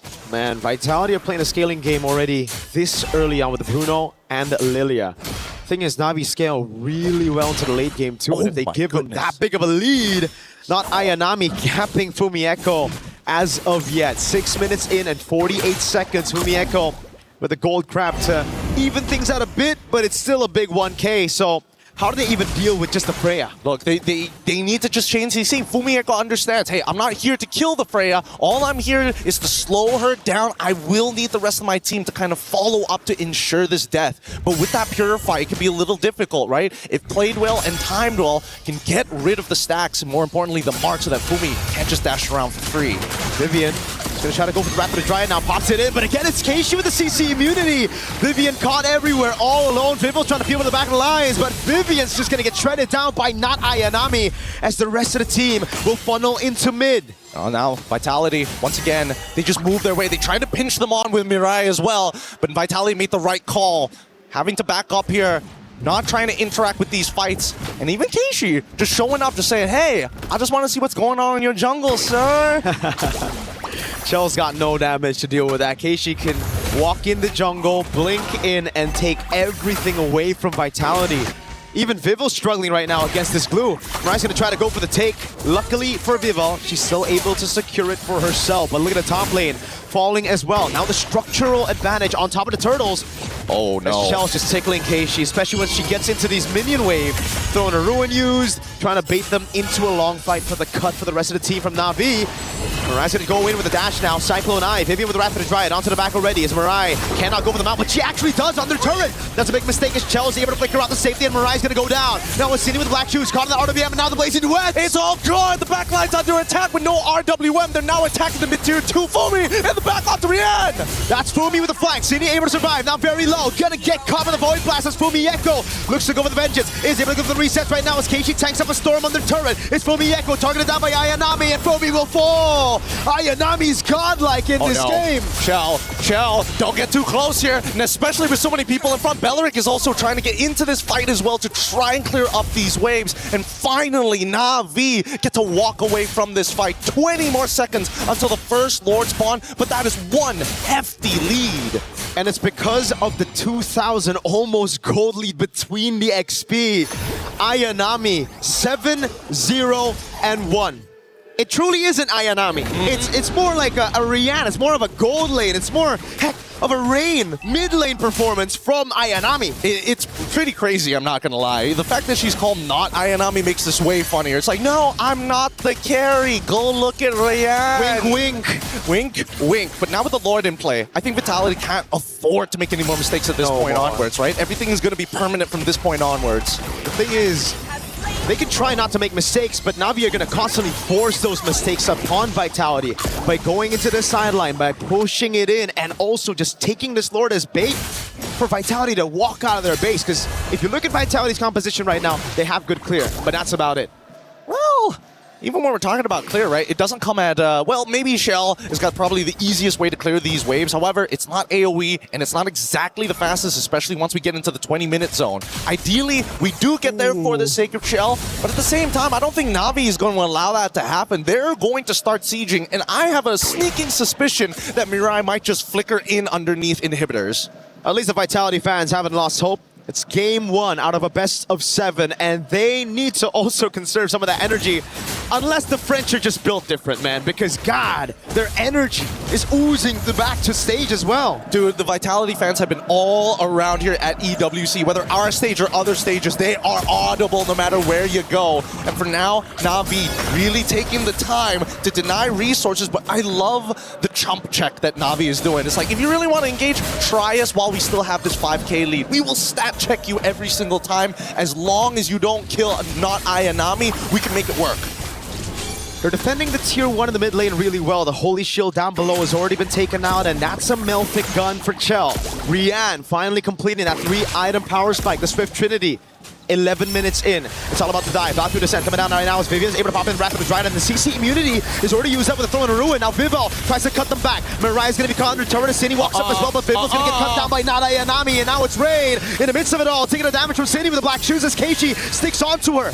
It's too good, it's too good, and now, whoa, Keishi underneath, but manages to still get out. Fumi just needed to wait half a second there, but honestly, this is exactly what we wanted. We saw Mirai go for that flicker, we saw Keishi make the attempt, but they still have yet to break the mid-tier 1. They're too tanky. Mirai is just tanking these turrets like it's nothing. Vitality were able to keep their base turrets from getting taken out, but that was only just the first Lord, and they dealt that much damage. They didn't lose out on anything, no shutdowns given. This is just complete domination from Na'Vi in game 1. Right now, Na'Vi has Panzer tanks roaming around. You cannot cut through that armor just yet. The endless battle already complete on top of everything else. If not Ayanami, I don't know how they're going to deal with it. Even for Vival, who's trying to pin down on Ayanami, is dying midway through. And we can see why. Not Ayanami has picked up an endless battle as well. Rain already has a Divine Glaive. This is the reason why Viva on paper, crazy front lines that can take a beating and a half. Not against this composition with this much of a lead right now. It's just too much to handle. 6.1k, but it feels like it's already at that 10k mark, but it's not entirely hopeless for Na'Vi just yet. Shell can still pull through. They just need to max out on their items. However, it will come at a huge investment as both sides contest for no man's land. Again, Na'Vi just doing a brilliant job forcing the errors on Vitality. Vival's going to try to go for the pin on Mirai, and it will work out. They will get Mirai, but now it's the Lord already taken for Na'Vi at the cost of just their roamer. They don't mind this. Whoa, dangerous stuff from Rian. Able to respond in time with the BMI, but for now, with his 3 and 10 score, Vitality, trying to defend, and Rian making a play. Oh God, right in the RWN, the Blazing Duet. Now it's the kite back for Vitality as Keishi pops in that skill 1, had already used the throw in a ruin. Double 0-9, setting up perfectly for the rest of the damage dealers of Na'Vi. And the worst part is that now that Fumiko is gone, it's only just the Wrath of the Dryads that they have to worry about. The heavy spin was also used in the middle of that interaction, so now that Na'Vi sees all of these checkboxes being ticked, outer turrets will be destroyed, a guaranteed inhibitor on bot side. Can they convert this even more? Can they find that winning fight? Yeah, Chell really wanted to clear this Lord before he got the charge, but it will be guaranteed in the end. Lord with the Trident charges into the bottom lane turret, giving Na'Vi the far lane advantage for the next Lord. Now in the tier 2 in the mid lane, it's Rain and Rian. The double R's working big together. It's all about defense again for Vitality, but we know from Na'Vi in the semifinals and the quarterfinals, after taking a loss to Galaxy Phoenix, they've learned it is just back to discipline, back to playing the textbook game after getting a big lead at the start. You know, it's time to call Zipper and pull up the item list real quick. We need to see where Shell actually is currently in the game, because while you see 4 items already completed and a Winds of Nature recently being purchased by Rian. Love that. Until we see a Winds of Nature on Shell's side, I don't think there's that guarantee, you know? Big auto attacks, but if you get hit by that fully stacked Blazing Duet, how do you protect yourself? At this point, I don't even think she can go for the Wind of Nature. There's just so much damage to deal with. It's not just Rian, right? You go for the Wind of Nature, then what are you going to do against Mirai, Rain, and Keishi when they go in on you? At least you can flicker out of those, right? The worst part, I think, has to be Mirai. I think that's like, if you get caught, there's nothing you can do. You're praying that you flicker out of the way, but at least the Winds of Nature can protect you from not Ayanami and Rian, which we're very used to seeing jumping into that back line. Mieko with final slash already on Rian. Gets away with the vengeance now. It's going to be thrown in a ruin. It's Mirai's able to flag in the back line. Finding for Mieko and Vivian. Now goes to the straight to everybody else, but Vivo is able to push her away. Now Rian with the Blazing Duel! And they touch him! They got him! Keishi just needs to get back out of there. 37 more seconds until the Lord, and this was the perfect angle. They found the pinch, they found the pull, but worse yet, they needed Vitality right into the corner. You can flicker out of one. You choose which one, and Na'Vi throw all the other 4 abilities at you. Now with Cine, can they clear? Na'Vi are not going to go straight for the Lord, playing it here just to try to get a little bit more pressure before the Lord spawns.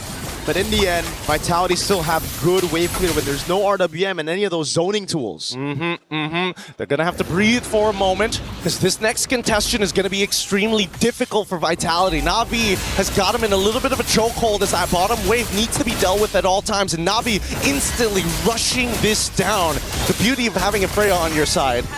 Quick work of the Lord. Quick with a Freya, a Claude, a Yves as well. It's just boom, insta gone, insta delete. The only one that can do it faster, maybe a Lunox and carry combo, right? Those are good. 8,000 gold lead. Na'Vi knocking on the base turrets of Vitality earlier. Now they're charging at it. They're bringing in their catapults. They have their siege equipment.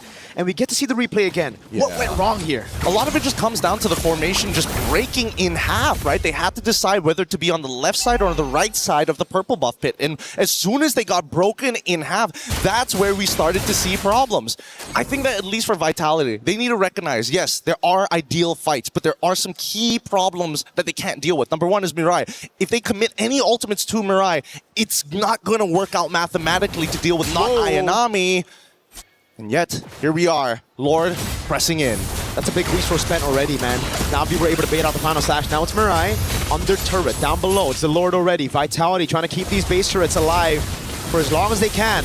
Are to be able to throw the ruin! Coming down, but it's only going to land on 2. But that's going to be Vivo with a heavy spin, pinning them down, and that's a good taunt onto Keishi. But it's Rian with a killing spree! It's not over just yet. They want to get that mid inhibitor first. The Lord does go down, and Vitality might have to respond here and now. They want to go for the brute force onto the base turret. They take it down, but Mirai so low as Chell is going to go down. Very low one. Now with the Rose go mid here, Rian gets her down, and it's a killing spree to Rain. Revitalize is already through, and Vival trying their best, but the base is under attack.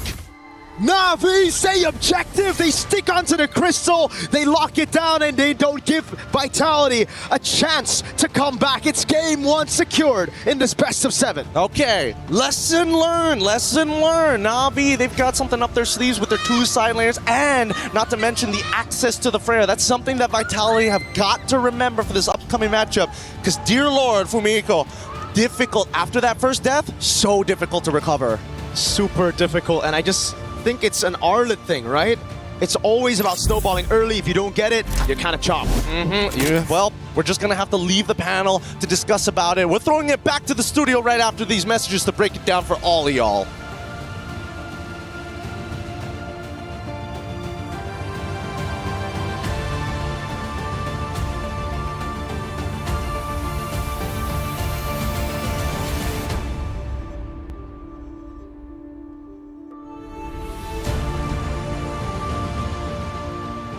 Was built to move. Not trapped at a desk in one singular posture for 12 hours a day. It's time your chair evolved. This is Secret Lab Titan Evo. Ergonomically engineered for you, gamers, hybrid workers, artists, backing your every move. Grand Finals is already off to an exciting start as Na'Vi get the job done, winning map 1 in our best of 7. Vitality forced to answer back. And this is reminiscent of, honestly, Vitality's run, not only in semifinals, but even before that, dropping map number 1 only to come back even stronger in the next. But can they? It's Grand Finals time and anything can happen. Hey, welcome back to our desk. Map number 1, Na'Vi. Was it you, Lavelle, that said, look, if it goes 1-0, it's over with, and Na'Vi's dominating 2-0? 2-0. Everyone calm down. Here's the thing. Calm down. I know. Let me just say, not Ayanami, you can't fool us anymore. You are Ayanami. You definitely are. Because let's talk about is winning the lane. All right, that's cool. But then winning the turtle fight, all right, that's cool too. But then you win everything 8-0-1. You didn't die the entire game. What's going on? Which is why in the drafts, when I saw the Freya last pick in for Na'Vi, I was like, this is a game changer. Yeah. This is going to change the course of the game, because if the Freya gets rolling early, you better bet that snowball is going to hurt. Well, for our commentators, the first blood was very exciting. We had a chance to see the reaction live. 50-50 against Keishi. Ayanami doing a good job zoning Fumi Echo away from this fight. That's going to be the RWM dropped down by Reynes. That's going to be Cine walking up with the Glooms as well. Vivian and the rest of the team coming out as Keishi wins out the retry battle, and now it's a big fight happening. It's looking good. Heavy Spin's even better, and now they want to get to the back, but they've already fought first blood. Vivian! That's the first blood raid coming around. That's a slam 7 to pass off to Cine, who's going to get caught with no black shoes. Ayanami gets the double. Vivo's next in the chopping block, and it's a big triple for Ayanami. You can't say that they're not giving it their all, and rightly so. It's Grand Finals. They're going to be calling the action throughout this entire best of 7. We talk stamina for the players, stamina for the casters. I mean, like father-son combination, man. You just can't fight it. You can't. Just open. They got that bond, you know. That's it's a long story. We'll tell you one day. Okay, one day after this broadcast, hopefully. Yes. And, hey, check it out. We got some more moments, though, taking place in that map number 1, and we'll take a look at our first action of the game. And there's going to be a massive fight around one of these turrets. We're now 8 minutes in. At this point, after the initial reaction earlier on, this is what we were talking about, right? The insta snowball coming in from not Ayanami, and not to mention, because of that, she created so much space for the rest of her team, and unfortunately so, Team Vitality have been taking these team fights in the real-world manipulation, and you can see, you can feel Rain just really pop off here, not Ayanami even going under turret as well, and we mentioned as well that Fumi Echo is a pivotal person in how these team fights usually go. So if Fumi Echo can't tank the damage, the initial brunt of that damage from the real-world manipulation, from everyone else on the team, she doesn't have time to set up. And so the team fights just look so bad. If I can describe not Ayanami on that Freya with one word, well, 2 words, it's no mercy. Yeah. One word, it's relentless. Because here's the thing, it's one thing to be like, hey, I'm coming in, I'm gonna kill you. But then she's like, all right, I'm backing up. I'm kidding, I'm going in again. She doesn't stop. It's the mind games. It is, and let's take a look at our second action of game number 1 and see how it ended up unfolding. I'm sure we're going to be towards the tail end, 17 minutes in, and the base, it's under attack. And again, this is what we're showing that Na'Vi, they're relentless. This is one of the safest places for Vitality. And then they just go in because they're like, you got 2 turrets, you still got your base, we don't care, we're going in. At this point, the damage coming in from Na'Vi is just a bit too much. See, they go back and like, you know what, never mind, going back in again. They don't stop. The moment you feel like you're gonna get some breathing room, they just say, nah, fam, we're kidding. We're going back in. And you can tell Rian is so comfortable as well on the Claude because after all that opening coming in from not Ayanami, you would think that, okay, the initial brunt of the damage is done. She's the core, but then you completely forget about Rian on the Claude and she just goes in ham. Wind of Nature, blazing duet into the back line, and Shell has nothing to offer in that situation. Tough break for sure. What is chat saying? Let's take a look at some of the comments after that map number 1. We got some spicy picks. That glue. Yeah, it's glue. No, I'm just kidding. No, honestly, there's nothing that you can do against that glue, bro. You don't have the right kind of damage to take that glue down. So how do you take a glue down? You kill him before he jumps on you. But that's so difficult without something like a carry, without a Vexana. With the Lilia, you can kind of do it, but you kind of want to kill the jungler Keishi, but then I don't know, man. That was a rough game 1, I gotta say. Well, what do we think about this? That Eve combo with Alice jungle is just too good. Wow. It's the boxes. It's the boxes. They're playing within the boxes. We saw it in multiple highlights that we saw earlier as well, right? Real world manipulation comes in, or, you know, the Thorn of Ruin comes in first, but then just the layering of both of those skills are enough for the front lines of Team Vitality to really suffer because, like we saw earlier on, they went Vival Akai. What is she supposed to do in that box? Emotional moments, obviously, from our players out there on the stage, and rightly so. I mean, there are so many emotions between these two rosters, Na'Vi and Vitality. They've got a long history, and as we take a look at some of them, obviously, the pride out there for Vitality is intense. However, Na'Vi ignores the noise. They come in with a mission and they take map number 1. After all, during the interview, they did say pressure is normal. But is Vitality truly feeling the pressure now? I mean, first of all, hey, shout out to the headphones, man. Helps out with the noise. It does. But that's one thing that I really want to mention now, especially after that first game loss that unfortunately Vitality had to go through, is that after they won last year, MWI 2025, a lot of people out there have made both statements that said the only reason that they won that year was because they never even met Na'Vi in the grand finals. So this is their time to prove. And obviously the pressure is definitely there. You can even see, you know. That's Shy, by the way. You know, shout out to passion. Shy. If we interview you, I'm going to take off my earphones, but shout outs to Shy. Shout outs to Shy. Shout outs to the player at Na'Vi celebrating the moment they finally took down Vitality in that map number 1. Phenomenal job coming out from the ladies on the very stage. They'll continue to battle, however, got to win 4 games. It's a best of 7 after all, so still a long way to go. We're talking 3. We go to the dugout. This was just before they took the stage, celebrating once again, getting together, and hugs are needed, especially in tough moments like these. Explain the No, it's nothing. I don't want to be professor in body language again. You know, like I can teach you after this. Okay. We take a look at Rain and her stats, and remember, she's got one of the highest KDAs in the entire tournament. 92%. And again, honestly, if you look at the items, after she got that Ice Queen 1, it's basically over. Because for Team Vitality, they have a lot of front lines. And then if you're stuck in the real world manipulation, that's basically GG's. Yeah. And then Divine Glaive, and then Wishing Lantern. Imagine being a frontliner. It's a nightmare. It's I'll over. tell you what is not a nightmare, but a blessing is our Level Up series. And it covers everything Esports World Cup. This series is truly special. You need to check it out. A lot of people are haunted by their past. I'm inspired by it. They're not just playing for themselves, they're really playing for their entire family. They have defeated their demons. They have crushed the curse. There. for every click, every clutch, every respawn. We were there for the years of grind, and we're here.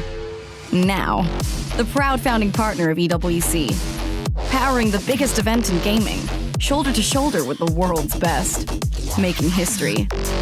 Greatness deserves a stage. Lenovo Legion, reach your impossible.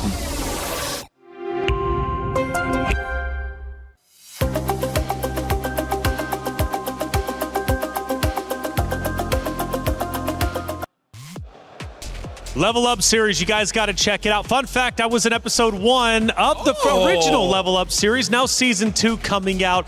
The cool thing about it, it's on Prime, and they go through the entirety of the Esports World Cup, and they tell the story like no other, bringing in players, focusing on interviews, of course, with org owners. They focus on everything EWC related, and it truly is remarkable how much coverage that they get. Esports World Cup, I think we could all agree, revolutionized what esports truly is. And now with this being year 3, they continue to do the same. So Level Up series, check that out. Back on the stage, though, here we are. And you notice top right, the current match, Na'Vi is leading 1-0 over Vitality, forced to come back. So talking about shortcomings, where did Vitality drop the ball, map 1? First of all, Taylor, you're cool too. I love you, man. You've been amazing all throughout MWI. I feel like I'm about to get roasted. Shouts out to you. No, honestly, let's talk about what Na'Vi did that Vitality is not comfortable with. Na'Vi brought fire against fire because Vitality is supposed to be the aggressors, right? But then Na'Vi with the Alice, with the Freya, with the Eve, it's like they're the ones always having forward momentum. And I kind of feel like Vitality is also not being comfortable. It's like, wait, why are you the one rushing against us? The script is supposed to be upside down. So I hope this time Vitality gets a draft where they have forward momentum instead of trying to kite back. Because kiting back doesn't feel super Vitality, you know? I agree for sure. I think the pressure now in game number 2 is more on Coach Casius than anything else, because when it comes down to execution, I feel like 60% of that is signified from the drafts. So Na'Vi now are on blue side, and obviously Na'Vi earlier won on red side. So let's see if Vitality has something to say on red side this time around, their more favorable side of this draft. You can see Akai being banned out very quickly, Atlas and the Hirara. On the other side, the Bakse and the Chip. Last time we saw the early Akai pick for Vival. Can we expect an assassin this time around to help facilitate what you mentioned, which was the early aggressive tempo that we usually see from Team Vitality? Honestly, hopefully, because Akai as well as the Baxia is out right now. The tank junglers that are left is not really great. They are A tier at best. Something that I will keep track of is Vitality banning out this Chip. The Chip creates a lot of pressure onto the side lane and in the jungle, but I don't know if it's super necessary here going up against Na'Vi. I think this is a bit of a risk, but again, it's only game number 2. We'll see whether this works out or not. Right now, Marcel has been banned out for Na'Vi. Quite a few heroes are still open, notably the Freya, the Esmeralda, as well as the Paquito. So there is a lot of EXP laners open. So I think that's part of the strategy here that both teams are saying, hey, just now the Freya was a little bit too much. We're going to leave some of the counters open just in case. So what would be crazy if Na'Vi go first pick Freya here? Like they just double down on how they found success in game number 1, but they go for Esmeralda actually. So technically it is quite similar. They both are very dominant in that lane. Obviously the Freya has an additional, spice to it because they can still flex her. Esmeralda though has been very, very impressive as well in the lane and very just pressure heavy in the lane too. I would say specific for this meta right now, Esmeralda has a winning matchup against everyone, even against the Freya. Of course, it's still a skill matchup, but after Aya Nami's performance, I feel like she's got it on the wraps. Right now for Vitality, seeing that the Esmeralda is there, I wonder if they still want to get the Paquito because they've used that sometimes against the Esmeralda, but on paper, the Paquito should not be winning, so they pick up the Alice instead as well as the Claude, and I like it just because this Alice is an absolute power pick for MWI. In fact, Muntan, if you're hearing, get her an MWI skin, man. That would be cool. She deserves it. She definitely does. She's a bad person, but other than that, she's cool. Kimmy, I wasn't expecting this Kimmy pick. I thought they would go for the Eve. If they wanted early rotations, faster at that I would have expected them to go for, you know, the Yi, but they go for the Kimmy instead. The Harith does show up, and they do have the ability to do so because they are the ones that have picked up the Esmeralda first. Harith, Claude matchup finally. I mean, like, is JK rolling in the building? Why are we building a Harry Potter composition here? It's all magic damage coming in from Na'Vi. So the front lines of Team Vitality should not have any problems building up an early read in armor and then start winning the fights. I gotta say, Na'Vi, this is pretty high risk, high reward. If they win the first 3 minutes, hey, that's it, GG, right? You can get all the turrets basically for free. But if you don't, it's gonna feel pretty bad very, very soon. So let's see the last pick in for Team Vitality here. Are they the ones to commit to the Yve? They go for the Belleric. They do see that there is dive coming through from the Esmeralda and the Harith. It is going to deter the Harith by just a bit, but they do still have to have an answer towards the Kimmy. And that's why maybe we do see the Alice first in by Vitality. Yeah, I'm still thinking this is going to be Fumi Echo's Heroes. I don't know whether Vival has a chance to play with that. Let's not. Yeah, I feel like Na'Vi, they should be a bit threatened. Like maybe ban out the Eve and then one jungler here because I'm really not entirely sure. But having a Harith, having a Kimmy, for now, it feels like it's not a bad game for a Red 5 Ling. I mean, we'll see how the draft turns out. If there's not a lot of crowd control, I'm looking at Ling, I'm looking at Hayabusa, I'm even looking at the Nolan here. So I feel like Vitality is having a good start on making sure Vival gets a good matchup. Which is why I think if that's the case, they do need to set it up for her, right? They need to go into the bans for her. But interestingly enough, it's the Balman ban instead. If they want to set up for something like an assassin, I would have expected, you know, like the Hylos or maybe the Cho ban come through for Na'Vi. But the fact that they ban out the Balman, what is this signifying here? I think they're really trying to make sure that there's no tank jungle for Na'Vi here. If they ban out the Barats, it kind of forces Na'Vi to be a little bit more creative, no, in the jungle. And the fact of the matter is, Keishi hasn't done so well Outside on the of tanks. assassins. Yeah. So I feel like this is a interesting, you know, loophole to it. I want to know if it works. Yeah, honestly, with the Kimmy as well as the Harith, it would be nice if you have a tank. They even banned the Fredrin, so they're kind of forcing, if you want something, it has to be a Barats. Matilda is still there, so they can go for Barats Matilda, but that's 5 magic damage. There's basically no physical outside of the Barat Stomp. So I don't know if they want to go that heavy onto the magic damage, because 2 defense items is kind of enough to shut your composition down. They're definitely putting them in the spot. Now, Na'Vi, if they want to nail them down by just a bit, I would expect maybe the Lilia being banned out alongside the Eve. If they want to have more control in the mid lane, that's definitely an angle that I would expect.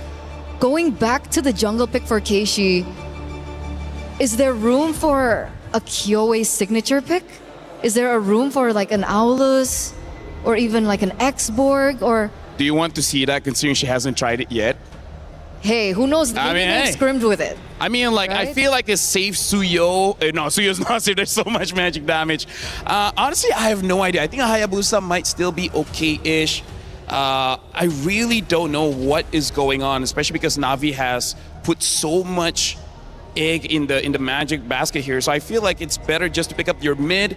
And then after the last 2 picks of Na'Vi, I would feel a bit more confident picking up whatever they're already planning in the jungle. Well, I mean, Ling's banned, so they're not allowed to pick that up here in this second game. They still pick up Nolan, no? They go early Nolan, so no surprise factor whatsoever for that jungle matchup.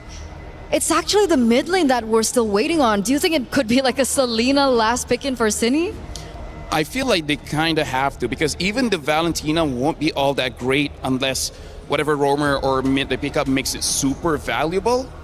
Yeah, I'm thinking it might be the Selena. It's very risky though. Going up against a Kimi, if they have a very good roamer like a Hylos, I gotta say it's gonna be very difficult for that Selena. So I don't know what about Vitality's draft for now. I'm very iffy about it. We're waiting, and it looks like the players are also thinking about it. Wow. I did not expect a Hanzo pick here. I think the Hanzo's sitting at a 0% win rate. We saw it picked up once by Falcon's ID. I don't know if you saw it on Stream B.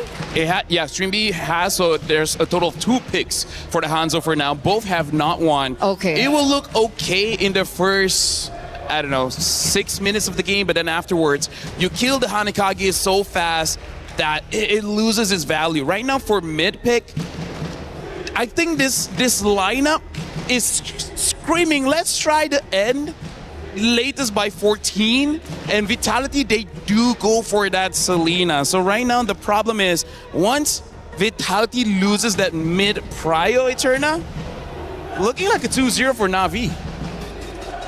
Let's see if it will be. Vitality, where you at? You gotta step it up. You're down 1-0 in the series. I know it's early, but you can fall behind in the blink of an eye before you know it. For Na'Vi, however, they're off to a stellar start, and they look poised and ready to potentially go up 2-0. However, it's up to them to decide. It's Na'Vi versus Vitality, the rematch of destiny here at the grand finals of MWI. Let's get map number 2 started with Mirko and Gideon.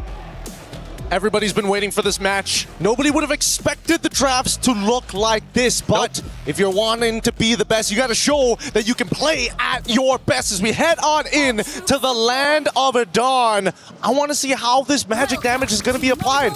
Both sides have interesting ways of applying it, but Vitality, they need to accelerate. They need to close the game off with a snowball. I don't see any other way. And LaFell broke it down real nicely. Their scaling isn't as good, but at the same time, it's all magic from Na'Vi. I agree. I mean, they do have the Hanzo, right? So if they do make it to the late game, yes, scaling is on their side, but also they'll also have much more to play with, not just pure Harry Potter. Is that what he called it? Harry Potter draft. All right. Bargain Hunter on both mid and gold. Rain and Rian. Again, even though they're scaling, they want to try to make it a bit quicker, you know, trying to get those very pricey items quick. But you got to be very, very careful. Because you go for that, now you're losing a little bit of that combat stats, those combat stats that you would usually have. Yeah, especially in the laning phase as well, right? I feel like if any big mistakes do happen, naturally, I think that Na'Vi is going to either lean into it, and the same can be said about Vitality as well. They do have some early vision thanks to these Abyssal traps, but at the same time, you never really know. Where is Cine going to come from? Where is she going to attack? And if Rain is going to specifically get hit by an Abyssal arrow. Hey, Chow in the lane against Rian. Oh, she actually takes it. The BMI. Vivo's gonna walk up now, trying to go for the damage. Oh, the Purify out, the Fracture as well. Vivo's gonna get taken very low. No punish right now. It's just the Purify out. A bait on the battle spell. And now, secondary attack. Cine looking for an angle on the opposite side. The Abyssal Arrow does not connect, but they're holding each other hostage here, and yet nobody wants to truly fully commit. Oh, that could have been really good. They already got the Purify out, but Rian's a bit too aware for that, knows that this mid lane's been missing for a bit too long, and that means it's full prio for Na'Vi. Rain and Keishi on the turtle already, now with Vitality trying to look for an entrance into this turtle pit. And look at Mirai, ever vigilant, making sure that this Nolan has to go hard. Fumiko not at level 4 as they're about to begin this fight. Great taunt right now as Keishi jumps in with the Pinnacle Ninja. It's going to be the all-in. Pinnacle goes in, but Fumieko's the one to take it as Vivo gets away. AOG already as Vivian is able to escape, but not Ayanami picks up first blood. So it's a turtle traded for a kill, and both XPs are the ones on the board. That's a good taunt right now onto Fumieko and immobilization as well that forces the Throne of Ruin. It's already out now. Ooh, Zini unfortunately does not connect with the Abyssal Arrow as they go back to neutral states. Really surprised that out of everybody, it was Fumieko who actually gets it, and now a dive on the bottom side. A cancel straight up on the Blazing Duet. Not going to be a kill, Cine. Just a bit of poke onto Mirai, and we're back to level. But Na'Vi are in the lead for now. Look at Vivo. Spawns up, goes straight, booking it into enemy purple buff. That's Grand Theft Purple, Leo. Oh yeah, they've gotten it. They've gotten it successfully. They've got the stars for it. As not to mention, they go back to where they need to be. And I love this from the side of Vitality. They are making sure they are covering and not wasting too much time taking camps that they don't need to. They gotta be proactive because that's what their composition needs to do. So now it's back to the slow game. Keishi just trying to read out Cine. Has a good read on her.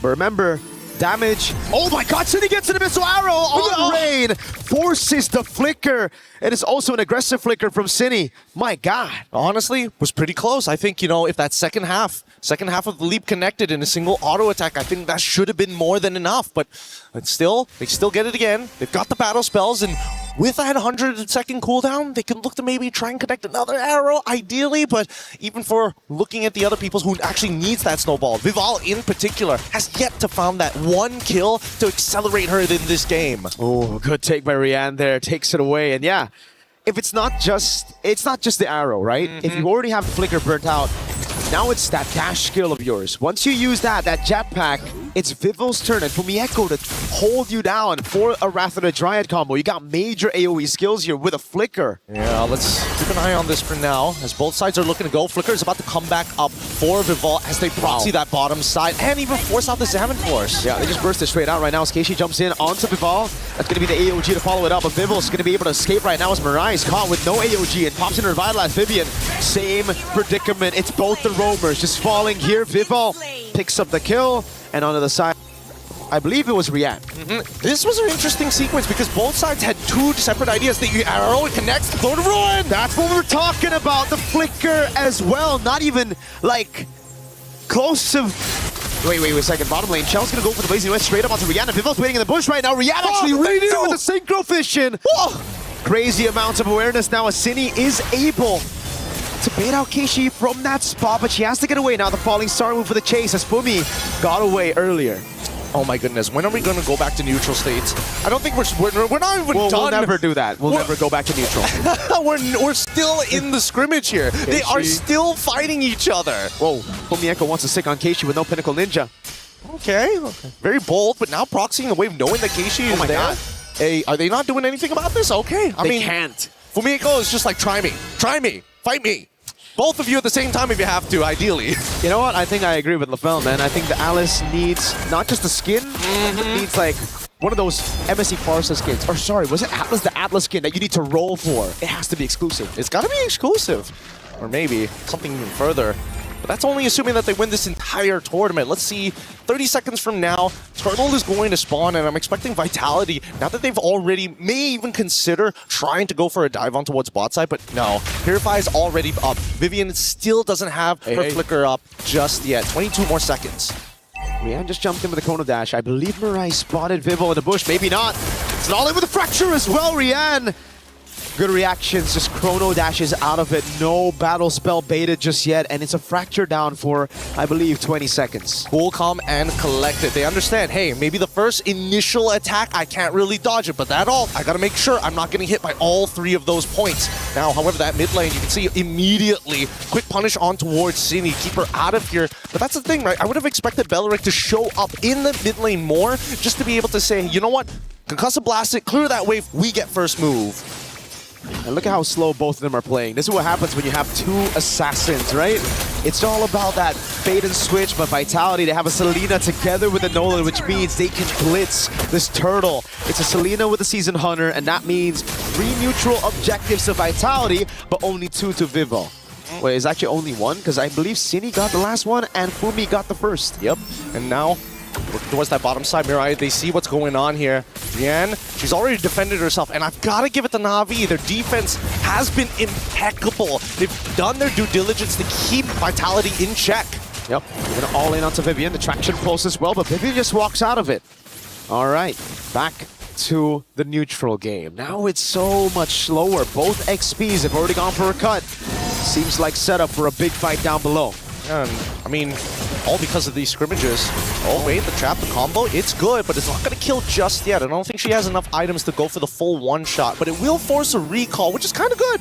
This would mean that, as you can see, Vivian instantly already trying to man mark, looking for Keishi. Where are you? What's your status? And most importantly, where are you going to show up on the map? They got that map pressure. Vival goes in. First passive strike, that's the second there. That doesn't land on Ayanami. Yeah, Ayanami is just going to be able to tank this up all day. No chance for them to burst her down. Maybe if she waited for that Melfic Roar first, she would deal 10 more damage. Just a little bit more. I mean, let's pull up the item list to really see whether or not it would have been the difference maker. Because if there is a lot of armor, oh, actually, right? Honestly, that would have been it. That could have been it. But overall, it's still a dangerous game. Radiant armor already completed by Fumieko. Every single person who has Radiant armor, it's going to be way harder to deal with. That was crazy. Right there, an attempt. Vivian on it as well, trying to siege this tier 1 down as Fumi Echo tries to cut under tier 2. Rain, big pickup, Sky Piercer. We have to look at this fight. If it's an explosive fight where Rain can thrive and get a few of those kills in, that's going to be big coming into the 10th minute of the game. Well, talking about big, they're about to crack open mid-tier 1, which is so good. So good for Vitality. People not too worried about not Ayanami, who's they're waiting really just to be able to reposition. As the rest of the team looking bot side, they're trying to make this gang happen, and City in trouble. Zaman Force already, City with the flicker out to the Unbreakable of Mirai. Zaman Force already baited out, but it's for the flicker. Now it's Vitality waiting for Vival to get onto the purple buff first. Don't have a naturally pushing wave here, and I think Vitality recognizes this too. Purple buff just obtained by Vival. I don't know if this is the position they want to fight in yet, but at the same time, they can't afford Na'Vi to actually hold on to first position.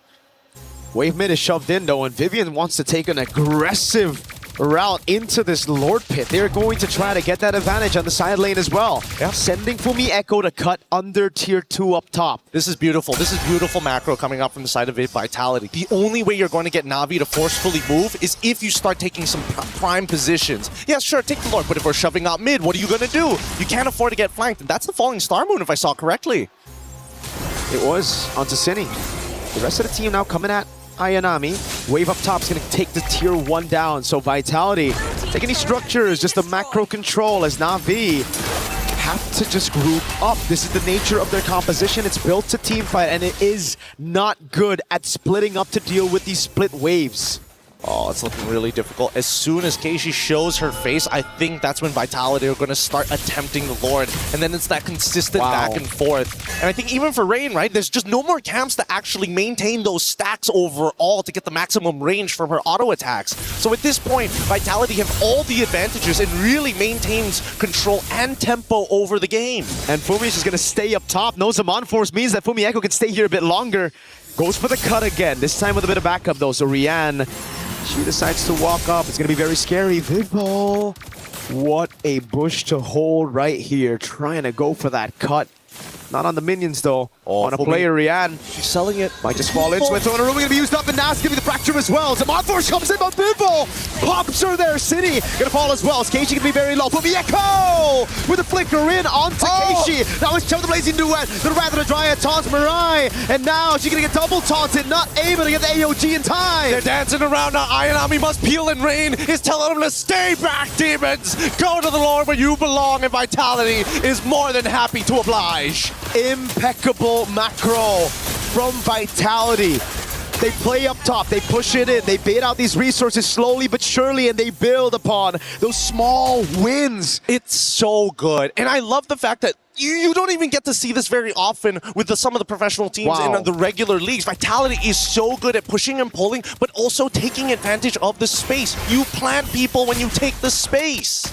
It's just ridiculous how good they are able to execute this very difficult to execute composition. The Abyssal Arrow really lands. We gotta breathe, we gotta breathe. And even a Zaman Force coming out from Rian here. I don't know if Na'Vi is losing composure, but you can also tell that Vitality, they're not slowing down with a 6K lead. Oh god, good taunt there. I don't think they're gonna lose on composure just yet. They have a very good composition to bring it to the late game, but the Abyssal Arrow lands again, and the Wrath of the Dryad is just barely missing out on the front line. Vivian with the Blazing Duet, or sorry, rather, escaping away. The Blazing Duet comes in from Chell, and they burst Rian down through the Zaman Force. What? Keishi with the jump. Vival able to escape right now, but Keishi chops her down and gets a shot. It's Cine running away as Keishi continues, but she ran out of time as Chell goes into mid, takes the base turret down, and it will be just one base turret with the First Lord. Honestly, all things considered, pretty good from Vitality. They get an inhibitor, they put both of them really, really low. They got a kill onto Rian, which is even more impressive. And not to mention, all they had to sacrifice it was Vival, who was already doing significantly better than Keishi all throughout this game.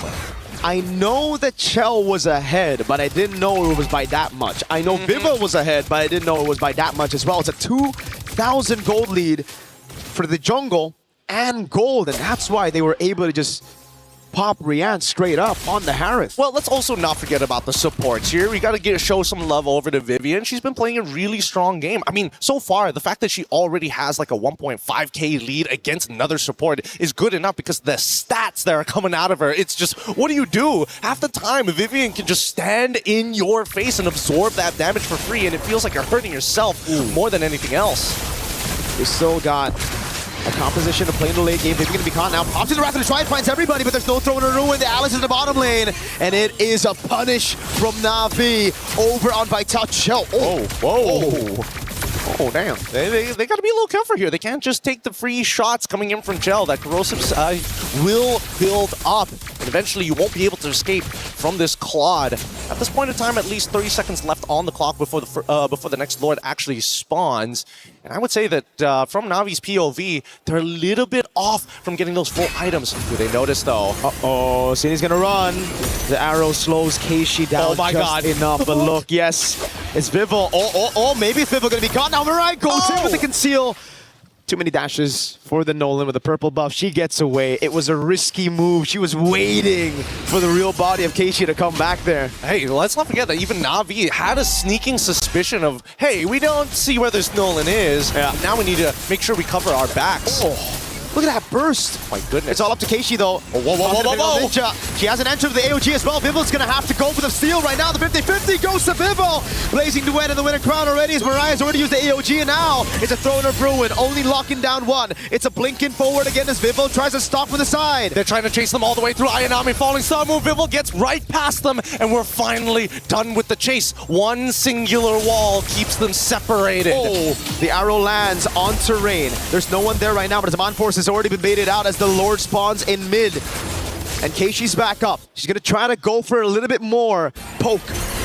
But she just gets caught. Almost a good read on that body. I don't know, because right now, if Vitality want to take advantage of the fact that Rian doesn't have that Zaman Force, they need to start pushing this wave right now. It's low. It has a low cooldown. It's going to come back in time. It looks like Vitality want this synchronized wave. Zaman Force already out. Fantastic pull by Na'Vi onto the Lord, into the bottom lane, but the Lord will already take down that base turret together with Vival. Now she goes on to Ayanami with the help of Chell, tearing through that health bar. It's the Abyssal Arrow again. That doesn't land. Vival's already down. Throwing a ruin. Lands on two right now as Chell pops in the blazing wind onto Ayanami, and she's going to get bursted out by Vival. But the rest of the team now clumping down onto City. Chell will be taken out by Keishi. This is Rian's moment. She can turn this all around. They've cleared the wave. They've cleared the problems. And now they hold strong. A near clean wipeout as Mirai just made sure, you know what? At least we know for a fact that Fumieko, she's out of there.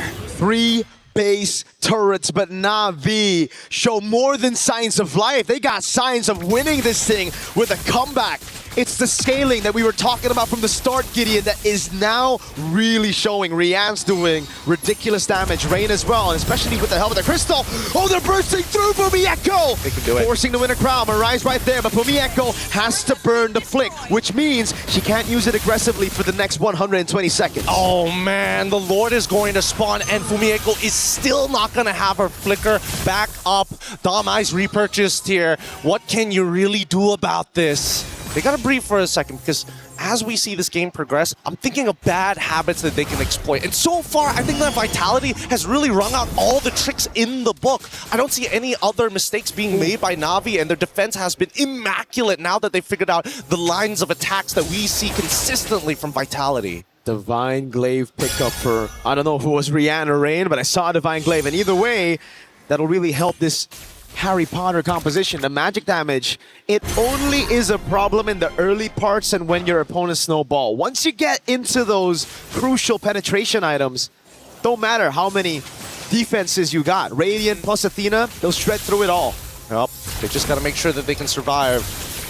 Biggest damage so far, and not to mention that at least a quarter of it is gonna be true damage on top of it all, thanks to that Starlium Scythe. It's going to be difficult to play, but at the same time, it's really risky to open up the map, unfortunately, for Na'Vi. They kind of have to wait for Vitality to make that first move, but if they don't probe, nothing happens anyways, and they lose free objectives. Vitality still have the advantage, though, because of that base turret down below, right? It's going to be auto-slow pushing, which means they can continuously just reset the Lord and play it slow. The mid-wave as well is going to be crashing down, and they find the Abyssal Arrow on Mirai. Fumieko doing a good job zoning. Now Keishi pops in Pinnacle Ninjas. Fumieko's going to be caught, but has the blink away from the untargetable. But look at Vival. Already hiding back in the spot. I'm pretty sure they saw at least the dash, and yes, they check it open. Winter Crown's already used, and they go in further. They split them up, and now Mirai with no AOG is going to be caught, but still, with the fracture. They deal with Immortality. Fumi Echo, in the midst of it all right now, has the Throne of Ruin, pops into him with a crown. Keishi has to go away, but Vivil's going to be going in for the chase. City finds an missile arrow, lands it on Rain. Vivil's right there to capitalize. The base is exposed, and not Ayanami cannot deal with this. They're going to have to leave Kenshi by himself. Start proxying that mid-wave. Kenshi, can they do it? Keishi's going to try to clear out these waves. There's just too many members on her. She gets the unstoppable, but she's returned to her body, and we are at 1-1 in this best-of-7 grand finals. You wanted to see one hell of a match. We gave you one hell of a match. Game 2 going over to Team Vitality, and this is what we wanted. The consistent tug of war, and I'm not going to lie, I was really thinking that this composition would eventually fall off, but they just kept on pressing, and I think the nail was there. Once those inhibitors were down, they could not recover from that point onwards on neutral objective takes. At least Team Vitality, they understand how to load the gun. The macro, the forced errors, the split.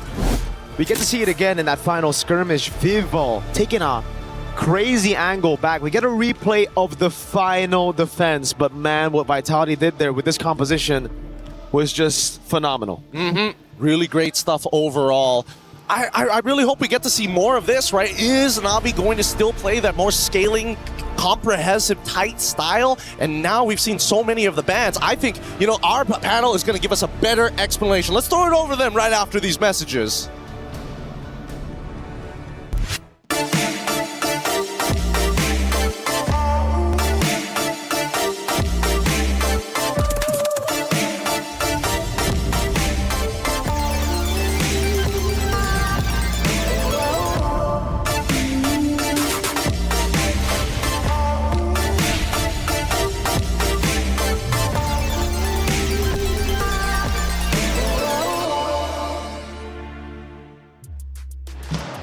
After a relatively long game, Vitality ties up the series 1-1. We've got a series in front of us, and it could, in fact, go the distance. It's a best-of-7. Do we get 7 maps? Let's find out together. Hey, welcome in. I'm Taylor Reflection Sobel, joined by Eterna as well as LaFell. Good to see you guys once again. Hey, what was one of the win conditions we talked about? What put Vitality in home court for you, LaFell? It was Vivel on Assassin. What does Vivel do? Goes from tank to assassin. Hey, they get a win. Finally on the Nolan. You want to say something? No, all good. I want to hear you talk. You can talk right now if you want. I love your voice. Go ahead. Thank you. Anyway, oh, yeah. She's blushing. We finally get the Nolan. And remember, it is one of her comfort heroes. I wouldn't even say comfort at this point. I think it was one of her power heroes being able to get that Savage on, and it really changed the tempo of the game. But of course, one of the main focuses was how they were able to facilitate the Nolan. And why LaFell was so adamant with the Harry Potter opening when he saw the first 3 picks from Na'Vi. Na'Vi! Hey, can they come back? That's the question. The casters have been pouring their heart into each and every moment. And there was one moment that took us all by surprise, including Na'Vi. It was Vivel hiding in the bushes, and the casters give their reaction. And she's selling it. Might just fall into it. So in a room going to be used up, and now it's going to be the fracture as well. Zamon Force comes in, but Vivel pops her there. City going to fall as well. Keishi going to be very low. Fumi Echo with a flicker in onto Keishi. Now it's Chow the Blazing Duet. The Rather the Dryad taunts Mirai. And now she's going to get double taunted. Not able to get the AOG in time. They're dancing around now. Ayanami must peel, and Rain is telling them to stay back, demons. Go to the Lord where you belong, and Vitality is more than happy to oblige. Impeccable macro from Vitality. Vivel must have been hiding in that bush, LaFell, for the longest time. I think it was at least probably 30, 45 seconds, but once the trap was sprung, she made the most of it. I mean, like, here's the thing. You got to wait for your opportunity, and Vivel was able to do that. Part of the reason is because they were able to control the map so much that every bush is going to be very, very dangerous. By that time, she already had about 4 items, meaning that she can burst just about anyone, maybe except Mirai. So that also made it so that there's opportunity anywhere. She just had to wait. And then even if the initiation was kind of botched, the damage too much, she has so much dashes, there's nothing that Na'Vi could do to stop Vivel. But around the 14-minute mark, there was a chance for Na'Vi to get back into the fight. We take a look at that moment, and Eterna, this was the moment I really thought, honestly, for a second, Na'Vi was going to be able to flip the script and maybe come back. there was a possibility maybe had they not allowed this to go so far into the later stages of the game, because you can see here they're trying their best to go for the defense, but it really was difficult. There was a really great opening, by the way, here by Fumi Echo, and I think, was this the moment where Vival kind of overstepped? Yeah, this is also one of those moments where, yes, they have a lot of magic resist, but Keishi is the one that's dealing physical damage. Yes. Made it so that her damage was not lowered at all. So part of the good and bad is that when you're over-investing in magic defense, your physical defense is going to be low, and Keishi took advantage of that. So what could have happened for Na'Vi in that situation? Let's say a perfect world, they protect their base. How could they have made that moment into a game-winning moment? Well, technically, it really depended on the item, right? Because we saw that there was no damage until we started seeing more Divine Glaives. And I think that was like one of the pivotal moments of how the damage really went through. Divine Glaive for Kimmy, I think, was a game changer in that respect. So I think as long as they were able to hold down their fort, wait for those Divine Glaives to come through, there was a possibility, because we start to see cracks in Team Vitality, especially when they went in for that particular engage. That was a big overstep by them.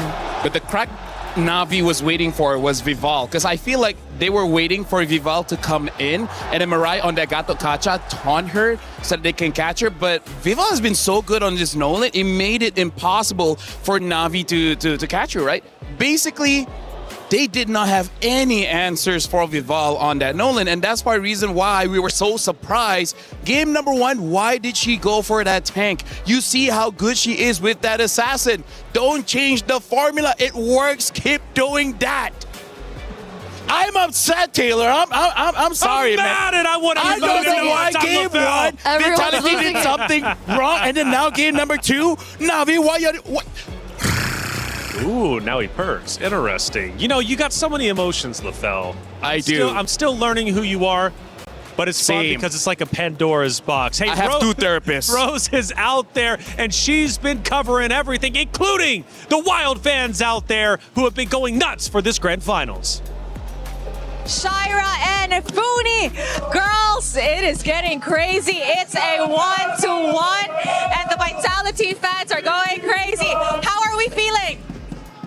I'm feeling great. Great, guys! Really? Great? You guys just lost game 2. Shira, what's happening? We will have a comeback. Come back. Okay, for it. How do we feel about the atmosphere in the grand finals? The supporters here are crazy, guys. Finally. Yes, home ground for Team Vitality. Now, as we enter game 3, what do you girls think will happen in the Land of Dawn? Of course, Na'Vi PH will win. Finally, will only give 1 point to the enemies, and the rest of the game they will show who the queens really are. Wow. Funi, are you saying it's gonna be a 4-1 grand finals? Yeah. How did you say so? Because it has always been finalist place to be the winner. But there is always a comeback. No, they will only give you 1 point. We still don't know. There's still a lot of time that they will prove that Pinas lang ang malakas. Wow. Shira, we can feel your passion for the Filipinas on stage. And you know what? It's not just on stage that the fire is fueling, but also between these 2 girls. So girls, is there any words of encouragement that you'd like to give the girls on stage? Maybe we can start with Funi. Me. Good luck, guys. Just take it easy because, you know, finally is the strongest team on the MWI. You just need to play like usual and you will win anyway. Ooh, confident. Shira, anything you want to say to the Na'Vi girls? Well, she is really confident that they will win this game, but we all know that way back 2024, we got the title, and this is going to be the comeback. So watch and learn and listen, and let's do this, guys! Pinas lang ang malakas! Oh my goodness, Shira, the energy is through the roof. Thank you very much, girlies. May the best region win. That's it from us. Throwing it back to you guys.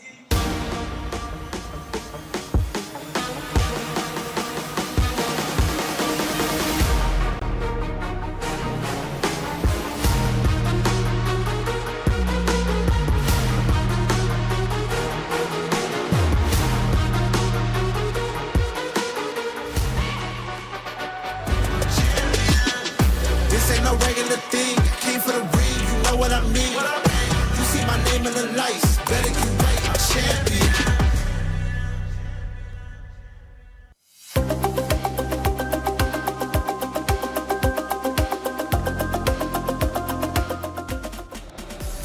I'm loving the energy. I really am. We need more of those interviews, especially with those two, because you got both orgs representing Na'Vi, Vitality.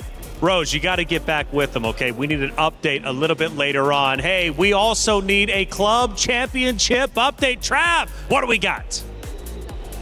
We're into the grand finals of MWI, and it's looking likely that Na'Vi are going to go back-to-back at the Allianz Vault, but I've slipped away. I've made my way over to the Lenovo Legion Gauntlet, and Chris is here to update us on everything Dota.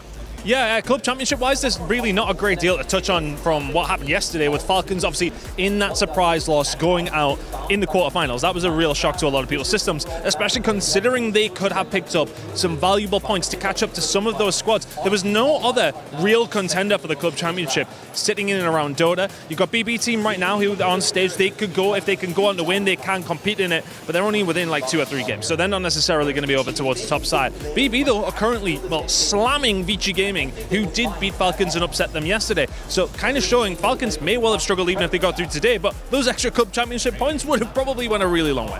Yeah, well, it sounds like we're going to have a few shake-ups here and there when it comes to the club championship leaderboard at the end of this week, but we'll see how things progress. Back to you guys. Thank you, Trav and Ton, for the update. Ton sounds pretty good. Hey, he's been my good friend for about a decade, and I gotta say, man, he's a great talent. Thank you for the club championship update. We'll be keeping you up to date as much as we possibly can, including here with Na'Vi and Vitality. Series score 1-1. Na'Vi won game number 1, but Vitality answered back. And now the series becomes that much more serious. Now, as far as the series go, Vitality, they have been known, at least in our tournament over the past couple of days, to drop map number 1, but be flawless after. LaFell, is this one of those moments? Here's the thing, I gotta say, Taylor, they gotta stop building PCs with just graphic cards, man. They need everything else. The thing that I didn't like in game number 2 coming in from Na'Vi is that they're just drafting the same thing over and over again, meaning like magic damage and then magic damage and then magic damage and then just one physical damage. There's no balance, right? Thanos himself said balance is needed all across the globe, and Na'Vi didn't listen, and that's why they lost. So this time, you know, balance.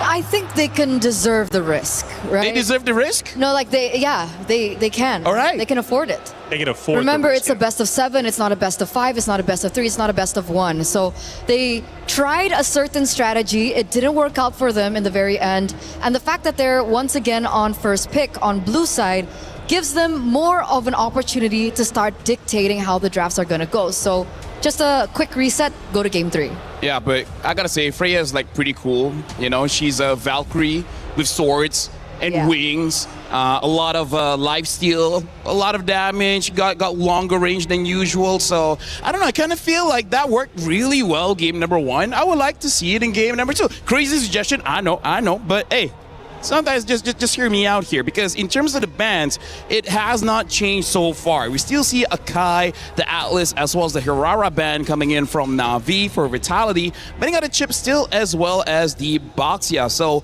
we saw Na'Vi in game number 2. They picked up the Esmeralda. I still think Esmeralda is pretty strong, but maybe just pick up something in the jungle that can help you out, because I also feel that's something that happened, right? All the junglers were banned, and there's nothing else for Keishi. And by the way, update on Hanzo, now we're up to a 100% loss rate out of the 3 times we've seen it. So avoid Hanzo if you're Na'Vi at all cost. And another one, she has not won with the Assassin. Yeah, still at a 0% win rate with her Assassins. Maybe she can flip the script here.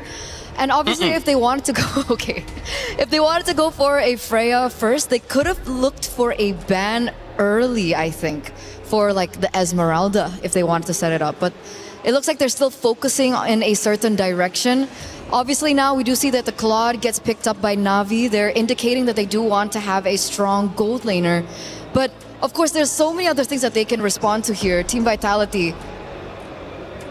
I like his reaction when he saw the Claude. He's like, first picking the Claude. I did not see that one coming. So now, for Vitality, after seeing the Claude, there's still quite a lot of marksmen still open, notably the carry. And knowing that Na'Vi might eventually pick up a tank in the jungle. Let's see here. Akai as well as Boxia is not there anymore. I'm not so sure what they're going to go for. In fact, maybe the Guinevere might also be a pickup that they could consider if they want to go pick off anyone from Team Vitality. Right now, the Freya is open. I don't know whether they want to pick it or not. They pick up the carry first just to make sure that they have a lot of space to flex the other roles, but they pick up the Eve. I'm liking the opening of Vitality, even though the Claude can counter the Eve.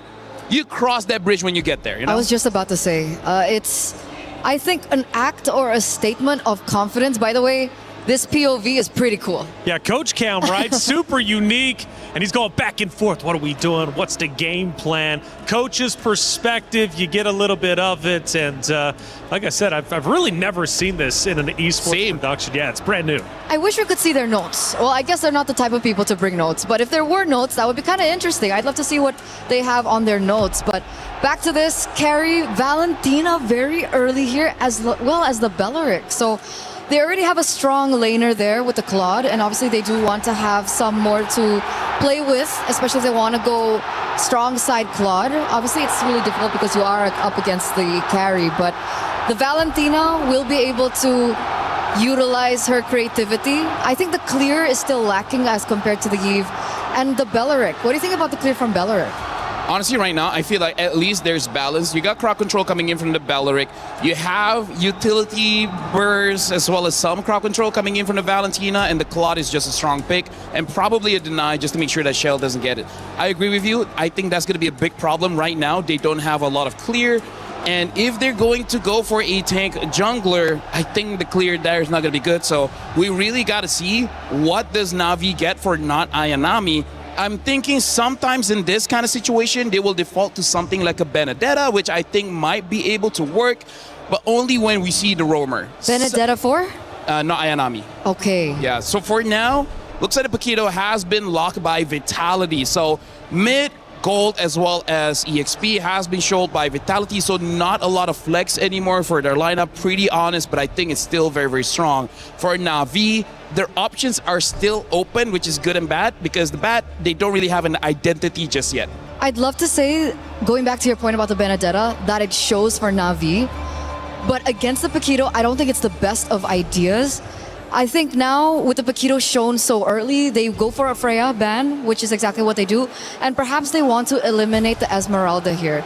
Because if they want the Paquito to be strong side for Fumi Echo, which we have seen them set up for, this hero really needs a little bit of help with the drafts.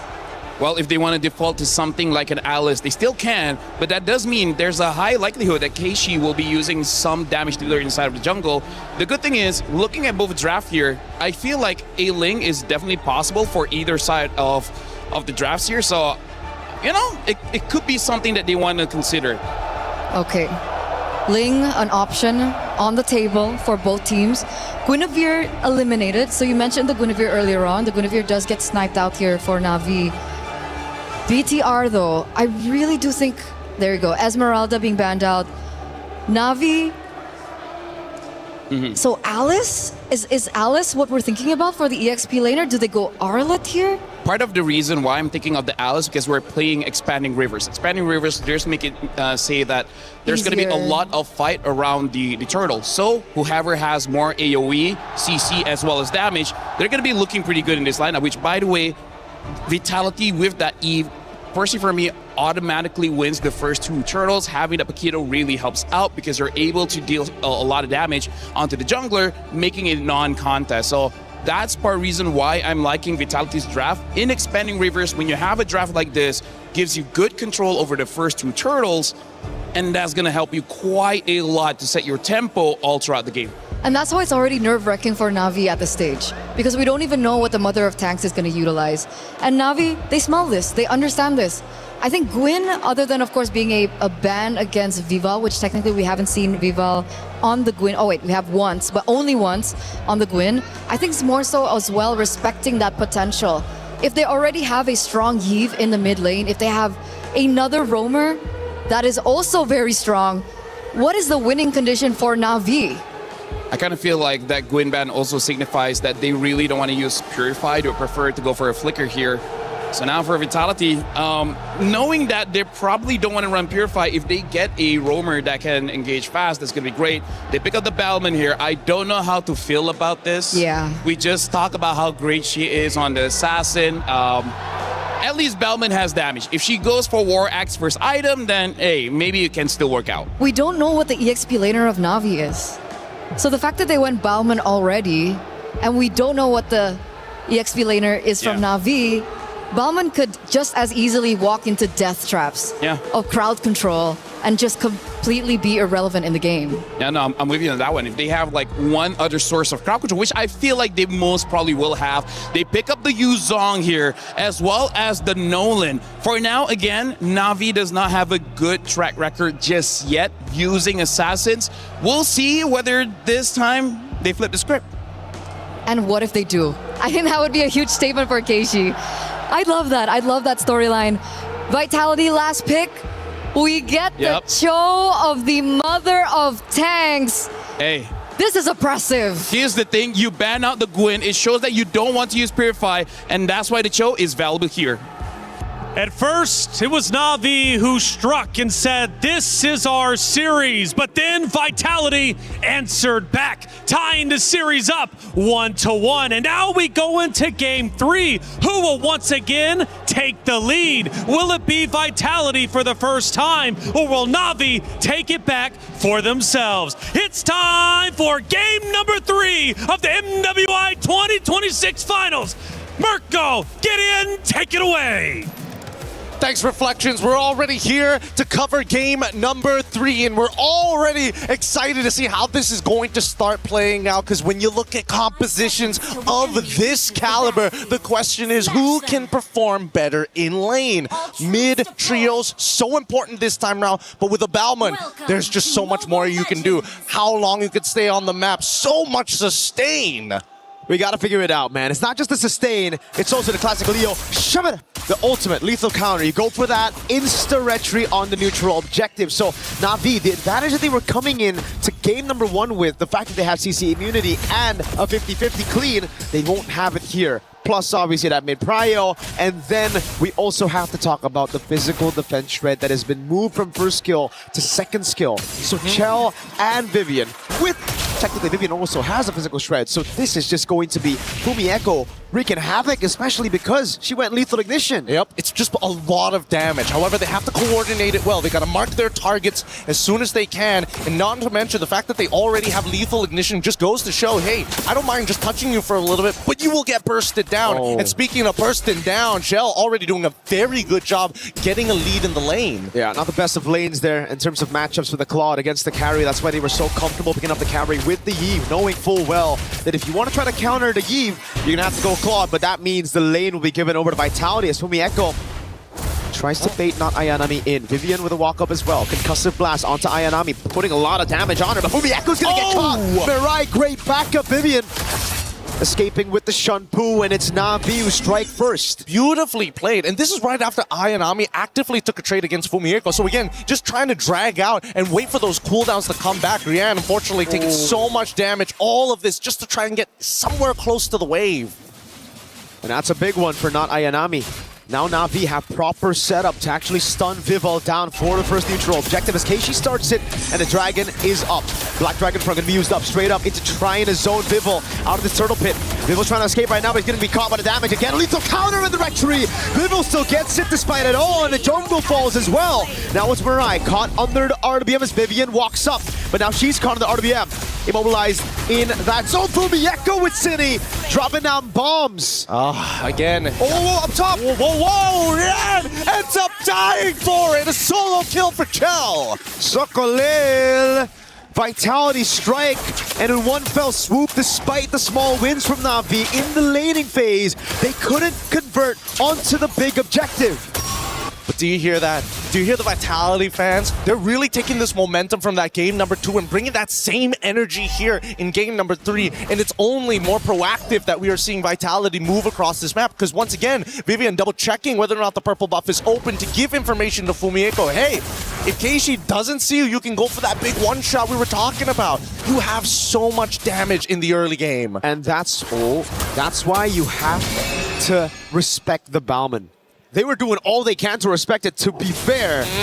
But once she got into the vicinity of the turtle, lethal counter retry is guaranteed. There is no way for a Nolan to out retry that unless it's just miscalculated by Vivo. Yep, it's unlosable in a lot of scenarios, like the old Suyo, but still relevant as Ayanami taking this full fire. Fumiko tries, Black Dragon form getting called here.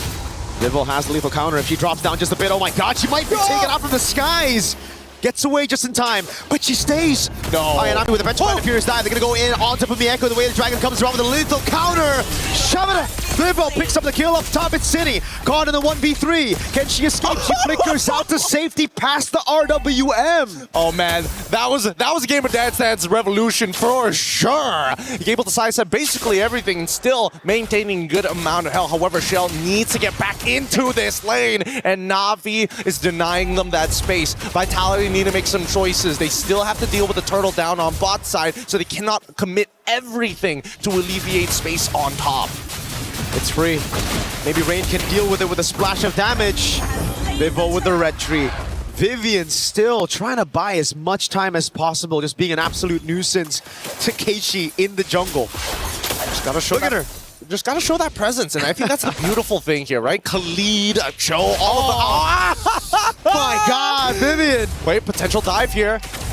Vinay, gotta hold on to that BMI. You can't show exactly where it is. As long as you don't show it, Vivian ain't gonna engage on you for free. Oh, Fumi. Oh, what is that damage, my guy? Right through the XP crab as she gets it, and she bursts Ayanami down. Hey, gotta be careful. Gotta be careful. They've got a pretty hey, a one-level lead in EXP is a lot for a lot of these laners. And not to mention, with that lethal ignition, it's a lot harder for not Ayanami to win this out. Uh-oh. Mirai with a walk-up. Great read on the dash by Mirai. Baits out the flicker. Mirai tries to go for a little bit more now, but look at the backup from the rest of the team. Cine and Vivo has already rotated towards the top lane. Na'Vi not able to get that trade in structures. Finally, Vitality said, you know what, they're putting so much pressure on you, just take the mid wave. Cine is going to swap lanes with you and maintain that. Mirai should be, oh no. Wait, the Dragon lethal counter, they're gonna try to feed it over. Mirai gets a massive taunt. Oh, it's a cancel, the Blazing Duet! Straight into the knockout strike of Fumiko! Can they get anything off of this? No, they call it off. And Vivian getting disrespectful. Ayanami's thinking about it. They know they don't have the way of the Dragon, but the RWM is still in play. This is going to be a Nolan with no purple buff at 5 minutes. Up top, it's the carry, Chell. Taking a structure down below, it's Fumiko. These side laners work in double time. Again, this is what we were expecting in the Balmond versus Assassin matchup, especially when an Assassin needs purple buff. We've seen it happen many times already. Oh my god. No way they're going to commit even further than this, right? I mean, Fumiko's barely taking any damage, but even so, that's really because Lana Ayanami just doesn't have the items yet. I want to see what items Fumiko is on right now. Oh, no wonder. Hunter Strength and a Legion Sword already. That has... I think it's a Sea Halberd. Yeah, I think it's going to build into the Sea Halberd as well. There is an argument that maybe could lean into it later on and look for something else. I honestly kind of feel like Fumiko can even go for a Malefic Roar if she wanted to, but I think it's the smarter option is for the anti-heal. Even Keishi is having a little bit of troubles here as Cine now joining Vivian in this Roman expedition. And, oh, Vivo. Into the bottom lane, they just burst her down even through the Petrify! And the Furious Dive, the lethal counter didn't even land! No, they try to go for compensation on Vivian. That's Sajid Kundo. She runs out of the Wrath of the Dryad and baits out the RWM! Chell with the punish, now they all punish! Chell, it's an all-in, but Fumiko's in the back line and Vivo's just waiting in that tier 2. Vivian getting the way of the dragon on Keishi! The awareness is just crazy from Vitality. That was a planned play from literally top all the way down to the bottom to corral the sheep right into the mid lane. They are capturing Na'Vi right now. And I think that Na'Vi, they got to be proactive. I think, unfortunately, the choice of ultimates here needs to be maybe not just the RW, and maybe even arguably a way of the dragon if necessary. Vivian, she was the one who baited everything out. RWM, the Wrath of the Dryad, and Chell flickered forward. That's how comfortable she was. Now they're going to go in for the dive in the bottom lane again. Rian hasn't had the best of games so far. Fumiko just waiting for the double dash. Knockout strike. Oh, lethal counter from Vivo. Now it's the retaliation. Now it's the punish. You did that to our gold laner. Now you must pay. RWM, what a save from Cine. This is ridiculous. ridiculous Vitality. What? With the... Oh no, they cancel out the recalls, but at least nothing is punishable at this point. But Vitality, they're starting to mess. They've kind of downloaded a little bit of the tactics that Na'Vi has. They're recognizing some bad habits and some... Well, even I have noticed a couple of pathways when they're on autopilot. Their pathing is becoming a little linear now. In normal situations like that, Gideon, you're 5-12. You get a kill on the Paquito, it should be a good trade. But the fact that it's a gold laner and there was no shutdown, there was no bounty on Fumieko, that means Rian's gonna have it even more delayed. That item power spike that they're desperately waiting for. I think it's gonna be 11 minutes or maybe even 12 arguably if it keeps up like this before the Trinity is even complete. Fumieko now looking on the side, sees not Ayanami as well as Mirai, but at the same time, this is what Vitality like to do. If you want to go to the bottom side, sure, let's push out mid. We could potentially flank you, and Na'Vi has no choice but to back up because bottom and mid tier ones are non-existent. Oh, the top wave is looking good right now. If he jumps with Jikundo. Oh, a big miss, a big whip from Cine. And that's the punish from Ayanami straight onto Vivian. Fumieko with a jump, but she's only 1 against 4 right now. Mirai getting a massive taunt.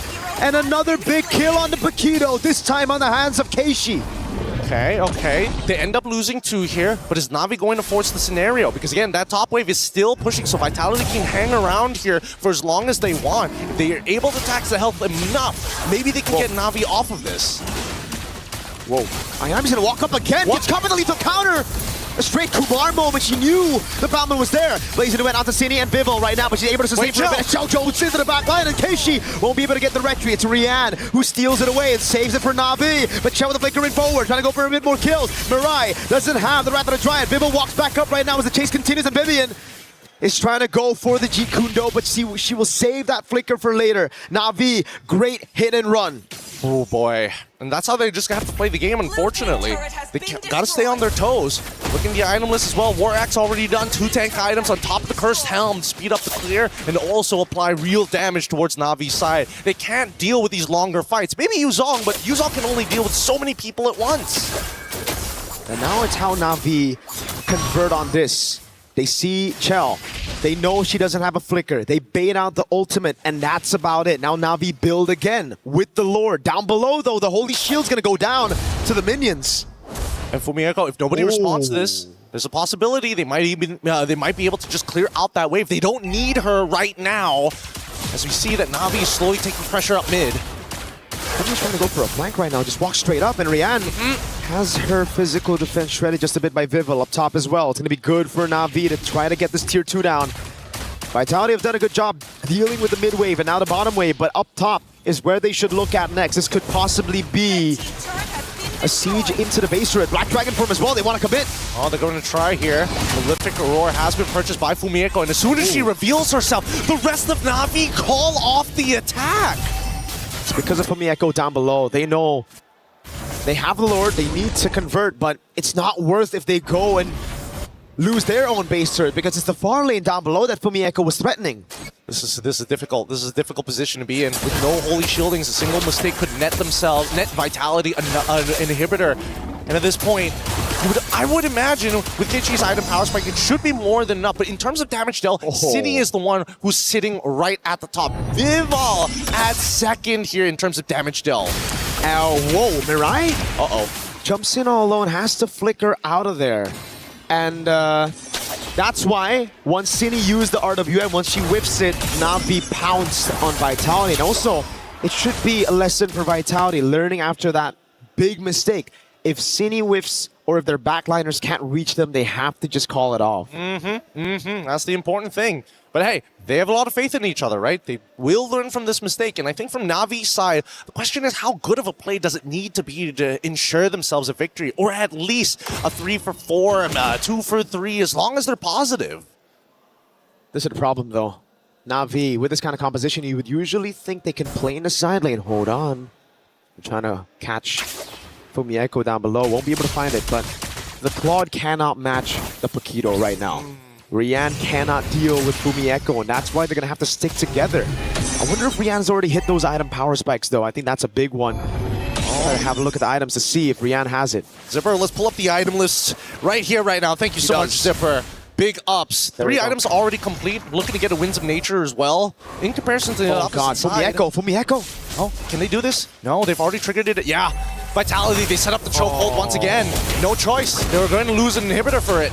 And they have to make a decision whether to back off or to go for the fight. They go for the fight, but it's only 4v4 right now.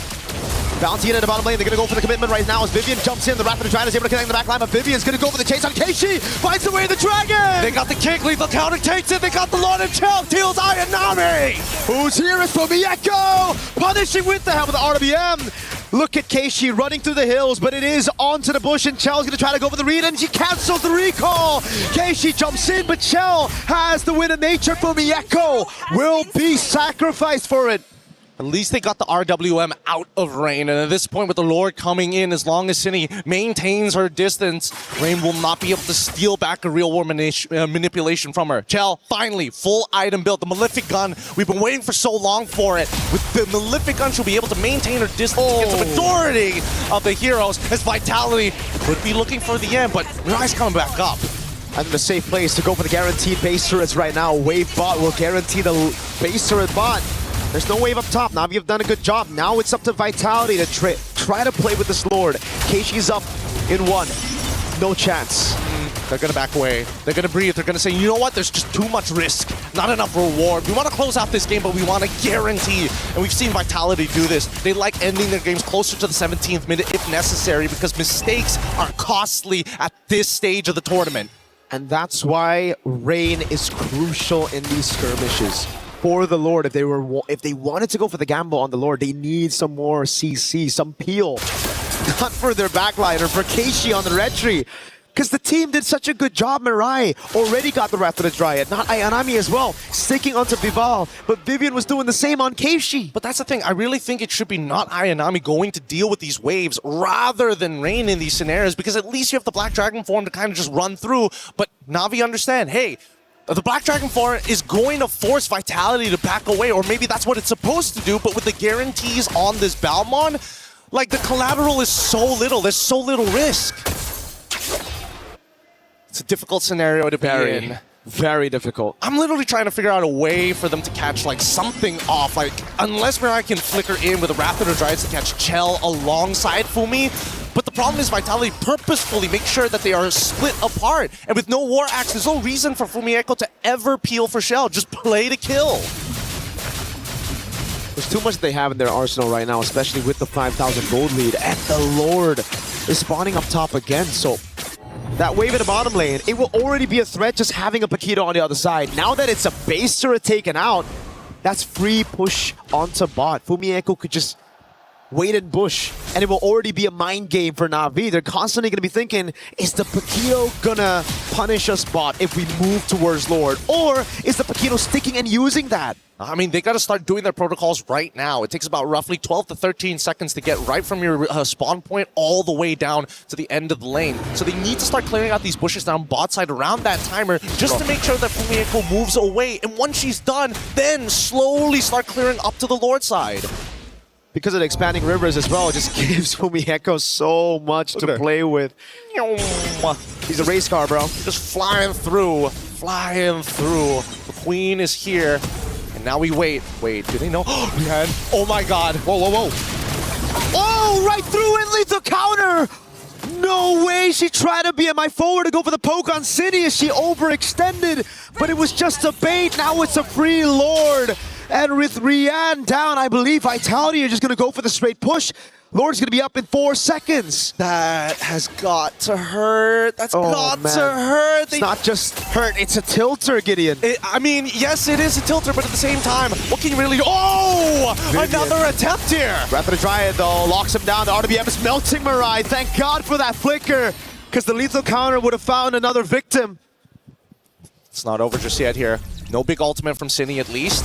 Can Rain steal it? And yes, they got the RWM back. But she's getting poked down now. It's giving the RWM to lock Cine down. Has the flicker out. Not Ayanami with the Petrify on the Fierce side, but it's her that gets deleted by Chell. Last baser up top going to be taken down as Mirai tries to move up forward for Rian to clear. They're not willing to die for this. They're not willing to die for this base just yet. There's enough minions, and honestly, they could have forced it down, but Keishi finally in a position where at actually, she does some real damage. Rianne as well. She's scaled up to the max items, and if the Art of Thievery is maxed out with the Golden Staff, I don't think Vitality can hold it out, especially without some Winds of Natures around, which they use very early on in that fight. I'm just scratching my head right now, trying to think of a way for Na'Vi to come back against Vitality, who've scaled up. Because even if we talk about scaling, this is a carry and a Yve. Exactly. And I think the worst part about it is that the fact that they have guarantees on this Lord, I think they need to kill Vival at some point. The question is what timer is good. I would say around 30 seconds is pretty good, arguably even 20, but Vival just refuses to die and is always so close to her team. The only time she died was when she brute forced Turtle 1, and even then she died with the Turtle after securing a big objective for the team. Rianne has the Wind Talker, right? No more boots. She's bootless. She is full damage with a Wind of Nature, but she still gotta respect that lethal counter, man. That big bonk. Na'Vi, at this point, is just waiting for Vitality to make the mistake. This game is not in their control. It's not in their hands. It's an uncomfortable feeling to be in, but at the same time, you kind of have no choice. There is no out at this point, and I think that much is clear. Vitality, they're going to slowly choke them out. But truly, who can maintain this game, right? We're already going in close to the 20th minute. Eventually, somebody will fall. Na'Vi have to try to either gamble it around the Lord or just bank on a defense. Because at this point, they're trying to do both. They're trying to set up top to clear the wave. After it's been slow pushed, then they try to go over on Lord. This is a good idea. Could they sell this? How could they sell this? Did they make Yuzong just walk into Tribe Rush or something? I think they sell it by just waiting for someone to walk up right now. And they clear it out. They know the timer is up right there for the Lord. So they reveal themselves. And it's still going to be a slow push again. They haven't cleared it enough. Yeah, this is inevitable. This feels inevitable, and Vitality have played this so very well. They've got to gamble. They've got to gamble. They got a 50-50, and Fumi already on the top side. I don't think they can gamble when Rain is in the base defending, and she doesn't even have good clear against these super minions. Oh, Fumi. We need to see the super play here. Vival can open up the map. Chell just holding it as well. Look at the poke from Sinion, not Ayanami. That's the main initiator out of the fight. Half HP as Fumi Echo again waits in the bush. Try to go for it. Oh my god, wait, the dragon and the full pounce! That's Wind of Nature. Fumi Echo able to survive right now as that's been the Lord taken down as Chell gets the kill on Keishi. Vivian gets away as well and gets the chastised Pauldron. No Purify and no Wind of Nature on Rianne. However, at least they were able to trade 1-for-1 here, and Cine ends up going down. I want to see whether Rain already stole the RWM. If she hasn't stolen the RWM, it's going to be a little awkward once the Lord starts pushing in. But even so, really nicely done from both sides. This is defendable. 30 seconds on Cine. They're going to have time to build up. Now, the question is for Vitality, do they want to bank on a 4v4 instead of waiting for Cine, right? Because if they wait for Cine, this Lord is as good as gone. Yep. And I mean, big issue is that Cine won't be able to participate in the fight like fast enough. And no chance. Unless Vitality just starts slowing, they can't slow their own Lord down. And Na'Vi, they don't mind it coming in quick. Yep, 10 seconds on Keishi, so it is going to be the gamble. If they can go for a fight before Keishi spawns, and Fumi Echo jumps in. Knockout strike is off! When a crown already used up as Rianne goes for the damage again. Damage reduction coming out. Fumi Echo is able to survive, but now it's Vivian caught on the taunt. Still able to get away with Ji Kundo, and the Black Dragon form comes around as Vivian is going to get taken very low, but it is Na'Vi staying in this game. There's still the second wave that we have to worry about. This is where Cine now comes into play with the RWM. They might be able to do something here with it, and they still have the Way of the Dragon. No IMU from Rain, no Wrath of the Dryads coming in from Mirai. Oh, wait a second, you're right. Second wave, here we go. Ultimate's already down, and they still have Cine on the Eve. With the damage, with the poke, coming down with the Wishing Ladder. Oh, Ayanami finds Beerus down to Petrify, but she gets baited in, and now it's an RWM to take Ayanami down. Didn't get max value, but that should be good enough. 2 siege minions there, and Na'Vi, with the Vitality, has to tax him every single time. Oh my goodness, the damage coming in from Yan. Good enough to chunk down Fumiko past 60%. And they defend again, even with Ayanami down. They have enough firepower with Rianne in the late game, having full items, even the bootless with no boots, just a Wind Talker. That's why she's dealing 1 billion damage. Oh, This is a really tough game. It's clear that both our ladies here up on stage, they don't want to drop this game. And Vitality, what looked to be some huge momentum, has kind of halted. It's starting to stall out. And Na'Vi, they feel it, but at the same time, it's still not in their control because they're missing all the inhibitors. I've seen these games before, you know, Gideon. A game that was dominant to one side, but a team just holding out all this time. It was also a yellow team against a sort of orange-yellow team, so it's kind of similar. Very, very similar. It happened in M5. Oh, it's an all-in over from Echo. Keishi finds a pick together with Mirai. Wrath of the Dryad is what they use to get Fumieko, but look at the rest of the team right now as Keishi gets zoned away. It's a free Lord. Rian with the BMI forward. Trying to go for the chase right now with the Black Dragon form as well, but she might just be too far ahead. Well, but again, trying to force out a fight that they don't exactly have the perfect position on just isn't worth it. But they've already staggered the team of Vitality. They are currently 4v5. Now that the Lord, similar scenario, but at least they have City on their side. It's all up to Rian, 1-5-4, but the KDA doesn't matter when you've managed to make it to the 24th minute of the game. You have all your items. This is the time for Rian to find that redemption. But Vitality have an Evolved Lord. 4v5, but you have damage reduction. Now it's Rain, who has stolen the RWM. That's the right ultimate to take. All right, can they play this? Vitality, do they want to force Wrath of Dry? And RWM already out!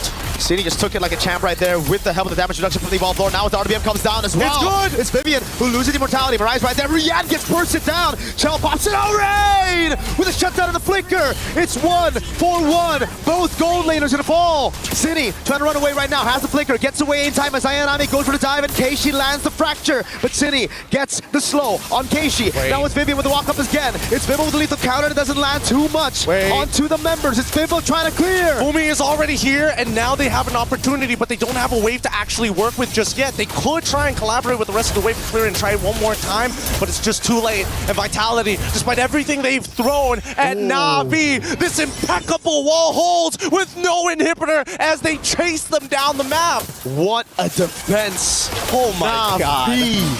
Through how many Lords? 4 Lords defended. Yes, they are down to just their crystal. But it just shows how tenacious they are. They get back up every single time they get put down. This is a really, really tough game. Both sides understand the pressure, but both sides want to end this clean. Na'Vi now is starting to adapt, realizing, you know what, despite our inhibitors, as long as we make sure the timing is good and we time our tempo to sync up with Vitality's, there is a chance, because they are prone to mistakes too. Now it's back to the build-up. We take a look at the equipment now. Immortality for Cine. Immortality down for Vivian. We have to take into account some of these immortalities that have already been popped in the fight. Hold on, Vivian! With no immortality, opening up those bushes now seem a lot more scary. They're still pretty tanky overall.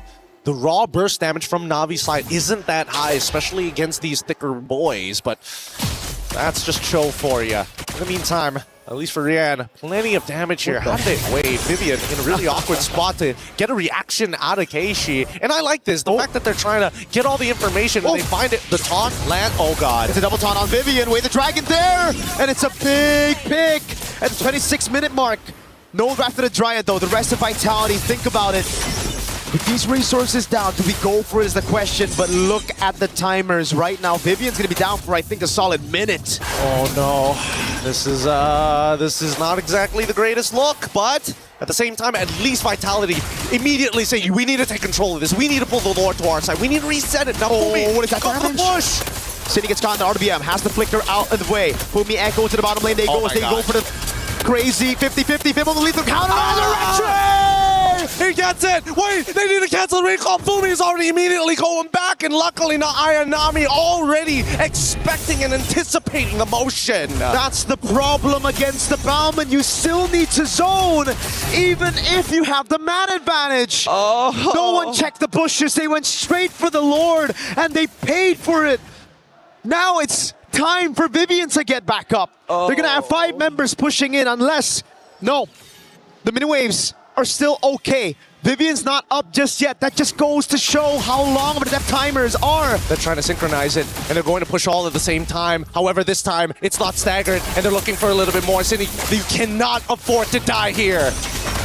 They have to play it very safe. Just go for the poke constantly now. It's blazing duet from Rian. Onto Pumi Echoes. Able to flicker out the safety now. Mirai trying to go for the rapid drive, but gets knocked down. Whoa! Find the lethal counter. Nobody was expecting that much damage, but okay, it works out. Vitality now looking for the end.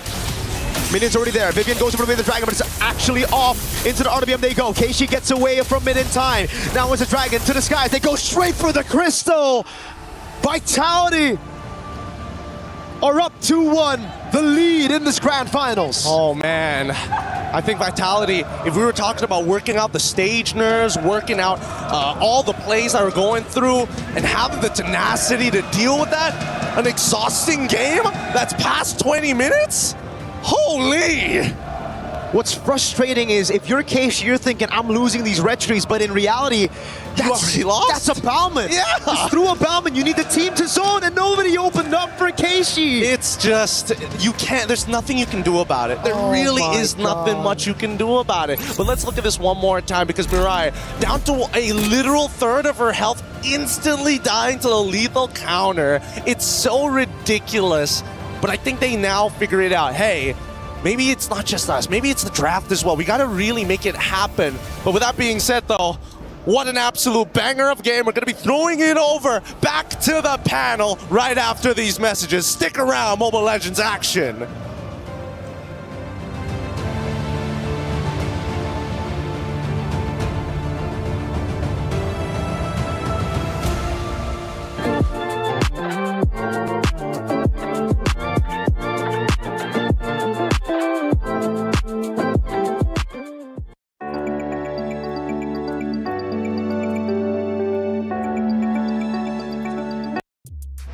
If you weren't entertained before then, you should be at least entertained now. An unbelievable round, the longest round we have had yet for the MWI in 2026, going nearly 30 minutes. Back and forth, Na'Vi refusing to budge until the very last seconds of the round number 3. I am blown away. MLBB has been incredible, and I have loved watching it over the past 5 days, but that has to be the best map we have seen yet. It turned out so close. Do we have no idea what we're talking about? Absolutely none. What? Absolutely none. We were talking about how Vitality wanted to go fast, and now they're the one scaling, and then like we said that, you know, Na'Vi wanted to scale, not go fast, but then they had very fast game 1. What's going on? Absolutely no idea. I thought the game was going in a certain direction, and then it went another way as well. There's just so many things to talk about, honestly, in that almost, what was it, 27-minute game? Like 20, 27, 28. Let's look at the stats. I believe we're going to compare a couple of different players here after this map number 1. And yes, we will have our star-studded players. It was 28 minutes and 10 seconds. Unbelievable. But what are we looking at when it comes to our star players? Well, first of all, we got to talk about Sini, man. She's the carry as well as the best wingman, always being there when we're talking about fights. Over 6,000 damage per minute. That's amazing considering it's 28 minutes of the game. Sini on that eve, unstoppable. But I do have to, give my flowers over to Rian here. Being able to get the rich guy. We were looking at her laning phase earlier on, and she wasn't having that great of a time up against Shell. But the fact that she was able to, get to the power spike, be able to stay relevant within the game despite her being so far behind, I think that's very impressive. We see now the players going back. Oh, we even have some dancing action. We have some dancing inside of their vaults as they get ready to set up for map number 4. But just seriously, I'm absolutely blown away. Obviously on the bottom there, you have Vitality. They're feeling comfortable. They're feeling good. Granted, it was tense. I felt like there were moments Vitality absolutely could have closed it out if they played perfectly. But Na'Vi also, in their base defenses, were out of this world. And I believe we're going to take a look at a couple of them anyways, especially the first base defense. And really was a shock to see Na'Vi defend as well as they did. I mean, it had to have been 3 or 4 if I'm not mistaken. Yeah, and honestly, we talk about this backstage as well, where this is such a long game. This is going to be the turning point for this best of 7, because let's put this into perspective. This is 28 minutes, and this is only the 3rd game in this best of 7. Before we start, Taylor, even you talk about stamina. Their stamina has been depleted quite a lot in just this one game. Dude, it's incredible. This is like literally 2 games, 3 games rolled into one from like quarterfinals. Obviously, going back to group play, rounds were like 11 minutes. So it just absolute insanity. We take a look at our second base defense. Na'Vi holding on tight. An unbelievable set of circumstances they had to go through. We're talking the Lord coming in, Vitality with a full frontal assault, but Eterna, they held on tight. They did. They held on real tight. And this was one of these exceptional moments, I believe, that was made by Rain. The fact that she was able to get 2 people down here, really just making the team fight unorthodox, I would say. Like, not the way that obviously Team Vitality were planning. And they went like this over and over and over again. Yep. The splash damage and the taunt as well that goes through from the Valentina was very surprising for me. And in the later stage of the game, it turns out it came out really clutch. And I want to say that was just 2 of them, right? But we had like 3 or 4 of those moments throughout the 28 minutes. And one of the critical moments of the game was the final Lord fight. And Vitality ended up stealing it for themselves. And the commentators were going absolutely insane. Crazy 50-50. Vivo will lead the counter resurrection. He gets it! Wait, they need to cancel the recall. Fumi is already immediately going back, and luckily not Ayanami already expecting and anticipating the motion. That's the problem against the Bauman. You still need to zone, even if you have the man advantage. No one checked the bushes. They went straight for the Lord, and they paid for it. Seeing Gideon just sitting there and then going absolutely ballistic. I love when we get the chance to see the commentators who are providing the voice to this grand finals. Hey, this tournament has been insane and the competitors are playing for a lot of money. However, you out there at home, guess what? My champions pick is now live. 2 champions, 1 game. From July 27th, submit your predictions for the MSC and MWI champions for a chance to win 50,000 in-game diamonds and MSC 2021 through 2025 tournament skins. Don't forget to leave your picks under at MLBB Esports post for even more chances to win. Lock in your champions now and cheer for your favorite teams. Hey, you can win at home even if you're not up there on the main stage. It's now, 2-1 in favor of Vitality. And for the first time, they take the lead. We go to the stage to look at the emotions from that last round, and I'm sure there's going to be plenty moments, 28 minutes of it, right, of heartbreak and elation. And for the side of Na'Vi to go that long. Now, do they take away hope from this map? Yes, they lose. But LaFell, they were losing for a large majority of that map, but they held on tight. I think there's a lot of positives to take away. Yeah, here's the thing. I feel like looking at how the pick and bans have been going through, I feel like they need to risk it by not banning the Akai. Because so far, we've seen Vitality banning out the Baxia and then Na'Vi banning out the Akai. Those are basically the only real relevant tank junglers now. So I kind of feel like they're setting themselves up for failure, that they don't have a lot of different opportunities, because Keishi in that game using the Nolan, you saw how Rian had the most gold. And that kind of just shows me as well that unfortunately Keishi was not able to farm that much. So I feel for game number 2, you don't want to give match point, try to get a tank. I agree. I think the tanks have been working so much better for Na'Vi, and surprisingly so. If they do still want to go for Assassin Jungle, if they still want to play with that flare, at least help the Nolan out. Because if you give a pick over to this person that you're looking at right now, again, that's right, the mother of tanks, something like the Cho, despite her kind of, falling behind in that 2v2 in the mid lane in the early game, she did still have the opportunity to dive into the enemy jungle, pressure the Nolan so much in the early game that Keishi really didn't have a chance to look for her star openings, to farm the way that she would want to farm and eventually get, the power spike that she wanted. So yeah, do they just resort back to jungle? I don't know. That's a good question. I mean, Vival, there's been a lot of questions about whether or not Vival should run Assassin. Should she go tank? Well, she went the opposite direction this time. It ended up working out. Now check this out. The dynasty of Team Vitality. Next target MWI at EWC 26, LaFell. All those trophies lined up, but there's one spot missing, and it's MWI 2026, and now they officially have the lead. I gotta say, Vitality made our designer's job a bit difficult because they could only fit 20 there. They could only fit 20. They wanted to put 30, 40, but it's like, okay, we gotta put this out, this out, this out. We're just gonna put like what? That's like 3 to 4 years worth of trophies. Right. And yeah, honestly, at this point, they don't need any more. But hey, that'll be nice. We're back to the stage where we just left off, a 28-minute game. So much back and forth. Great base defenses from Na'Vi, but the relentlessness of Vitality ended up paying off in the end. They now lead 2-1. Now, LaFell, I'm going to go to you real quick, and the reason why, because you were making some spicy predictions before the series started. Now, you said if it was 0-2 in favor of the side of Na'Vi, series was done with. Now it's 2-1. What do you have to say?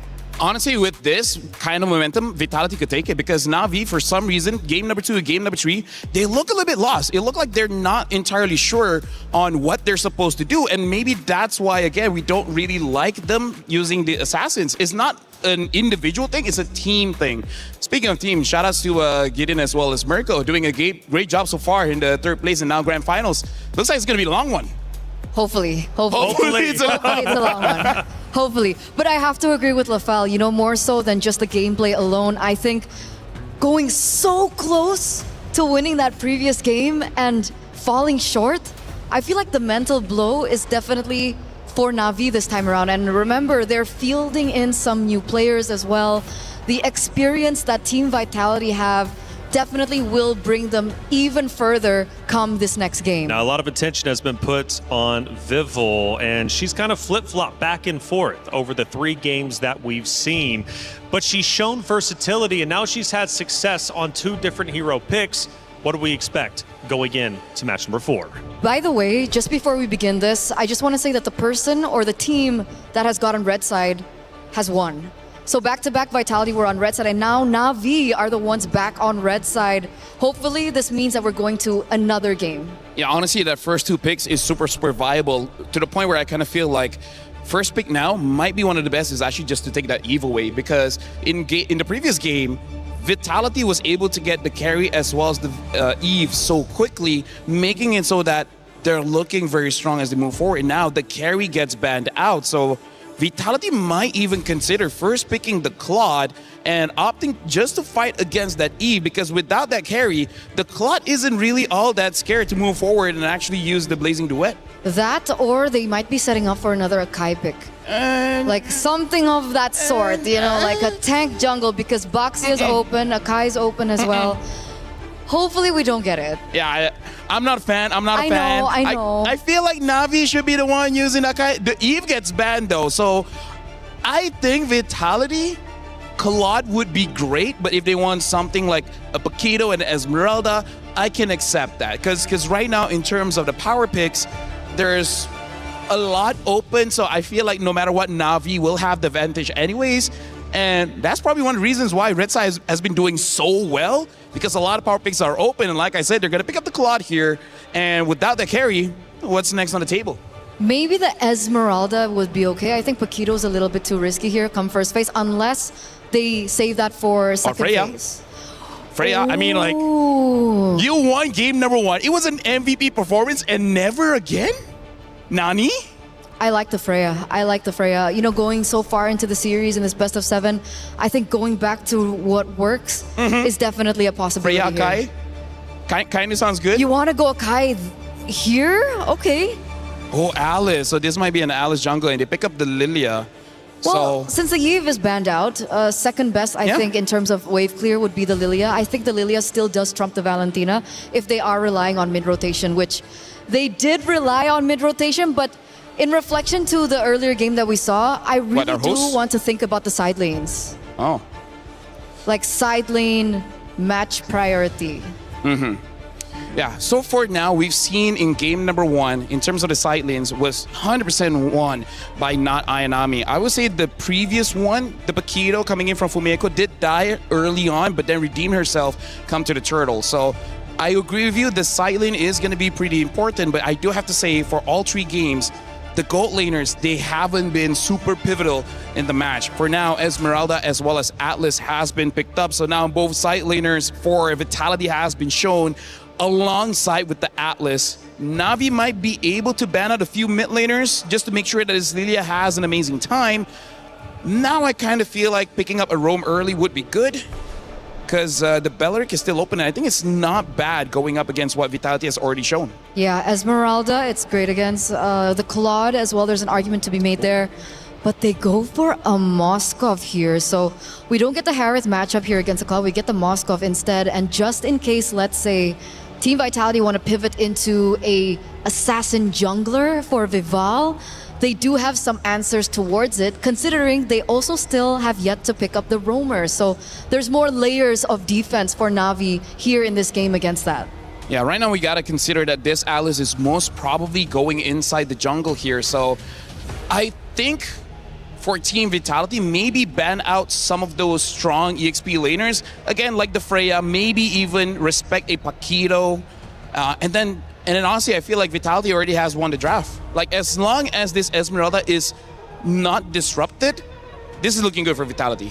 Could be. I think it depends again on Cini's pick. And Na'Vi understand this. The Kimi does get banned away. When I had a look at the Atlas pick, third in for Team Vitality, I expected that they would go for something of Burst. See, I don't know what Cini would like to play. Does she want to go for something real heavy into Burst? Like the Farsa? Kagura? Farsa? Farsa does work, but the Kagura was the hero that we did see her really play on in this MWI. Another hero, if she's feeling frisky, she could actually pick up the Gourd. The Gourd might be able to do quite well against this lineup coming in from Na'Vi. The burst coming in from the Farsa could honestly win you so hard for the first two turtles, because you can deal with Lilia to the point where she might not even have time to use her black shoes, and then she's out of the way. Kimi as well as Valentina has been banned out here. The Belleric has been banned, so it looks like Vitality, they're trying to make sure that Mirai doesn't have any heroes. But in this situation, I can see a world where she might pick up the glue. Glue is an option. If Vitality seem to be leaning more towards Assassin, we might see a Kaja pick. That is something that she has picked up as well for MWI. Another is Gatot Kacha if they want to play a little bit more, what do you call it? Counter engage against the Atlas. The Revitalize is good as well, making sure you stay in the fight for a very, very long time. Yeah. So yeah, 20 seconds in, I kind of feel like between Gatot as well as Glue would be a pretty good ban here, just to make sure that they don't have that in the bag. And in terms of the EXP, okay, it looks like they're banning out the Gatot. Yeah. Na'Vi, I think if they want to set up for Glue, just pick up a very strong EXP and then see if it's glueable, and then it should be good. So we're still sure that this Alice is going jungle? Well, given the run, they did win with that. Okay, they show up the Glue now. It still could be a roamer. What, the Glue? The Glue. I think it's 100% a roamer. I think this is Mirai's hero. Alice jungle. Yes, I think Alice jungle and Glue is going into the roam. So Pattern-wise, I agree. But there is still a possibility. Okay. Let's see here. For Vitality, I'm looking at the jungle here. The Nolan is still open if they want to try for that again. And honestly, Ling is not bad because there's a lot of squishies here that she should be able to kill off very, very fast. Especially when you have the Esmeralda and the Claude. It does make it so that you don't have to worry about your siding, and that's why they have the Ling. So now Na'Vi, in terms of the EXP, I think they need just a bit of crowd control so the Paquito wouldn't be bad. Just try to avoid the Esmeralda and you're good. The other option would be an Arlet, but the problem is Arlet loses so hard against Esmeralda. I like the Paquito. Like, just in case this goes to, the later stage of the game like we saw in the previous game, the Paquito is still the king of the far lane, especially if the Paquito is not falling too far behind of the Ling. The Paquito should be able to control the far lane. Yeah, I'm looking at Paquito or Freya. Both should be serviceable here because Na'Vi looks like they're going back to something that's comfortable for them. And now Vitality, they're just drafting for any kind of weaknesses that Na'Vi has showed. So I'm liking Vitality's draft. It looks sound and it looks like they should be able to do it quite well. Instead, they go for the Balman, which I think is good because going back to the tanks might be the way to get the win. That's the flex. That's the flex. The teams have gone back and forth. It's Na'Vi and Vitality both going for a championship. But the reality is Na'Vi needs to shut Vitality down now. Get rid of their momentum. If they don't do so, Vitality will be one round away after this to a championship. It is essential Na'Vi ties this series up 2-2, but if they can't, they will be in trouble. This map means so much to both rosters, but who's finally going to get it? It's Na'Vi, it's Vitality in Grand Finals. Mirko, Gideon, let's get map 4 started. Thank you, Reflections. Dear Lord, we've been waiting for this. Already our defending champions are one step away from putting their key into the totem pole, unless Na'Vi can do something about it. Just so close, yet so far, and at the same time, at least now they don't have to worry about neutral objectives. They got the Bauman for themselves. Unless she gets CC chain, right? That's the thing. The Bauman will win out in 50-50s, and I think Na'Vi, they just always went for 50-50s instead of trying to zone the Bauman to make it a little bit more equal. I think right now Vitality have enough damage, they have enough burst as well to blitz it, plus they got the CC from the Atlas. Again, last game Atlas was banned by Na'Vi, so they couldn't take it to counter the Bauman. This time around, it's on the hands of Vivian, who already had a fantastic game on Cho. And they want to do even better this time around. Not to mention that at least looking from Rain, looks like they have pull yourself together and make sure that the Purify comes up a little more often. Little Wander will fall into Keishi's hands, and at this point, you're thinking, hey, with the upcoming turtle, what would be the worst possible outcome? I think it's really if Vivian ends up dying early, or maybe they catch out Cine. It shouldn't be ideal, but at the same time, I would imagine that, like, hey, if they are able to contest or break apart that mid trio, they've got some work cut out for them. You have to look at the pattern though, Mr. Gideon. So far in the knockout stage, Vitality have always dropped a map, a game. Against Falcons ID, they dropped the game, they were able to take the entire series 2-1. Then we continued on to just yesterday in the semifinals where they dropped the game again against Geltech Cyber Team. But overall, we're able to take the series and every game got more dominant than the previous ones. Well, I mean, yes, that is true. But what happens? What if we're looking at this narrative wrong? What if they take this game away and Na'Vi turns it 2-2? Does that still apply, or does this only apply to best of 5s? What about best of 7s here? Ooh. Does Vitality have what it takes, especially when it comes down to these marathon runs? That's a good one. That's a good one. It's been best of 3s. That was the first one. By the way, shout out to B right there. Smug little B. I love that guy. Smug little B. Smug little B. Best of 5s, it also was 3-1. So we'll see. Again, after getting this game, though, if they get this game, just as Reflection says, it's momentum. It's ridiculous momentum. Home turf as well. We just saw, in other titles, how home turf really plays a big role. Yeah, it definitely helps when you got your fans literally shaking the stage with their chants. Through the other stages as well, by the way. We hear the echoes and the shockwaves of these other titles. It's vicious. It's really, really vicious. But at the same time, does that mean that if Vitality end up, completing history, getting that title run, that next year we're going to get best of 10s at that point? It's like, at some point, they can't just keep on winning.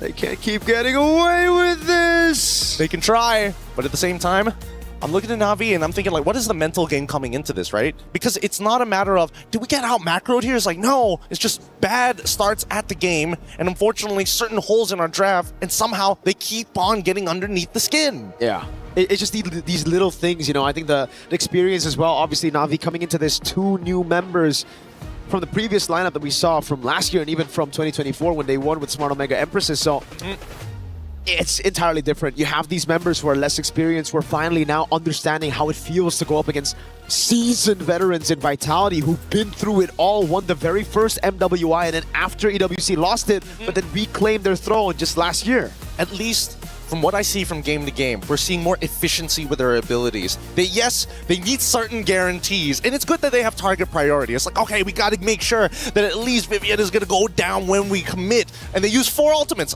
All right, following game, 3 ultimates. Hopefully we get somewhere close to 1 or 2, ideally to make sure that it gets a little bit more evened out. But by then, Team Vitality are already at high heat. So at this stage, now that we're already thinking about it, maybe they could look to punish a different angle. Maybe, even better, they start flipping the draft on them to make sure that their adaptations is always 1 step behind. Honestly, if we're just looking at the drafts, game 2, I really thought it was going to be Navi's win. I'm not gonna lie, I thought the exact same thing. And looking at this composition, I honestly see how Navi can win. I would give the advantage a little bit over to Navi in this game, just because there's no one to assassinate. This Ling, I expected to come out game 2. Game 4, they pull it up here against a Lilia who has black shoes, against a Moskov who should be able to just jump out of the Tempest of Blades and also pinning her down. A Glue, Bauman, Alice, those are self-explanatory. Yeah, and I mean, both of them, and they even went with Purify. Not even Flicker, Purify, just in case they get hit by the Tempest of Blades for whatever reason, or even better, get hit by, well, Atlas as well. I mean, the Fatal Link Switch is going to be really deadly and something that they have to keep in mind. But I'm curious, who's Mirai's target at this point? Obviously, you want to go for Ling if you can, but at the same time, it doesn't sound like a bad idea actually getting on to someone like Esmeralda and completely pulling her away from the fight. And I think in this game particularly, this Glue is going to have to itemize a little bit more defensive, because if you go for the classic Cursed Helmet into Glowing Wand, or heck, Glowing Wand first, there's a ton of damage that will obliterate you before you can even go for the mount.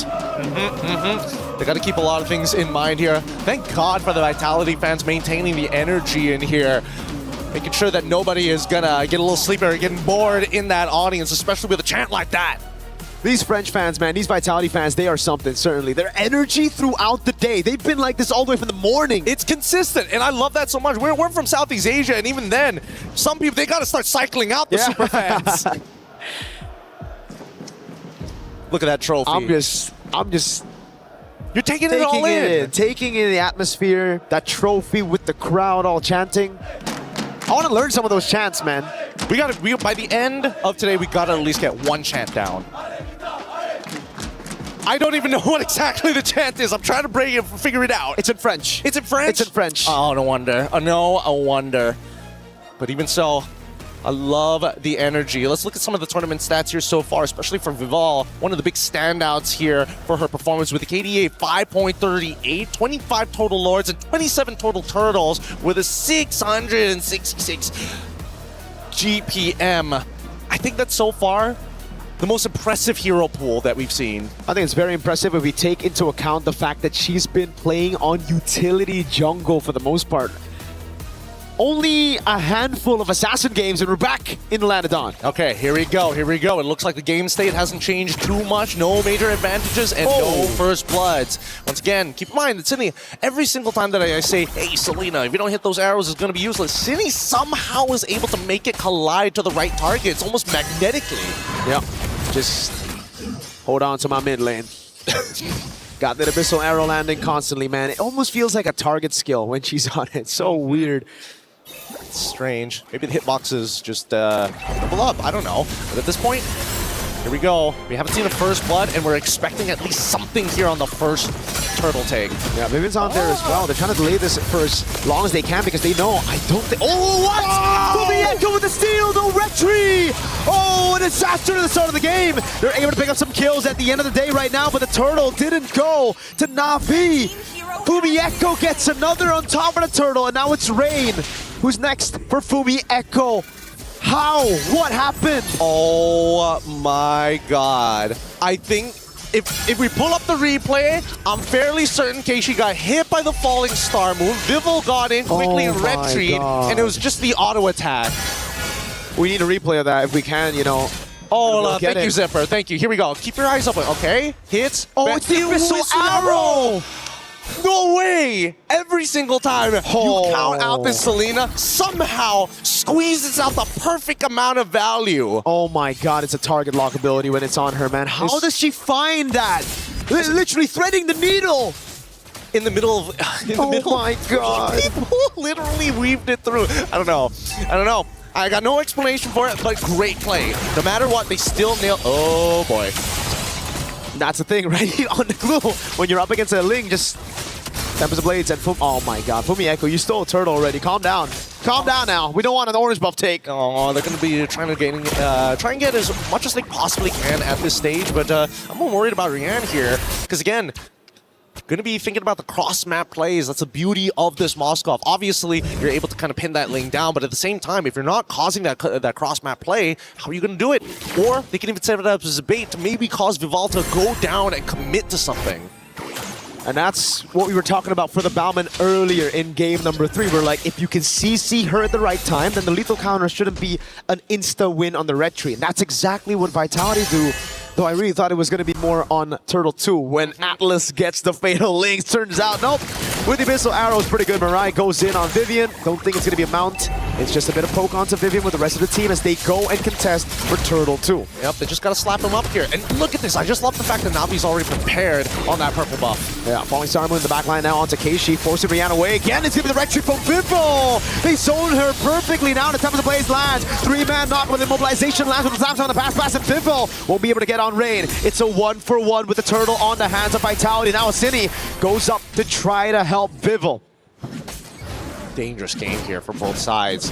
Keishi, unfortunately, that lethal counter was just a little short. Couldn't get it past it as Vivian pulled her away in the middle of that fight. Vitality's already looking in pretty good shape here, but now this 1.3k lead, we should know what to expect at this point. We've already seen it happen 2 games in a row now. And you can't even blame Keishi. You got a Falling Star Moon that you got to dodge. You got Vivian who's constantly on you, and the rest of the team, they were trying to peel too. It's just they don't have the resources to peel. This is kind of a composition made to dive, made to look for damage, especially Ayanami. It's just tough because Vivo can just pop in Tempest of Blades, Orange buff, there you go. It's a take with a lethal counter. That's what you want to see. But unfortunately for Bauman into the Ling matchup, it starts to become a lot harder once Vivel is in a position where she's 2 levels ahead of Keishi. Every single time you want to take a buff, as long as I can force you to use your ult on your buff, you ain't touching mine. Now look at the shove from Chell. Double lane for Rian, trying to get closer. Finding a way to close the gap on goal. Chell, though. Oh, this is a greedy move. She gets it, and the VMI back, despite the Spear of Misery. Nicely done, nicely done. It's all these small little wins that are just going to start stacking up. Hopefully, it's not going to cause that mental damage again, which Vitality, they know how to apply, especially with the way that they play the game in the late stages, how they chokehold their enemies. But now, I would imagine that Vitality, ideally, they need to start getting this lead back. And so far, we do see that Rain getting zoned out by Fumieko pretty early on into this bout, as there's only 10 seconds left until the next turtle. Ayanami, oh man, Cine is just so aware. Spots her instantly with a trap. Ayanami forced out of the bush. Lethal take already earlier for Vitality. That gives a little bit more vision to the rest of the team. Navi got tempo in the mid lane. They're going to have to dance around for a little bit. They didn't set enough abyssal traps. Asini is going to hold on to it for now. They don't want to have the perfect position around this lord because there's no reason to be around this turtle at this point of time. And wait, hold on, bottom side. Ooh. Looks like Rian, you're taking a good chunk of that Blazing Duet. City, it's going to be dirty if you land it. The SOD lands, but whoa, Rian goes for a Vivel. Sees the angle. Oh no, Rian in the bottom lane. 3 members coming around, and it's City who picks up the kill. Na'Vi weren't even on the turtle, so it gives Vitality a way to still respond to this. They have hope. They got to clear this out really, really quick. No Finch points as well. Fatal Lane knocks her up. Again, this time it's Keishi who still secures it. Gets a double on the whack as well. All right. At least Navi was able to get something off this. Yes, it did come at the cost of a little bit of scaling time, but it's not the end of the world. And City just trying her best to get away from the scenario that Rain is trying to force upon her. No flicker. Uh-oh. The trap lands. City gets an arrow as well. Now it's Vivo with a walk up too. He's going to go on to Rian. Tempest Blaze ready. Rian just spawns. She just got back in lane. And she is dead. City gets traded over. But I think for now, Vitality will think that was already a lost cause on the Selena. So we get 1 on top of it. Outplayed. And I can't believe it. I can't believe it. City, just great awareness overall. Set it up perfectly for Vivo. And that's exactly what you want to see. Especially when you know, hey, I'm playing Selena. My usage isn't to be consistent damage. I'm a little bit of burst, and I don't scale very well in the late game. But you will love these stuns. Rian doesn't like it. I don't think Navi likes those stuns, man. I mean, Rian could have purified out of it, so... She's got to hold it, man. She's got to hold it still. If it's Abyssal Arrow, don't use it. If it's Fatal Links, that's when you use it. Yes. Because if it's Falling Star Moon, there's just too many layers. There's too much. Ideally, it all comes down at once, and hopefully you don't die. But like you're praying at that point. Oh god.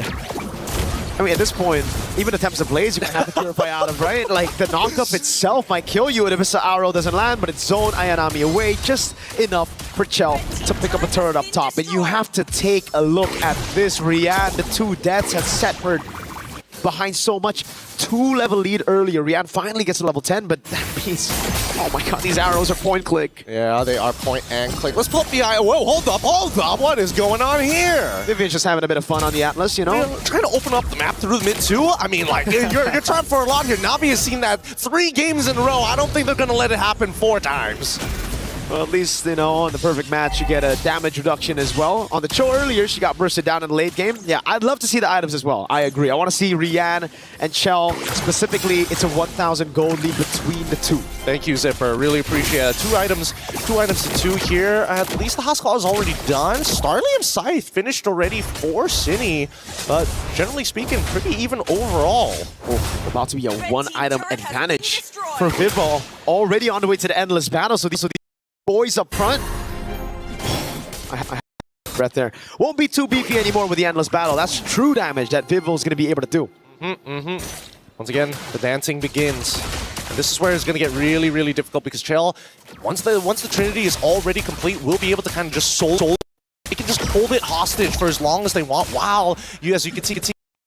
On the opposite end. They have to respond to this. Last time Navi lost all their inhibitors, they dragged it out about 30 minutes, and even then still couldn't get back into this game. So it's better to save the early mid before we get to that point. And it's just going to be the constant dash over from Vitality, dancing away with the Lord, utilizing Cine to clear down below with the Season Hunter, I guess, bro. I guess. Anything works. They gotta make it happen, but it's not enough of a threat for Navi to care about it. And it looks like, honestly, this is getting under the radar. Rian's in a position holding mid and still being able to clear that bot side. But let's see if it does start to force whether this SOD connects. What did Vitality do? Did he pull the trigger on a fight, on a skirmish? Vivo's losing a ton of HP already. Vivian, perfect match onto it. And also back line. Oh, wait, Vivian just goes for the knockout. That's going to be the Lord secured already. The SOD lands, but you shouldn't take it. Vivo already got it. Great zoning by Vivian as she survived. Yes. Oh wait, Rian did eventually take it for some reason and decided, you know what, I don't want to push down on that bot side. I got to go save that top side instead. I thought it would be better to get a tier 1 in the bottom lane instead of SODing into a 4v5, but now Vitality, they, well, should be happy with that. No trades at all. Navi don't get any gold in their pockets from that. And they also got the battle spells out of the most important targets, the main engagers for the side of Navi, and I think that's why Vitality is a little like, oh boy, we gotta be a little careful, right? If their engage is too strong or hits too many of us, it's already over, so if it only hits one of us, we can counter-engage. So now with the Lord bottom lane, Vivian's gonna walk up on Ayanami. Just opening up the map, the Ling's up top. Vivo's doing such a fantastic job. They're gonna siege in mid. Mirai can't defend it. There you go. I thought she was going to walk up there. I thought she was going to walk up there too. But at this point, at least now that the Lord has already been taken care of, they now need to worry about that second wave that's about to collapse here. Okay, forcing the fight. Donor Ruin and the SOD lands as well. Vivian goes in for the big fatal links. The Abyssal Arrow doesn't land, but now it's going to be the re-engage from Fumieko. Oh, good Spear of Misery onto Vivo. She's going to be zoned away by Rian right now. As that's the chase onto Fumieko, who's still able to escape. The Abyssal Arrow landed earlier. Vivo now caught in the bad spot. Tempest of Blades dodging away from the lethal counter. Nicely done by Navi. A successful defense, and we know they've been put in these positions many times before, but the gold lead is honestly negligible at this point. 3.5k as we're about to get into the later stages of the game. Once you're past 42,000, that means all of your core should have the correct amount of core items to start brawling out with everybody else. The major leads that we've seen, Fumieko, crazy amount of damage dealt already. More than Chell, more than Rain. 3.5k gold lead for Vitality, but it feels like a 10k gold lead. They are holding every single position on the map. Navi are just stuck under this tier 2. Mirai's doing a good job, at least, you know, but it's kind of like the roamer's job now for Vitality. It's just freezing up the waves. Okay. Immortality down, and Vivian's dead. Did we just say classic Vivian or what? I mean, this has happened twice. I think it has to be classic Vivian. Don't worry. But honestly, it comes at almost little to no loss. It's not like it was a fat shutdown anyways. She did flicker. Yeah, and which is pretty big. Well, that is true. I can't... Ooh. Is that unforgivable? I'll forgive it in like 96 seconds. Lord's going to be up in 15, though. Vivo's doing a good job again, just shoving in bottom lane. stopping Na'Vi from getting any capitalization, any conversion on the objective. And Vivo, whoa, this is greedy from Vivo. Wait a second. It's okay. It's okay. Tempest of Blaze will get her she out. still got it with a retry. Yeah, and I mean, that's the funniest part, because now that the lethal counter is out, all there's left is Keishi's retribution, so they just have to wait it out. 20 seconds, Keishi's trying to burst it down. The missile arrow lands. Cine can go for a bit more poke now as Na'Vi go for the gamble straight up on the Lord, but Fumieko is going to do a good job. Falling Star Moon to the back line right now, zoning them in the back, forcing the slams down to pass, and now Cine walks up with the missile arrow.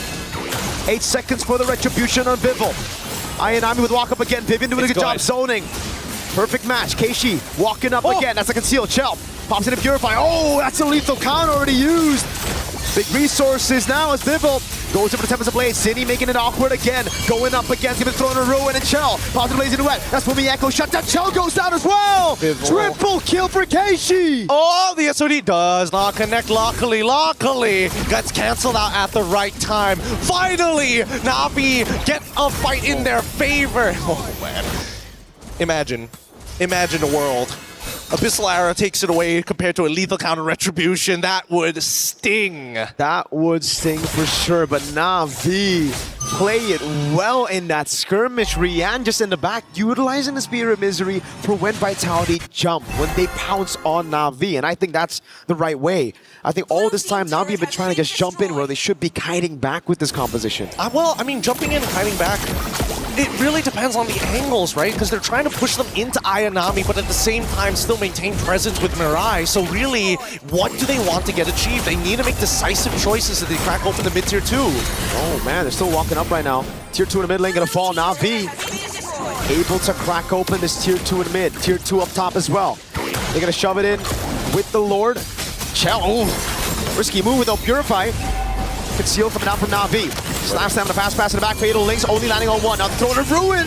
Catching them, immobilization. Fumieko bursted down by Rian. Chell's dealing with the wave right now. Cine walks up as well. That's Chell with the Blazing Duet onto the wave. Lord gonna be taken down right now. Vivian taken low. Yep, they're still going for it. Now the Tempest of Blades now hits onto 4, and they still can't seem to push them out. But the waves, there's just nothing left to give. And Na'Vi say, you know what?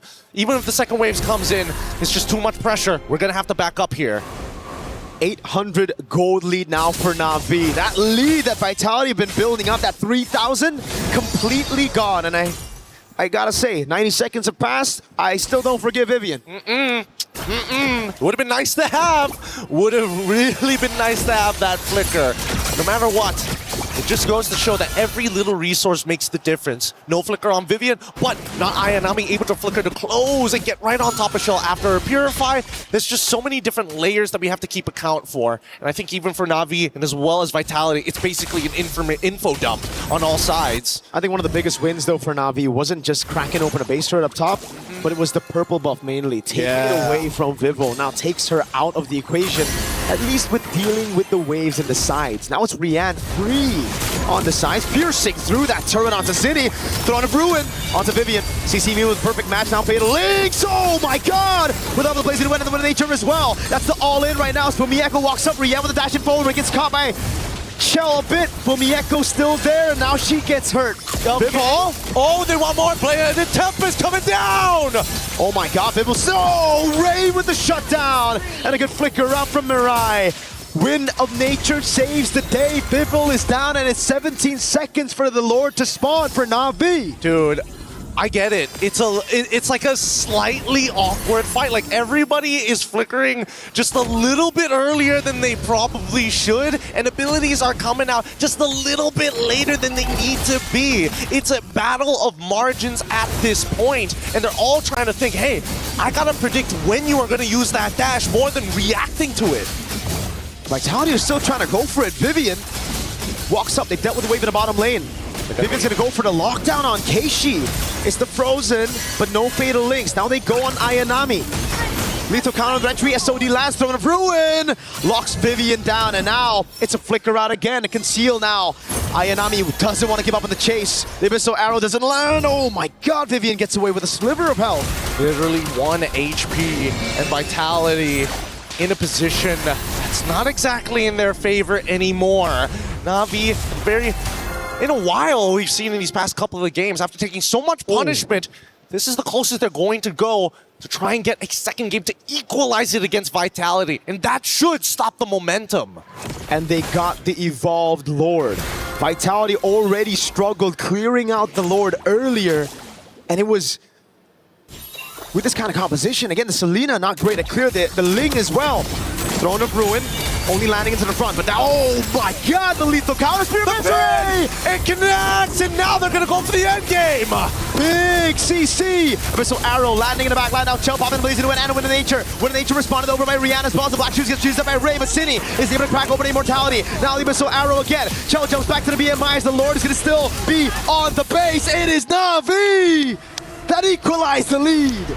Wow, the patience, the amount of damage that these ladies can take, the continuous momentum on top of that crowd from Vitality. Despite all of that, Na'Vi take this next game. We got a real series here.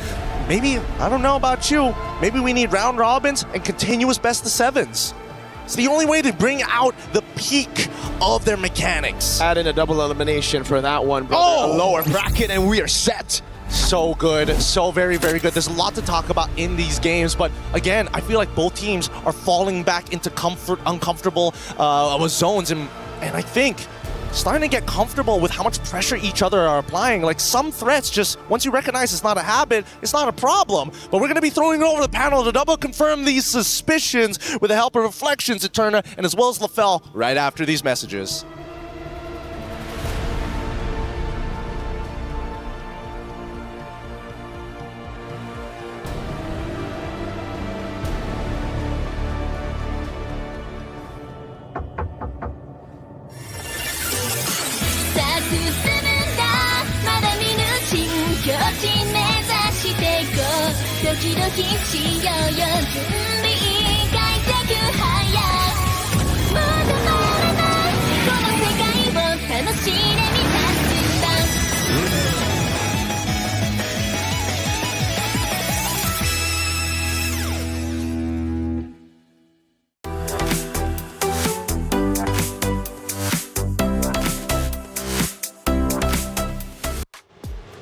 Oh, there it is. I said it, Na'Vi. They needed to answer back, shut down the momentum of Vitality. And well, they just did it. It's now tied up 2-2. Mistakes on mistakes, but you know what? For Na'Vi, they'll take it. Live look at the vaults here for the competitors. We do see a couple of members from Na'Vi, but for the Vitality roster, they're now there, and they've got a lot to talk about. I gotta tell you, Taylor, this grand finals is definitely something special because this is a different level of MLBB that I'm not used to. I'm not so sure how reliable our analysis is gonna be. But trust me, me and Eterna, we will try our very best to make sense of what happens, because here's the thing. Some of their plays just defy logic. They just figure out ways to make sure it's not supposed to be possible, but they made it happen. Well, I know for Mirko and Gideon, they've been losing their minds, and rightly so. We have an incredible series. Let's see how they were reacting to some critical moments. Double up, I don't know. But at this point, here we go. We haven't seen a first blood, and we're expecting at least something here on the first turtle take. Yeah, Vivian's on there as well. They're trying to delay this for as long as they can because they know, I don't think... Oh, what? Fumieko with the steal, the red tree! Oh, a disaster to the start of the game. They're able to pick up some kills at the end of the day right now, but the turtle didn't go to Na'Vi. Fumieko gets another on top of the turtle, and now it's Rain. First blood fight, the commentators going nuts and breaking it down as they should. That's where it started. First blood, Na'Vi already looking good. That was great, but they didn't get the turtle.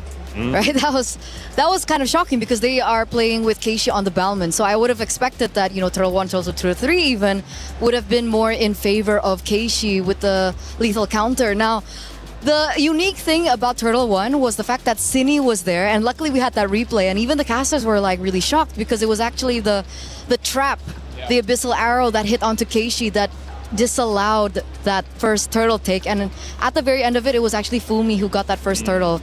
So initially it looked really good for Vitality. It looked like Na'Vi were making more mistakes, but as the game went on, it felt like it was swapped. It felt like Na'Vi understood the mistakes that they were making.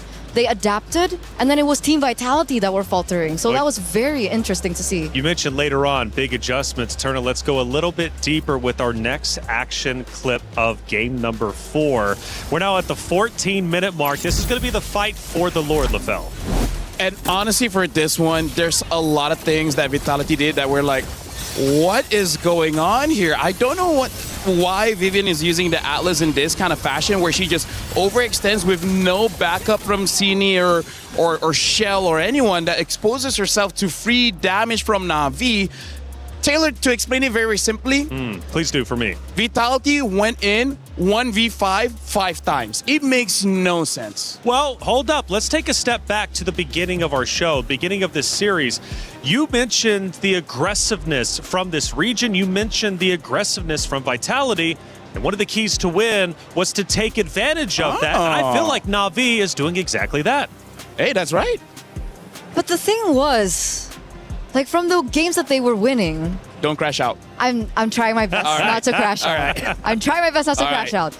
But it's usually calculated aggression. It's usually still aggression with a certain motive in mind. Either they want to, trade for objective or trade for just something else on the map, structure, anything. But here was so weird. Like Vivian got caught out so many times. I even heard Gideon mentioning Vivian just doing Vivian things, and that's not a good thing. Very interesting stuff happening here on the main stage.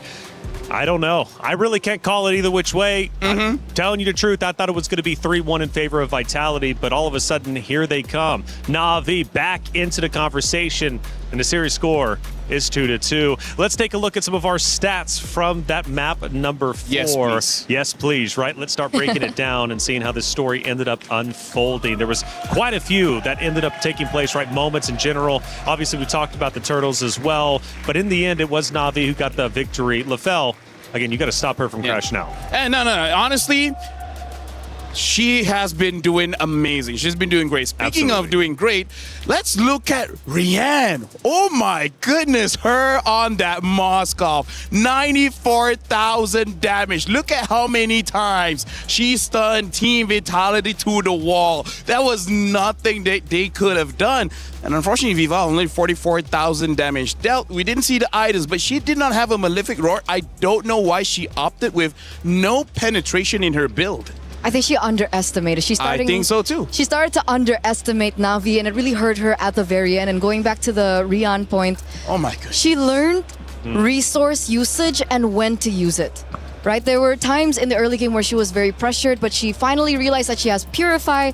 And then she saved most of her kit to make sure that the counter engage can still happen from them. Now, on this very stage in week number 6, we're going to have a special title, and it's called Chess. I'm sure you've heard of it. Rose had an opportunity to sit down with a very special guest, French chess Grand Master Maxime Bashir-Lagrave. Rose, come on, what did we have to say? Hey guys, we have a special guest here at MWI. This is MVL. He is a chess grandmaster for Team Vitality. How are you? I'm good. I'm having a blast here. You're having a blast. How do you feel watching MWI so far? Yes, I watched the semifinals yesterday. Oh. And I'm watching today, and also, with the team as well. So it's really nice to see the BTS of what's happening, and it's a big fight, so I hope we prevail. Yes, now, MVL, I gotta ask you, do you play any other games aside from chess? A few, like I played a bit of FIFA mostly. I tried Rocket League, but not too difficult. It's not for everyone, I understand. So, you know what, I gotta ask you, what do you think about, MWI and all women's league? How do you feel about it? I think it's great. In chess we have a lot of tournaments also only reserved for women. So, but hopefully it happens at the EWC in the next few years, but it's not up to me. Okay, that's interesting. I never knew that there was a lot of female-only tournament for chess. Yeah. You know what? I love the women empowerment. So, I want to ask you, is there anything you want to say to the girls from Team Vitality who are playing in this grand final stage? Oh, I mean, I believe in them for sure. I see they win almost every match. They're big favorites, and I can see they play well, and it's a big fight. And I think we will prevail. Oh, wow. Thank you very much, MVL, for dropping by our stadium. Thank you. Good luck on your match when it comes. I wish you the very best of luck. That's it from us, guys. Throwing it back to you guys.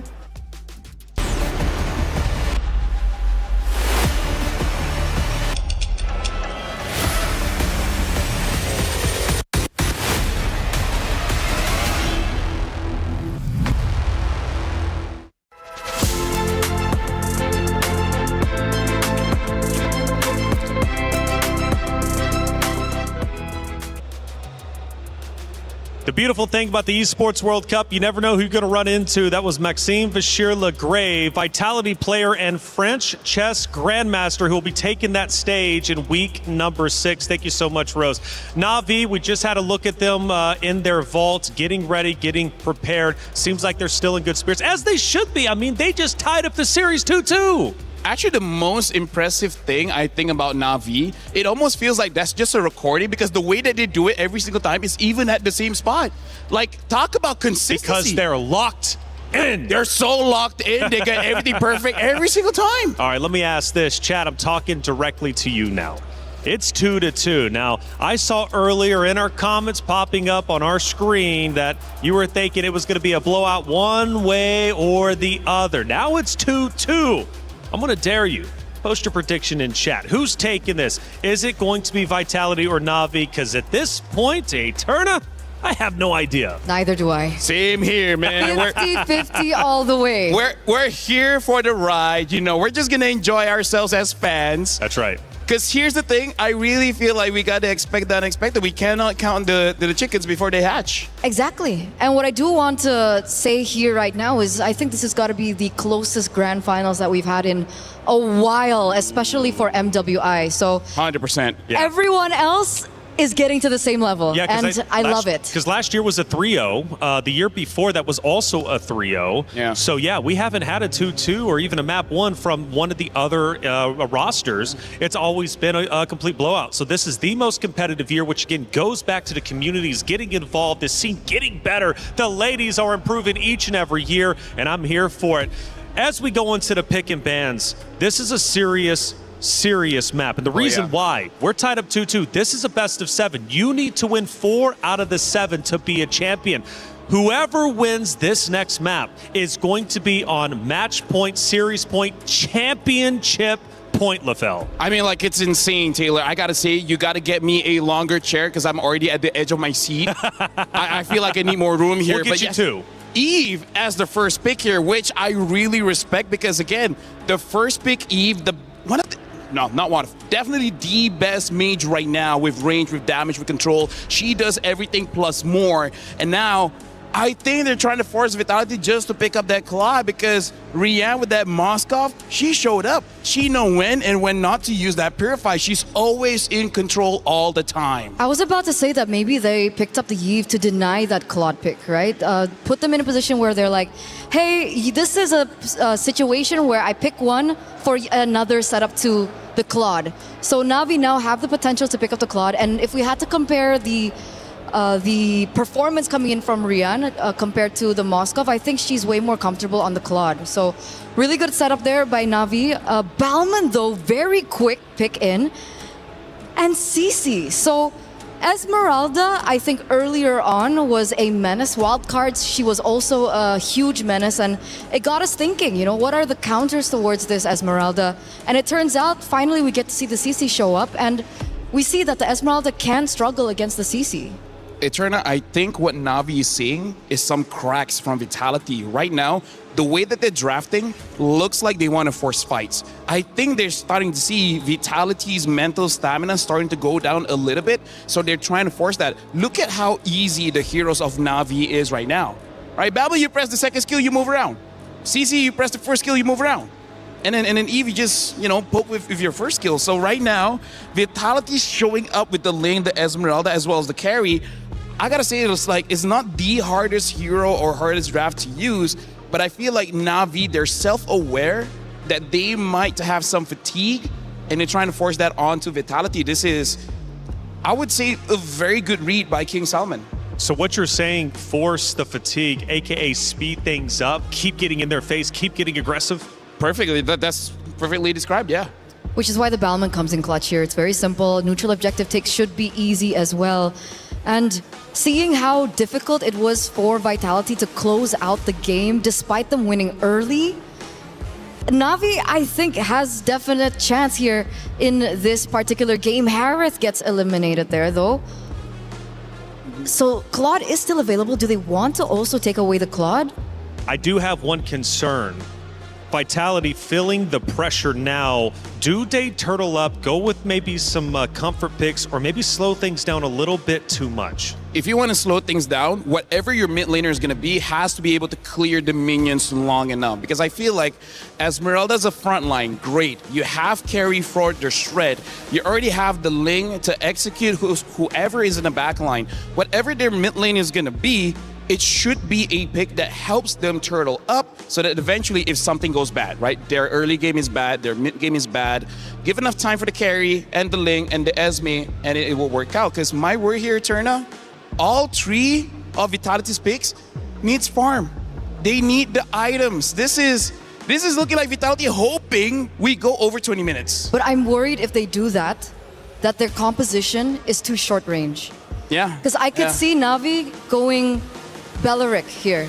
Imagine the dive, right? Yeah. Ling needs to dive. Carry needs to be in vicinity. Esme dives as well. If they go for something like the Valentina, which obviously can hold her own, I'm just worried that they're way too short range and their composition can be countered. So going back to yesterday, I remember there was a pick and ban process between two different teams, and you mentioned this is either going to be a 9-minute round or a 30-minute round. Is this one of those cases? 100%. I feel like as long as Vitality doesn't pick up something like the Selena, we should be okay. Because Selena has horrible wave clear here. And yeah, if they wrong pick a mid laner here, this is 100% gonna end latest at 12 minutes. So what are the options? Honestly, Lilia is not bad. Because again, yeah, it's short range. It's not like the best option you would want. If you're courageous, you can go for something like a Farsa, because no matter what, you need early burst. You need someone that don't need no items and clears waves. Right now, they only have a few seconds left. Yeah. If they want, just pick up a tank now. Pick up a tank, and they pick up the Minotaur. There's, okay, so not the best pick at slowing down the game. Let me just say that. Like once Minotaur has Flash of the Oasis +1, they can team fight. That will look great. But right now it doesn't look that great. They have a little bit more leeway, I think, in the early game because of the fact that the Minotaur can go revitalize. So there is a little bit more versatility in the lane. But again, this mid lane is going to be really important. Do they want to pair this Minotaur up with someone that is strong in the back line? Like, do they want to go burst, like something like Gord and so on and so forth? Because if they go Farsa here, I feel like the Farsa is super vulnerable to both the range up against the Yve and as well as the CC that can go into the back line. And now they have to think about the Kalea on top of that as well. So right now it's like, oh, you guys got an advantage with heals. Now we also have a heal in the form of Kalea, and this time it's going to be easier for them to catch the Ling, the carry, as well as the Esmeralda. So this is one of those cases, maybe if you pick up a Valentina, it would still be okay, because one of the advantages for the Minotaur is that jump, it does quite a bit of damage, and then a Valentina should be able to burst them out. And the important thing is the counter engage setup. Yeah. I do understand that the Gatot is banned here, and Vitality have already forced in the Minotaur. Luckily, there is no Gatot for the Kalea, but I do still see a layer of counter engage setup that can happen if Vivian is patient enough with her Minotaur. And now the Lilia does get picked up. I think because of that, Lilia, the draft is still okay for Vitality, but there's a clear sign you gotta wait for like 14 minutes to get your items. There's been many firsts throughout this MWI. Regions excelling more so than they ever have. Players joining the stage and making history. And in this case, for grand finals, we are all tied up 2-2. But the reality is that this map means the world. This map puts either Na'Vi or Vitality on match point, championship point, playing for the trophy, playing for $150,000. It's Na'Vi and Vitality heading in to map number 5. Mirko, Gideon, continue to tell the story. Big money is on the line for whichever one of these teams is able to close it out. Initially, I thought maybe we're getting one step closer to that door, but Vitality, unfortunately, they missed and failed, allowing Na'Vi to now sit eye to eye. We get into this game, and Mirko, I mean, the draft, that second half, a little funky here. Yeah, we were talking about it. The Gata Kachaban really looked like it was a setup for the Kalea pick. It would have been great as well, right? I mean, the CC, Bauman, those two, really. Very vulnerable to a single target lockdown, especially when you have a carry already. So they picked the Minotaur instead. I am guessing just more on pure neutral objective control. I mean, a lot can be said about it because, like, they could have pivoted a couple of times. They could have gotten rid of this Moskov because they already had shown the Ling. So this is why I think that second half, that first half was okay, but that second half was a little strange. But now that we're already in this, notice that Ling already taking marksman emblems, fighter emblems traditionally for that Balomon. But on that bottom side, both fighter emblems, they do not want to give up this space often. And even Rian, this is still a tough matchup despite having making sure that she has the Master Assassin. Even the Esmeralda pick, you know, they already saw the CC picking it into the CC. Now you really see why she had to go Vitality and Festival of Blood for the emblem choices. Really just needs to survive in the lane. Chell, though, doing as Chell does so far in the series, bullying Rian. But this time around, Rian's got the Flying Clouds, so she can get back up to lane very quickly. Currently, -1 in the minions as of yet. Hopefully, she's able to pick up the rest of it because Shell's going to zone her out as much as they can. Down by bot side, though, nothing much is going to happen. Fumieko definitely 100% understands that this is not a winning matchup, but also just not giving the stacks on over. Don't let Ayanami hold on to it for as long as they can. Keishi's already on it here. Vivian doesn't have ultimate just yet. No Minion's Fury. Mid lane already going to be cleared out by both the teams. Vitality want to go for the fight now. City gets poked just a bit. They want to go all in on Keishi. Even with the knock-up as well. Keishi very low. Possibly the counter about. City is going to get the black shoes away. Tempest ablaze now with the Rectory Pimple. Snatches it. Oh, they're still going to go for a little bit more here. Vivels has plenty of energy. Gets the Finch Voice out of there. I'm lucky. Not Ayanami tried their best. Really tried to hold them down with the curtain call, but the iframes just a little too good. And it's Vitality who... Oh, I thought it was going to be a take by Rian there. No, it's still Chell. I thought so too, but at this point, I'm waiting for the time Na'Vi is actually going to be able to kind of break out of this and start attacking that purple buff. For now, Cindy taking a little too much here. One more Void Blast should put her out of her misery, but Rain can't get the distance just yet. A forced recall early on. There you go. Lethal pickup for Keishi. It's all about going in on Keishi, man. And on the Bauman, you're not that tanky. I mean, you are pretty tanky, but when everybody goes on you like that with no retaliation, it gets really tough, and that's why they gotta pick their fights a little bit better. Livball this time really abusing that retry that has already been used by Keishi on the lethal to snatch away some picks. Now Ayanami in the bottom lane. They know there's no vengeance. Fumieko gonna dive in as well. Ayanami taken out by Fumieko. Unable to get it, unable to get it. Really nicely played by Vitality as well. Trying to get the curtain call down onto 2 targets. Luckily able to create enough distance, separated and scattered before it latched onto anybody else. So really just nicely done by Vitality all the way through from execution to planning. Let's see Na'Vi though. Now this is their turn to take the initiative here. However, they're not making the call fast enough, and Vitality are already in position to actually retaliate if they do commence the dive. They can't let this gold lead steamroll out of control. It was the same case though for Na'Vi earlier in game number 4. It was Vitality who looked like they were running away with the lead, but Na'Vi just stayed cool. It was a big lead for the Ling against the Bauman early on. But then they grouped up, they played the box, they won, and everything collapsed for Vitality.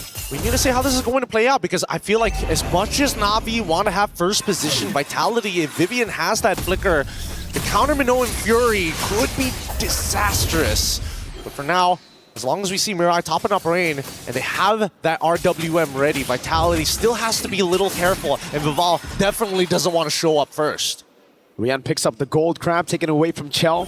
Mirai's looking for the angle now. Keishi with the help of Mirai, picking up Fumieko. Just a bit, now poke from Rain on Cine. Falling Star Moon, locking Keishi down. The RBM comes around as well as Vivian. He's gonna try to zone them in the back as Rain needs to respect this damage, has to flicker out with Fumieko. With a dive, Tempest ablaze under.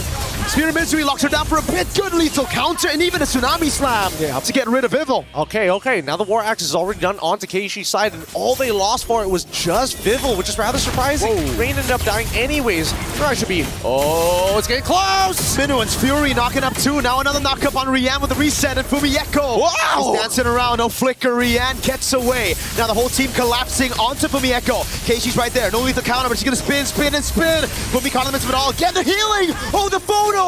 It was bought right in time. No way! That was nuts. That was a nuts outplay. That is crazy. Keeping not only Fumieko alive, but still maintaining and now commencing a dive underneath the turret. Not Ayanami. You gotta get out of there. That was dirty. What was that timing, my guy? She sat there waiting for it as well. I bet her finger was hovering over the item the entire time. Bro, that was just so unlucky. Hey, you don't get to see that very often. Only here in MWI do these moments actually occur. And it's crazy how much trust Fumieko put on the fact that Vivian could heal. Or maybe just she was just ready to die for it. She was Maybe. like, okay, Maybe. yeah, EXP things, you know? Oh my god. That was nasty. I still can't get the image out of my mind. Is so much faith, or was it just blind faith? Either ways, it worked out perfectly for Vitality, because now they've checked all the boxes. 3.7k lead at 6 minutes against Na'Vi, and they have full neutral objective controls. And Mirai needs to just respect this damage. Look at that poke from Fumieko, then Cine right after.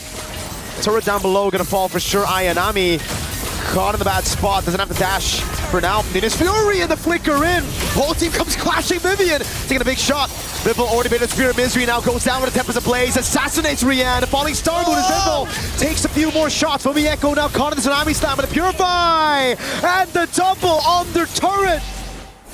This is the comfort. This is the Vitality comfort. If we're talking about a lead and running away with it, this is their moment that Vitality has been waiting for from what has been seemingly cursed. They give up one game, but now they've given up 2. Vitality, they are looking for revenge. They want to close this out quick.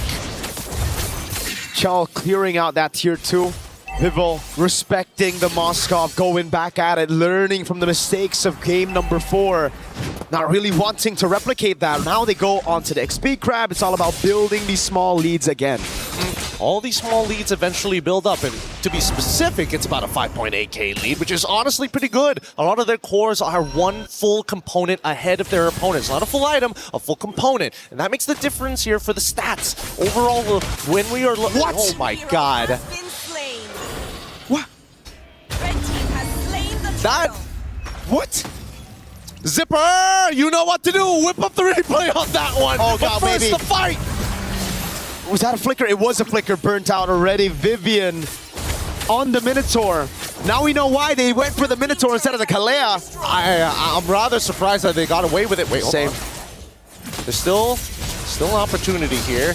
We'll get the replay in just a little bit, but that's really unfortunate. I wouldn't have imagined the Kalea would have gone down as quickly as they did. Exactly, that's why I'm like wondering, that was just Chell alone, right? There was no one else. Yeah, so I guess just didn't notice it until it was too late, maybe, or maybe Chell's already at 3 items at this point. I mean, it's a 7.3k at 27, and no, not even 3. Not even 3 items. It's just Radiant Armor just isn't enough. Equipment already.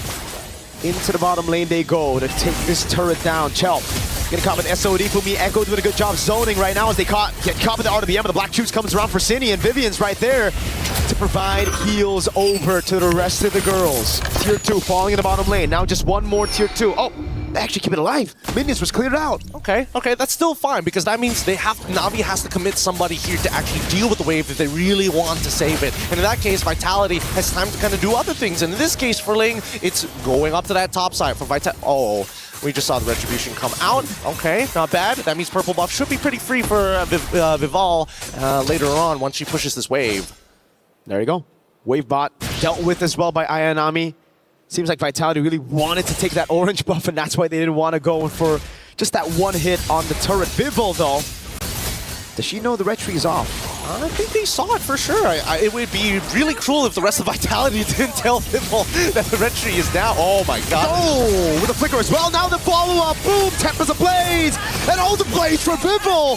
Holy shield gets around, and it's a Finch poise. You can't tell me that wasn't beautifully done. You can't tell me that wasn't beautifully executed, knowing that even if she took and lost 90% of her HP, once that Holy Shielding breaks, they go out. RWM's already in. Falling Star move for me Echo, but this shouldn't net to anything.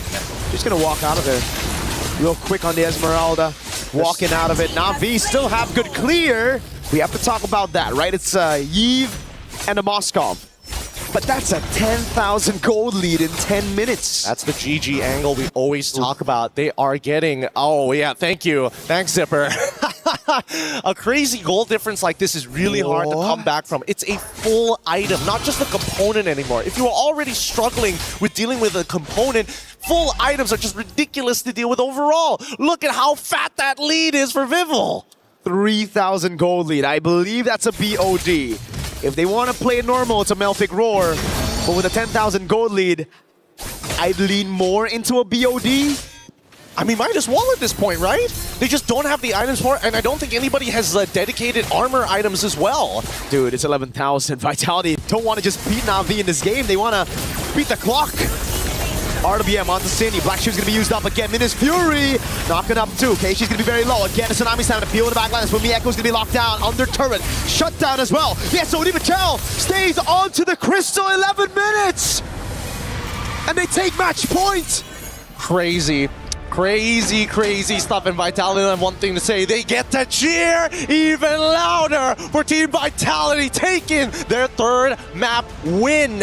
With that being said, though, it's match point, baby. This is all or nothing. The big money is on the line. Na'Vi have got to figure out how exactly they want to play this next draft. The Golden Hornets are chill. And it is up to Na'Vi to figure things out right now. Like you said, what do they do to try to decipher this? Because it almost seems like they were prepared up against the first 4 games of Vitality. They had answers to that. But here with the Minotaur, they were left confused. Even I'm left confused of what else they can do if even skipping out on the Gaton netted them the win. We'll throw it over to our panel. Reflections, please help us break this down. This game is just too much for the casting desk.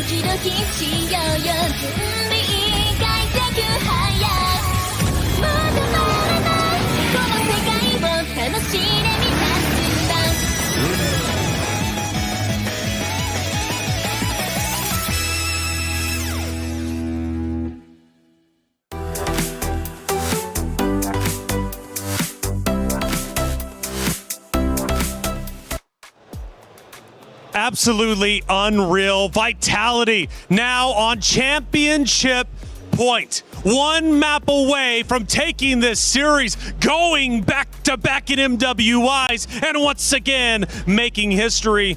We take a look at the dugout of Na'Vi for the first time sitting in their vault, and they do not look happy. I mean, like, here's the thing, man. Vivian really redeemed herself. Like, in the previous game with the Atlas, there's many times she dove, but then nothing happened. This time, Vitality played like a team. Whenever Vivian using the Minotaur goes in, everyone follows. It's like, you know what? Even if we die, we just fight properly, and they did. And with that being said, I think it was very wishful thinking of Team Na'Vi to not bring Purify.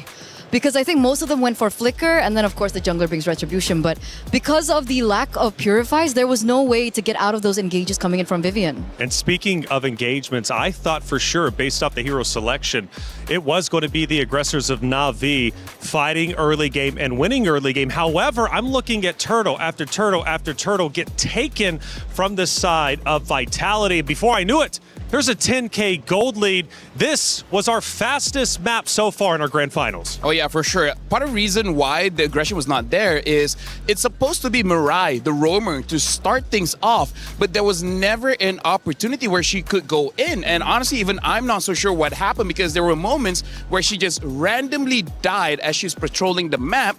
And then we're like, wait, hold on, what's going on? You're supposed to be one starting the fight. Why are you dying randomly? Randomly indeed, and you can't have that, especially this late. When you win the hero pick, it should be your round. Unfortunately, it wasn't. I'm hoping for a Game 7, but you cannot deny that Vitality just got that much better, and the momentum is definitely in their favor. Eterna, let's take a look at our last action here from that game, which ended blazingly fast. We're now towards the end. The base is being pushed, and the Vice Grip is being closed. It was all in favor. Wait a second. Yeah, I know. We're this- just you know, like reminiscing We're about reminiscing. what happened before. I Sanjika on love that Galaxy, by the way. Dude, That's okay. Hey, I love look, Galaxy. I love Galaxy. Back to grand finals we come. All right, it's going to be Na'Vi and Vitality, of course. Again, the reality is, though, that it ended incredibly quickly, and I think we do, in fact, have it ready to go. That final action, of course, from that final map that we just witnessed. I need to take a deep breath, man. I really do. I believe in curses now. Well, hold on a second. Let's take a look at the emotions from the players, okay? Before we start talking curses, because caster guys. curses are real. And I actually was backstage just a second ago. I ran into one of the heads of Vitality. I said, hey, congratulations, man. He says, for what? I said, I'm sorry. Let me take a step back. Let me not speak too soon. We see the emotions. I swear, every single time that we tune in and see the perspective of Vitality, they just see cool, calm, and collect. That's just the experience they have. You want to comment on that? No, I want to talk about curses. All right, well then I'll comment on it. The thing that we have to look out for is actually when Vivo is having fun. Okay. That's when you know everyone is doing their job well. Because Vivo wants to go in for those kills. She's hoping for her teammates to set it up, and they set it up beautifully in that game. Well, let's take a look at that final action from that last map. And man, that was map number 5, and it is in fact going to be, once again, Vitality pushing into the base. This will be the final fight. The Lord is also mid lane, starting to come through. Na'Vi in one of the previous maps was able to base defend at least 2 or 3 times, but Eterna, not this time. The knockups from Vivian on the Minotaur was really game-changing. You know, we've been highlighting so much about the rivalry between Ashley and Vivian, and if there's anything in this particular game, we do see that she learned something from Ashley, picking up one of her signature heroes, the Minotaur. Well, Vivo has been on fire, of course. We take a look at her statistics, and she's looking great. She really is. I mean, we're talking a total kill of 18 kills in the 5 maps that we have seen so far. But honestly, sometimes the kills are one thing, but the assists, 20 assists, she's putting in work for her team. The one thing that I really want to highlight about Viva is even in a losing condition, especially when she's on an assassin like the Ling, so back-to-back Ling games we saw, she's always, 2-3 levels ahead of the enemy jungler. And I find that so impressive, even in a losing condition. So she's so effective, she's so great when it comes down to farming, that she can be the sole winning condition of how things can turn around in favor for her own team. Honestly, that's amazing, because here's the thing. You're going up against a tank in the jungle. The tank is going to take some time to clear. So yes, I like Vivo just pathing vertically. I'm just going to go into your jungle and take some for myself. Moonton has done a phenomenal job with MWI, but that's not the only event happening here at the Esports World Cup.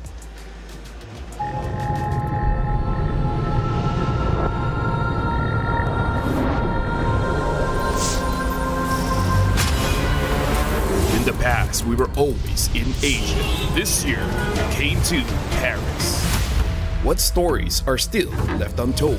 Kami sudah membuktikannya, tapi ini baru permulaan. Tiada siapa akan ingat siapa nombor 2. We need the win. Bukan sekadar keinginan, tapi tekad. Hindi ang pag-abot sa top ang pinakamahirap. Ang corona ang mahirap ipagtanggol. What happened last year became fuel for us this year. This time, we bring it to Paris and finish it. A new lineup, new chemistry, new fire. Once champions, not settling for podium finishes. World champions, defending MSC champions. As the final boss of MLBB, can anyone stop them? Names have been made, stars have risen, but now they need to show the world what it takes to rise above. This time, the world is bigger than ever. Like every year, new challengers step on to the world stage. Some carry the ambitions of 2 continents. Some fight for the pride of home turf. Some have never stopped chasing the throne. So who will finally rise to clinch the title? This is where unresolved stories find their ending.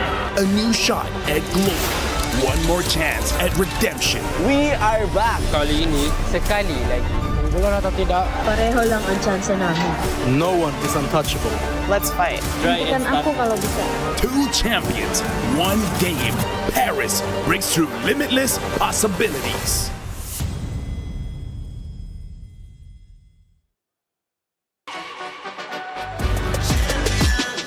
This ain't no regular thing. Came for the ring, you know what I mean.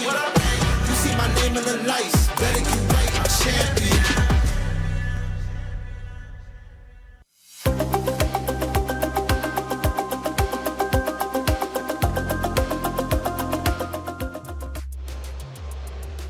It's nothing but MLBB for weeks on end here at the Esports World Cup in Paris. We take another look at the Allianz Vault where the players are currently at, sitting in their dugouts, getting ready to take that stage, and they officially have for what could be the final time, depending on what Vitality has up their sleeves. After that win, I feel like this is where Vitality becomes at their strongest. They've already won grand finals. They've already been champions. And now that they're 1 map away, you can't argue that they know how to close out series. Yeah, especially when they have a huge lead, because in that previous game, it's at the 2nd turtle. That is relatively fast for you to have a lot of wins whenever you go for a fight. I thought it was going to go bad when Vival died early, but then they just keep on continuing to fight. That Minotaur really paid dividends because able to get that Flash of the Oasis quite early and made it so that they can basically fight forever.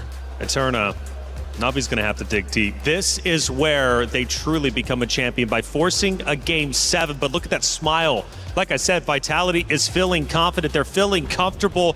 Can Navi pull off another win to stay alive and force a game 7? I know they can do it. I know they can come back to this. And it starts with the drafts.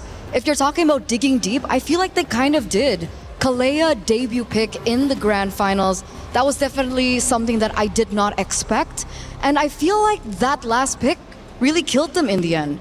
Yeah, I feel like for Vitality, as long as you have a draft that you can just keep on fighting nonstop, I think that fits their style. Okay, so you're thinking Navi should go back to where they started, at least in that last pick and ban. Go with the aggressive play style, get in the face of Vitality. But they did try that, LaFell, and it didn't work out. In fact, we had our quickest game in map number 5. So if they go back to it, how can they execute better? Honestly, like Vitality, go for the heal, and Navi, I think...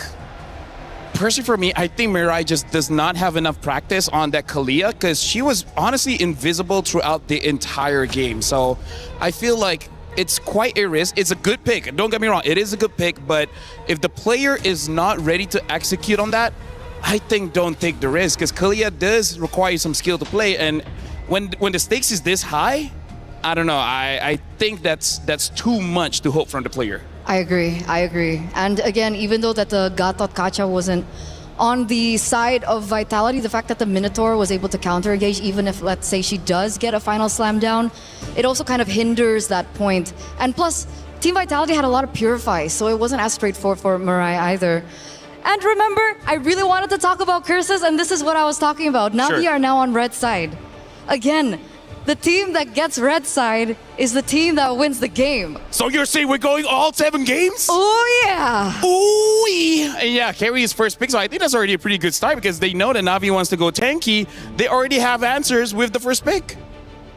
Exactly. So I don't know if Na'Vi wants to go for a pick like the Claude or not.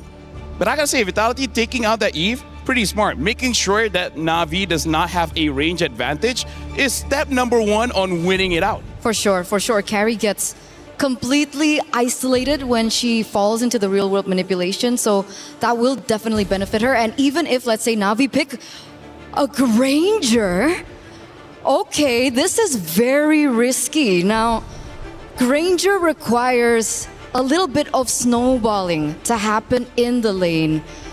And if they don't get that snowball, if they don't get those Sky Piercer stacks, it's really hard for Grangers to stay relevant mid to late game. Honestly, with that pick, I think Rayanne better hope that she doesn't see a Yuzong, an Alice, a Lapu, a Benedetta, a Paquito, a Freya. Honestly, there's quite a lot of EXP laners that deal very, very well with the Granger. One of the reasons why we don't see it get picked. But I'm assuming because it's picked up quite early, they're trying to potentially counter whatever the next pick is. And now the Cho as well as the Lei. Looks like Vitality, they want to build a draft that they can fight again and again and again and again. Also, can Granger go Purify? Granger can go Purify, but is not the best. So that's it, right? You don't get to be aggressive in lane, and you can't be aggressive during turtle fights, lord fights, and etc. So among all the other things, with all the picks on the board that can definitely counter the Granger, the fact that the Granger, it's not as great to go for Purify, yeah, makes it so that the mother of tanks on her signature Cho pick will definitely have a good time. The TLDR is you pick up the Granger here. If you have the Purify, you're gonna be good against the Cho, but bad against everyone else. So take your pick. But now finally, the Freya gets picked up again.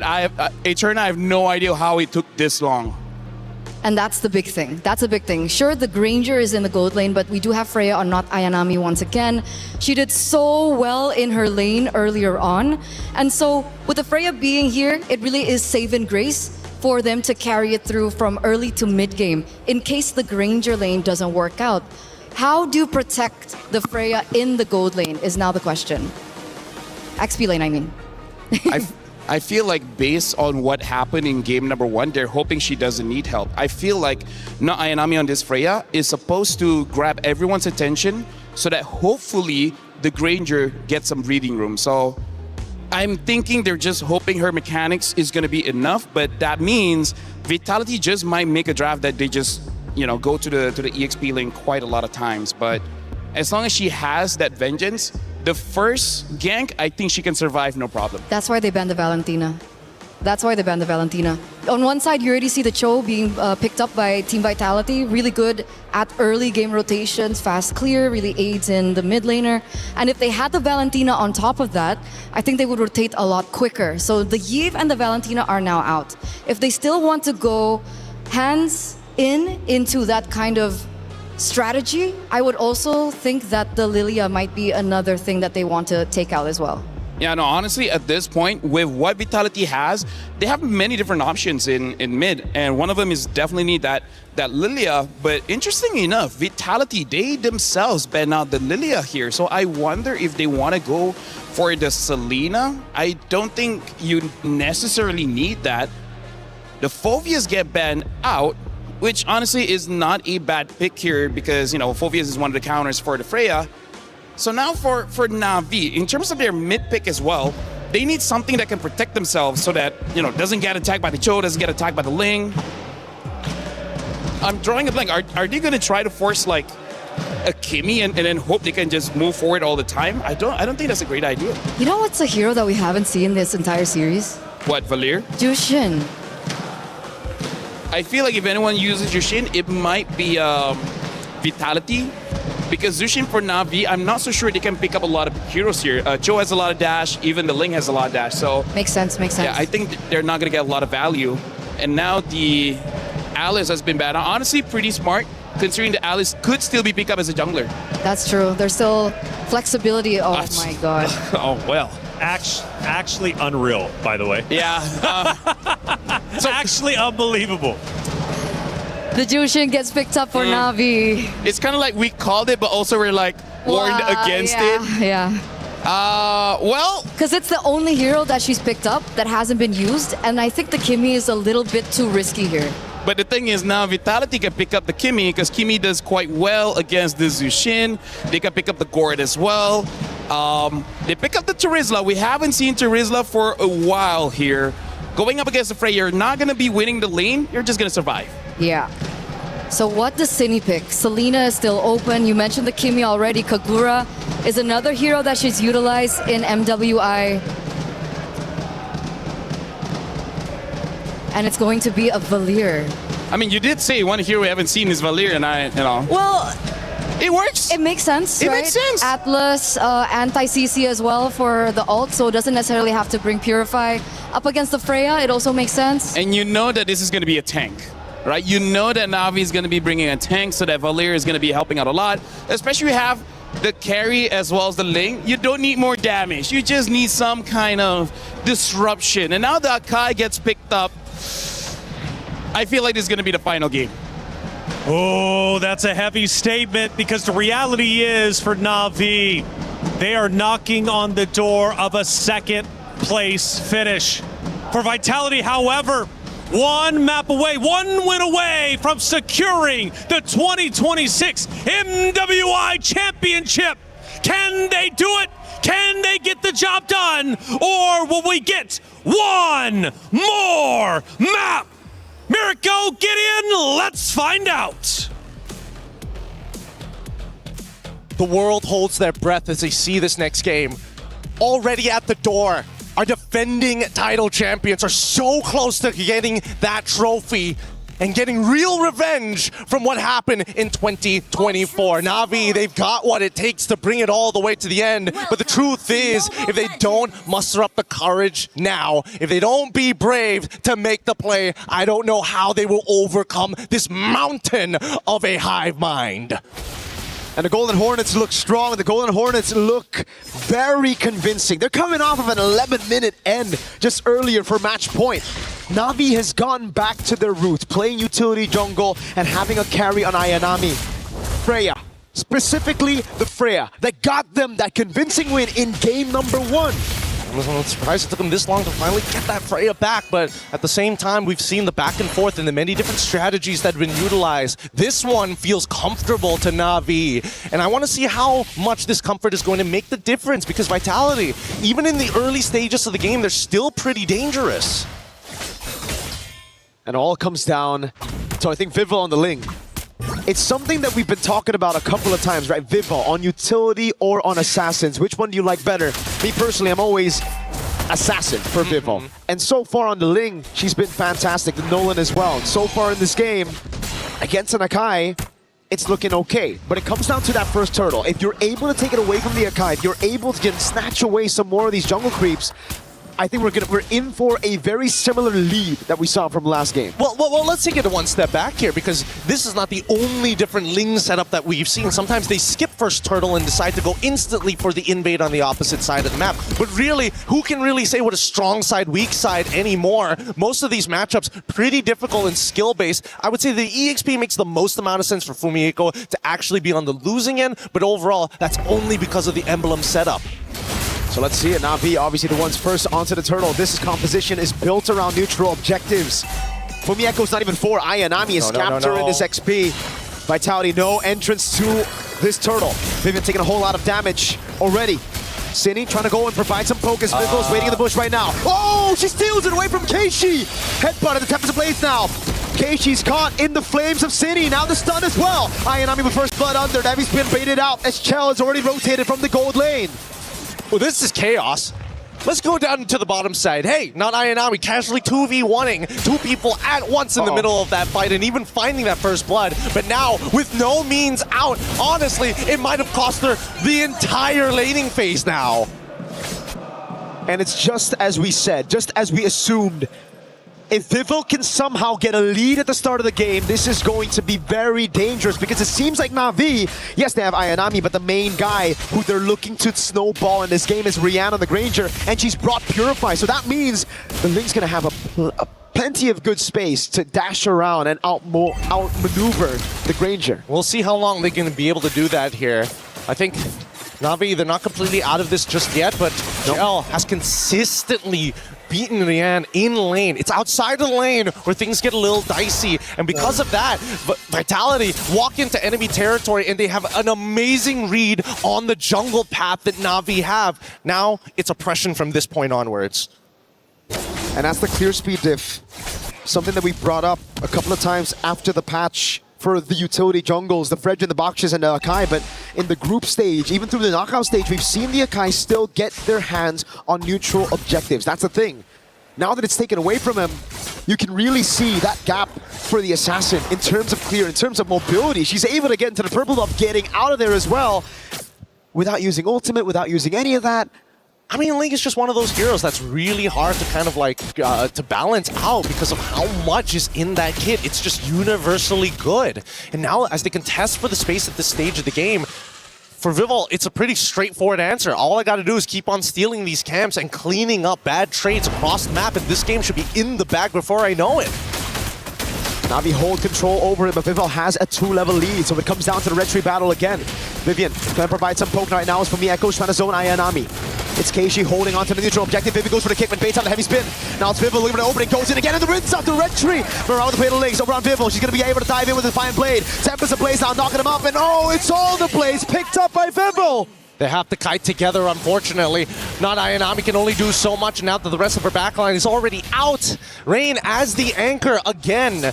They have to understand who is the anchor of the composition. If you're not playing around your anchor and you're splitting away from them, I get it if it's a Tempest of Blades. I get it if it's a Fatal Links. But if not, why not? And I think that Ayanami at this point needs to communicate to the rest of the team. Look, I'm the only one who has the lead right now. If you want Rian to get these kills, we have to play traditional front to back. Good escape for Ayanami. They will have to do that, but it's so scattered. The way Na'Vi want this fight to be is pure front to back. Vitality are attacking from angles that Na'Vi are just not expecting.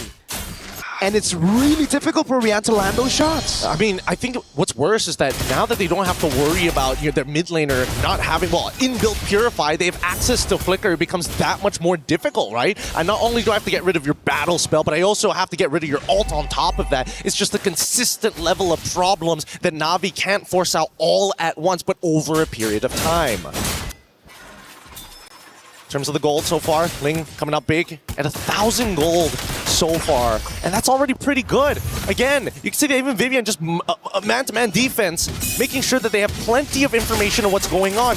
Giving up the waves, and Rian should die here, but doesn't get that last auto attack down. We see that Mirai, they want to, but they back away. I can't believe it. That amount of damage at 6 minutes for a carry with just 1 assist. I was questioning it as well. I mean, I was thinking that maybe the Rian would be able to get out or at least create enough distance, but I think just too many procs, right? Too many triggers, that passive. And you have to take a look at Vivol. She's been having a nasty game of Farm Simulator right now. I mean, she's taking away the bot wave, the mid wave as well. It's double aiding, but on the jungle. She's gonna go to the bottom lane now. Na'Vi set their sights on the turtle, and it seems like Vitality don't care. Can they drag this out? I mean, Sydney still hasn't used the Searing Horn just yet. They don't mind. Have the second one. We're gonna walk away from this. We want to make sure that at least Vivol's in a disgustingly good position. 2-level advantage. Purple buff about to come back up here. On the other side for Na'Vi, it is finally their first neutral objective of the game. And in the bottom lane, it's just Vivol clearing out, trying to get those items, trying to get enough gold to assassinate these backliners, mainly Rian on the Granger. And I think they're going to get very close to doing so here, as Vivol is already in a really good position overall. Despite the score being 2-2, a majority of that lead is in her hands, in her bank, in a matter of fact, as Keishi slowly falls behind. This should turn that 3-level lead that Vivol has back down into a 2, but a play being forced by Vivol on forward from Vivian. She gets punished, Rain pulls her back. From the Echo next to the chopping block right now with the Crimson Beacon and a heavy spin. She gets the penalty zone, but now lifted up. A bit of the heavy spin helping her out as well, but Rian finally gets on board with her first stack of the Sky Piercer, all of them low. Vivol nowhere to be seen, just going to go for the safe turret down below. definitely think she could have picked up the kills there, but again, don't want to risk the shutdown overall.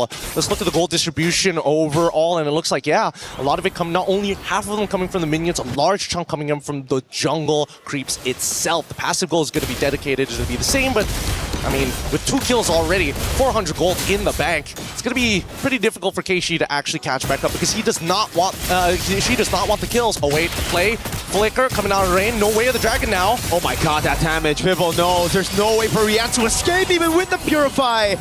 That's the killing spree for Vivel. Rian unable to escape. I mean, there's nothing that she can do about it, right? If you have Flicker, you die anyways. You have that Purify despite the way of the dragon. You can reposition, I suppose, but not when 2 people are attacking you. At least not Ayanami was able to get the tier 1 down bottom side before this Lord spawn actually occurs. If you notice, you see that Shell is actually hovering around that top side. She doesn't see anybody. She's going to steal away the orange buff and maybe even farm another wave up top side. Oh my god, it just built up frustration. First it was the purple buff taken by Vivel, now it's the orange buff taken by Chelsea. He deals with the wave up top, trying to build that slow push. And at the end of the day right now, Na'Vi are still going to have to play that front to back. They're going to have to play for Mrs. President, who's Rian right now, like Vivian. Opening up, wave up top, already shoved in by Vitality. I think you mean Madam President at that point, but Madame. I think at this stage, yeah, they don't really need this Lord. They can start taking away turrets kind of for free. Freya shows topside, and I think it's pretty free for Vitality. Whatever you want, you can take. That's the Lord secured by Vitality. Penalty zone by Fumieko. Now it's Vivel just waiting for the heavy spin. She's such a patient killer. Yeah, they haven't lost too much composure. At now, 9 minutes? Yeah, endless battle. Wait, Zipper, pull up the item list real quick. Is that second item or third item? I'm pretty sure it's third. It's third. Dang, that is fast. That is so fast. And now, usually you would expect at least towards, like, 10 minutes of the game, a couple of components, a Haskell on top of the Berserker's Fury, but now that he's got both, and triple items for Chell as well, like, this game is starting to look pretty good for Vitality if they want to hold up that trophy. 3,000 gold lead. Now add a bit more spice. It's an Ice Queen 1 against Na'Vi's composition. It was already... I mean, this Valir is already a big problem for them. Now you add that slow. It's going to be difficult for Mirai or not Ayanami. I think the only way is if not Ayanami and Mirai come in from 2 separate angles. Worst comes to worst, you got to at least sacrifice the heavy spin. Now, they're just dealing with the waves. One by one, they're going to cut it down. Even Rain getting Ice Queen 1 for herself at this stage, but they can't walk out of their base comfortably. And the oppression from Vitality is going to make sure that, hey, this lead, this simple 3K lead is slowly going to develop into roughly, I would give 7 to 8K, depending on whether or not they find another fight. Shoutouts to chat, pointed it out. I just read it out, but Vivel got level 15 at 950 on the dot. Massive gold advantage, an even bigger XP advantage. Keishi's 3 whole levels down. This is a dangerous game to be around here. And Na'Vi, they haven't been too proactive on the map. They've been waiting for the protocols, and worse yet, they have no real answer to Vivel because they can't force anything out of her. They have to attack other members and force Vivel to come to them, and even then, might not be enough resources. That big snowball we were hoping for Rian on that Sky Piercer has not come into fruition. And yet, we are still hoping that not Ayanami can somehow clutch a fight somewhere, somehow get him low, and let Rian finish them off. I'm just worried whether or not Keishi will be able to withstand the raw damage, not only from just Cine, but Chell, because she is clutching these fights. And the fact that Rian, the only Sky Piercer stack she got, it was instantly cut down by Vivel. I mean, Vivel's having a fantastic series, another fantastic game here on Ling. Really seems like she wants that finals MVP as well. She's able to close it out. Last time she got it was MWI 2022, the very first one. There's one hell of an argument to be made here, honestly. But considering the team lineups, it makes so much sense. And even then, when we look at the item list so far, it's only going to get worse. Nearly done with the BOD as well. If this game could not be more brutal to show how undisputedly good Vitality is, Na'Vi, we need to hear that answer sooner or later because this Lord could be a make it or break it already. And look at this. In the previous games, they've had a Moskov to deal with the wave up top, but now they have a composition that is built for pure team fights. A composition that needed the neutral objectives. Fatal Links lands, but it's only onto Fumieko, not a penalty zone. Gets a Purify out, and that should be everybody going in. Fumieko taking it low, able to break around in safety. Vivian gets away the dragon. Now with Bimble. With a tempest of play, Simon straight. It's a double, it's a triple, and it's a maniac for Bimble. Come on, just keep on fighting and give us what we are looking for, as they are looking for the inhibitor first. They've got the wave. Rain, it's all up to you. 11-minute game for match point. Now in 13 minutes with no Crimson Beacon, Rain's gonna be shredded to pieces. We're better to defend a kingdom than upon its own sacred ground. Paris belongs to the Golden Hornets tonight. The nightmare of 2024 has finally been laid to rest. Empires rise, rivals return, but Team Vitality are your undisputed back-to-back champions! What an amazing game! What an amazing experience! MWI, the storylines that we were all hoping for has built up to this very moment. Once again, congratulations to Team Vitality, but the heartbreak for Na'Vi, a grueling series. There's so much to be earned. We're throwing it over to our stage host to wrap it up. Thank you so much. It's me and Miracle on the desk, signing out.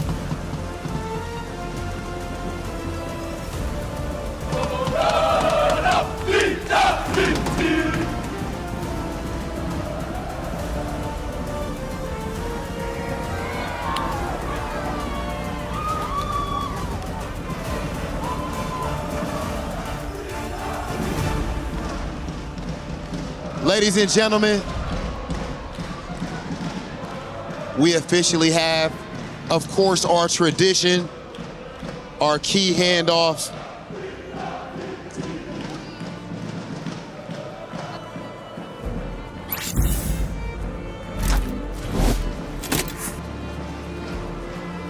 Here comes our champions, Team Vitality. Of course, showing amazing sportsmanship as Na'Vi waits here next to the trophy. An incredible showing from Na'Vi. And the Vitality fans are absolutely electric.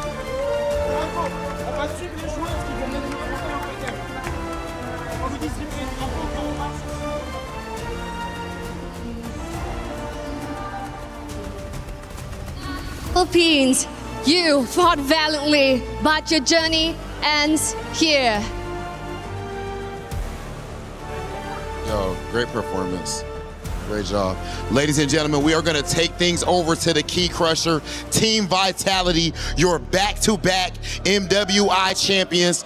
And now, of course, they have to complete their tradition, which is, of course, what we do right here at EWC as they crush their foes, Key, and, of course, right their wrongs from 2024. That's absolutely right. And of course, in the midst of the hive, who is currently buzzing right now, the foes that has taken them down in 2024, and their keys now crushed on the home turf right here in France. This is the perfect ending to Team Vitality's reign! Congratulations. Oh my goodness.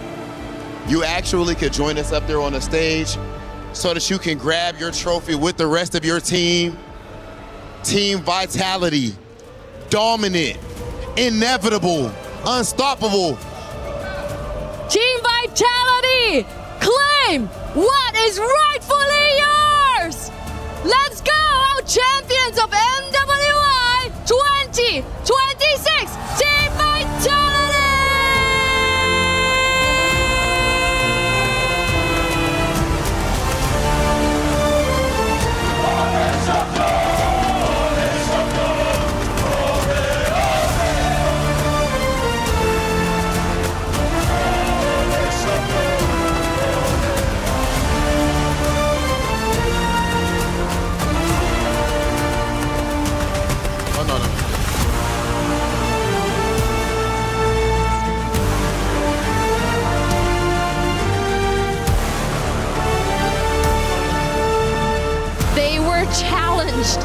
in every single way.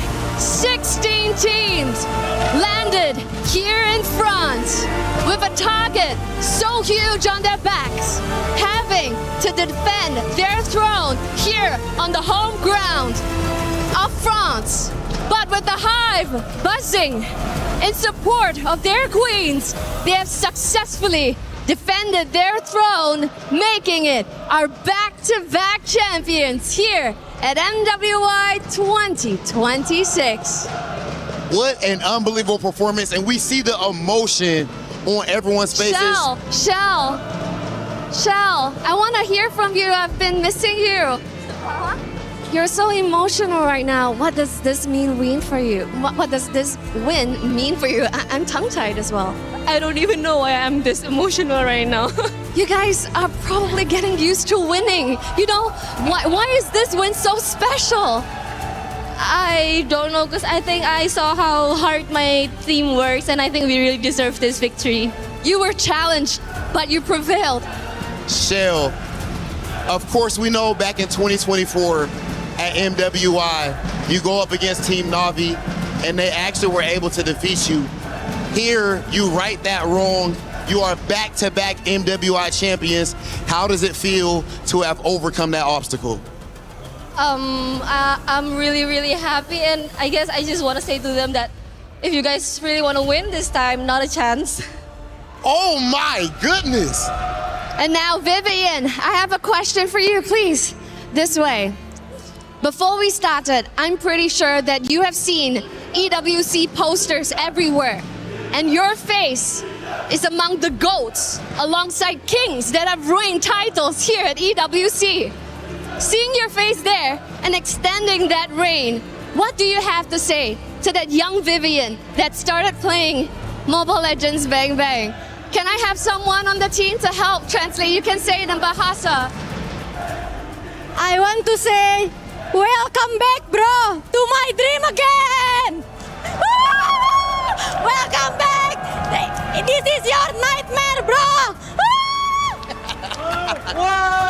Absolutely love this energy, ladies and gentlemen. Now, of course, before we send things off, we have to make sure that we announce our finals MVP, who is none other than the one and only Vivo! The queen of the jungle. This isn't her first rodeo. She has gotten MVP in 2022. And it is about time, here on home ground, the queen of the jungle gets recognized for finals MVP. I'm gonna come this way. Let's check in. Vivo, it was 2022, a long time coming. How does it feel here in the midst, of home ground, Team Vitality supporting you guys and you clutching that FMVP award here in your arms? MVP!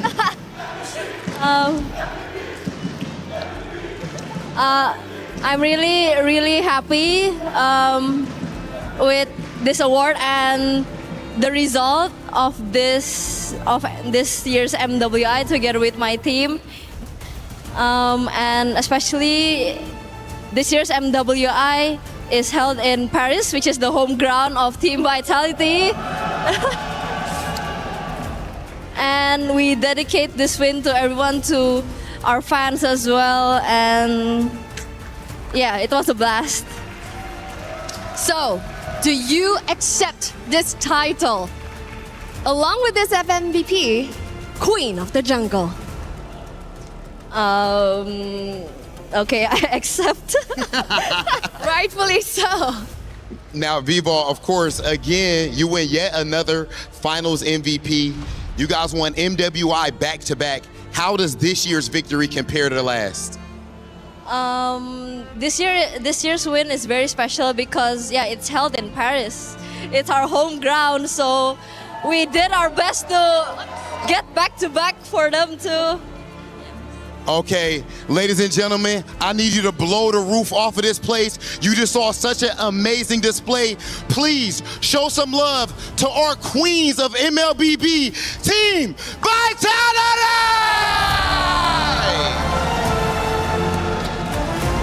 Team Vitality, please go ahead and etch your names in history. Walk on over to the totem. Take your walk of victory now as the official queens of MWI 2026.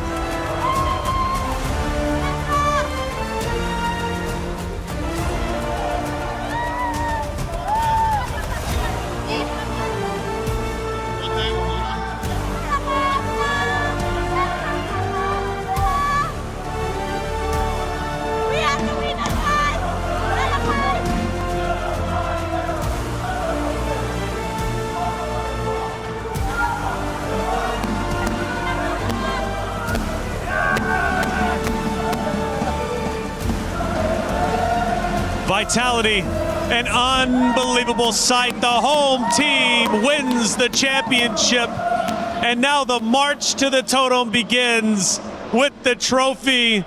The mother of tanks, Vivian, leading the charge. Vival, the queen of the jungle. Sony MVP, not only here in 2026, but also back in 2022 for the very first MWI. What a moment this is. What a celebration for the team of Vitality. Questions were raised. Is this roster really what they used to be? Can they go back to back? Well, the answer is clear. Yes, they can. They are your champions of MWI 2026. I gotta say, I love this parade, man, because Vivian, not only has she won here, she wants all the stages here to know who is the winner of MWI. Look at the energy that she has. It doesn't look like she just went 6 games. It's like a marching band. It wasn't enough to see her face plastered all over Riyadh. She needs everyone to know here in Paris, France as well. Amazing energy from Vivian, and I gotta say, so well deserved for every single player on the team. CIO Danny Ingles also behind as well. The march begins, and I gotta ask you two a question. Is this a dynasty roster? Absolutely. Absolutely. Even if they didn't pick up this trophy, I think they've already cemented that. You think about MLBB, women's, all you can think about is this entire roster of just very talented young women, ladies, queens, whatever you want to call it. They are amazing in their own right, and they really, really did have a huge statement today, especially after all the doubt when they lost 2 years ago at MWI against the very same team. The way that they conquered the MLBB scene. If you touched the game for like 2 weeks, you would have heard about Team Vitality, especially this roster, because again, year by year, they do it again and again and again. You can't escape them, because again, Riyadh, Vivian's face is all over the place now in Paris as well. I gotta say, man, they are definitely the best women's team we've ever had in MWI. Representing their region. So much pride. Indonesia has to be so proud of them. Came in with the regional battle. Which region was the best? Well, for the MWI, it is undisputably Indonesia. With Team Vitality again, it warms my heart. Flexing on the competition. This team has already achieved greatness, and they continue to do so year in and year out. When will they be stopped? Well, not this year. Not this year whatsoever. The totem starting to get close. They round the corner, and this is, we're just moments away where they will then etch their names into the history books once again onto the totem for the Esports World Cup. They placed the trophy down. That is theirs. Hard-earned and back-to-back years. And as you see, the totem area starts to light up as they go forward. I do wonder what is going through their mind. Obviously, they said, welcome to my dream. And for the competitors, welcome to my nightmare. And this is where reality sits. This is where it hits home. They start to go forward. They will be lifted up, and they will put their names onto the totem Such a beautiful moment. And this is theirs. This was another moment that they claimed that this is theirs. This time around, Fumi Echo will be the one to place that key onto the wall with the help of everyone, as they are the undisputed, they are the inevitable, they are Team Vitality.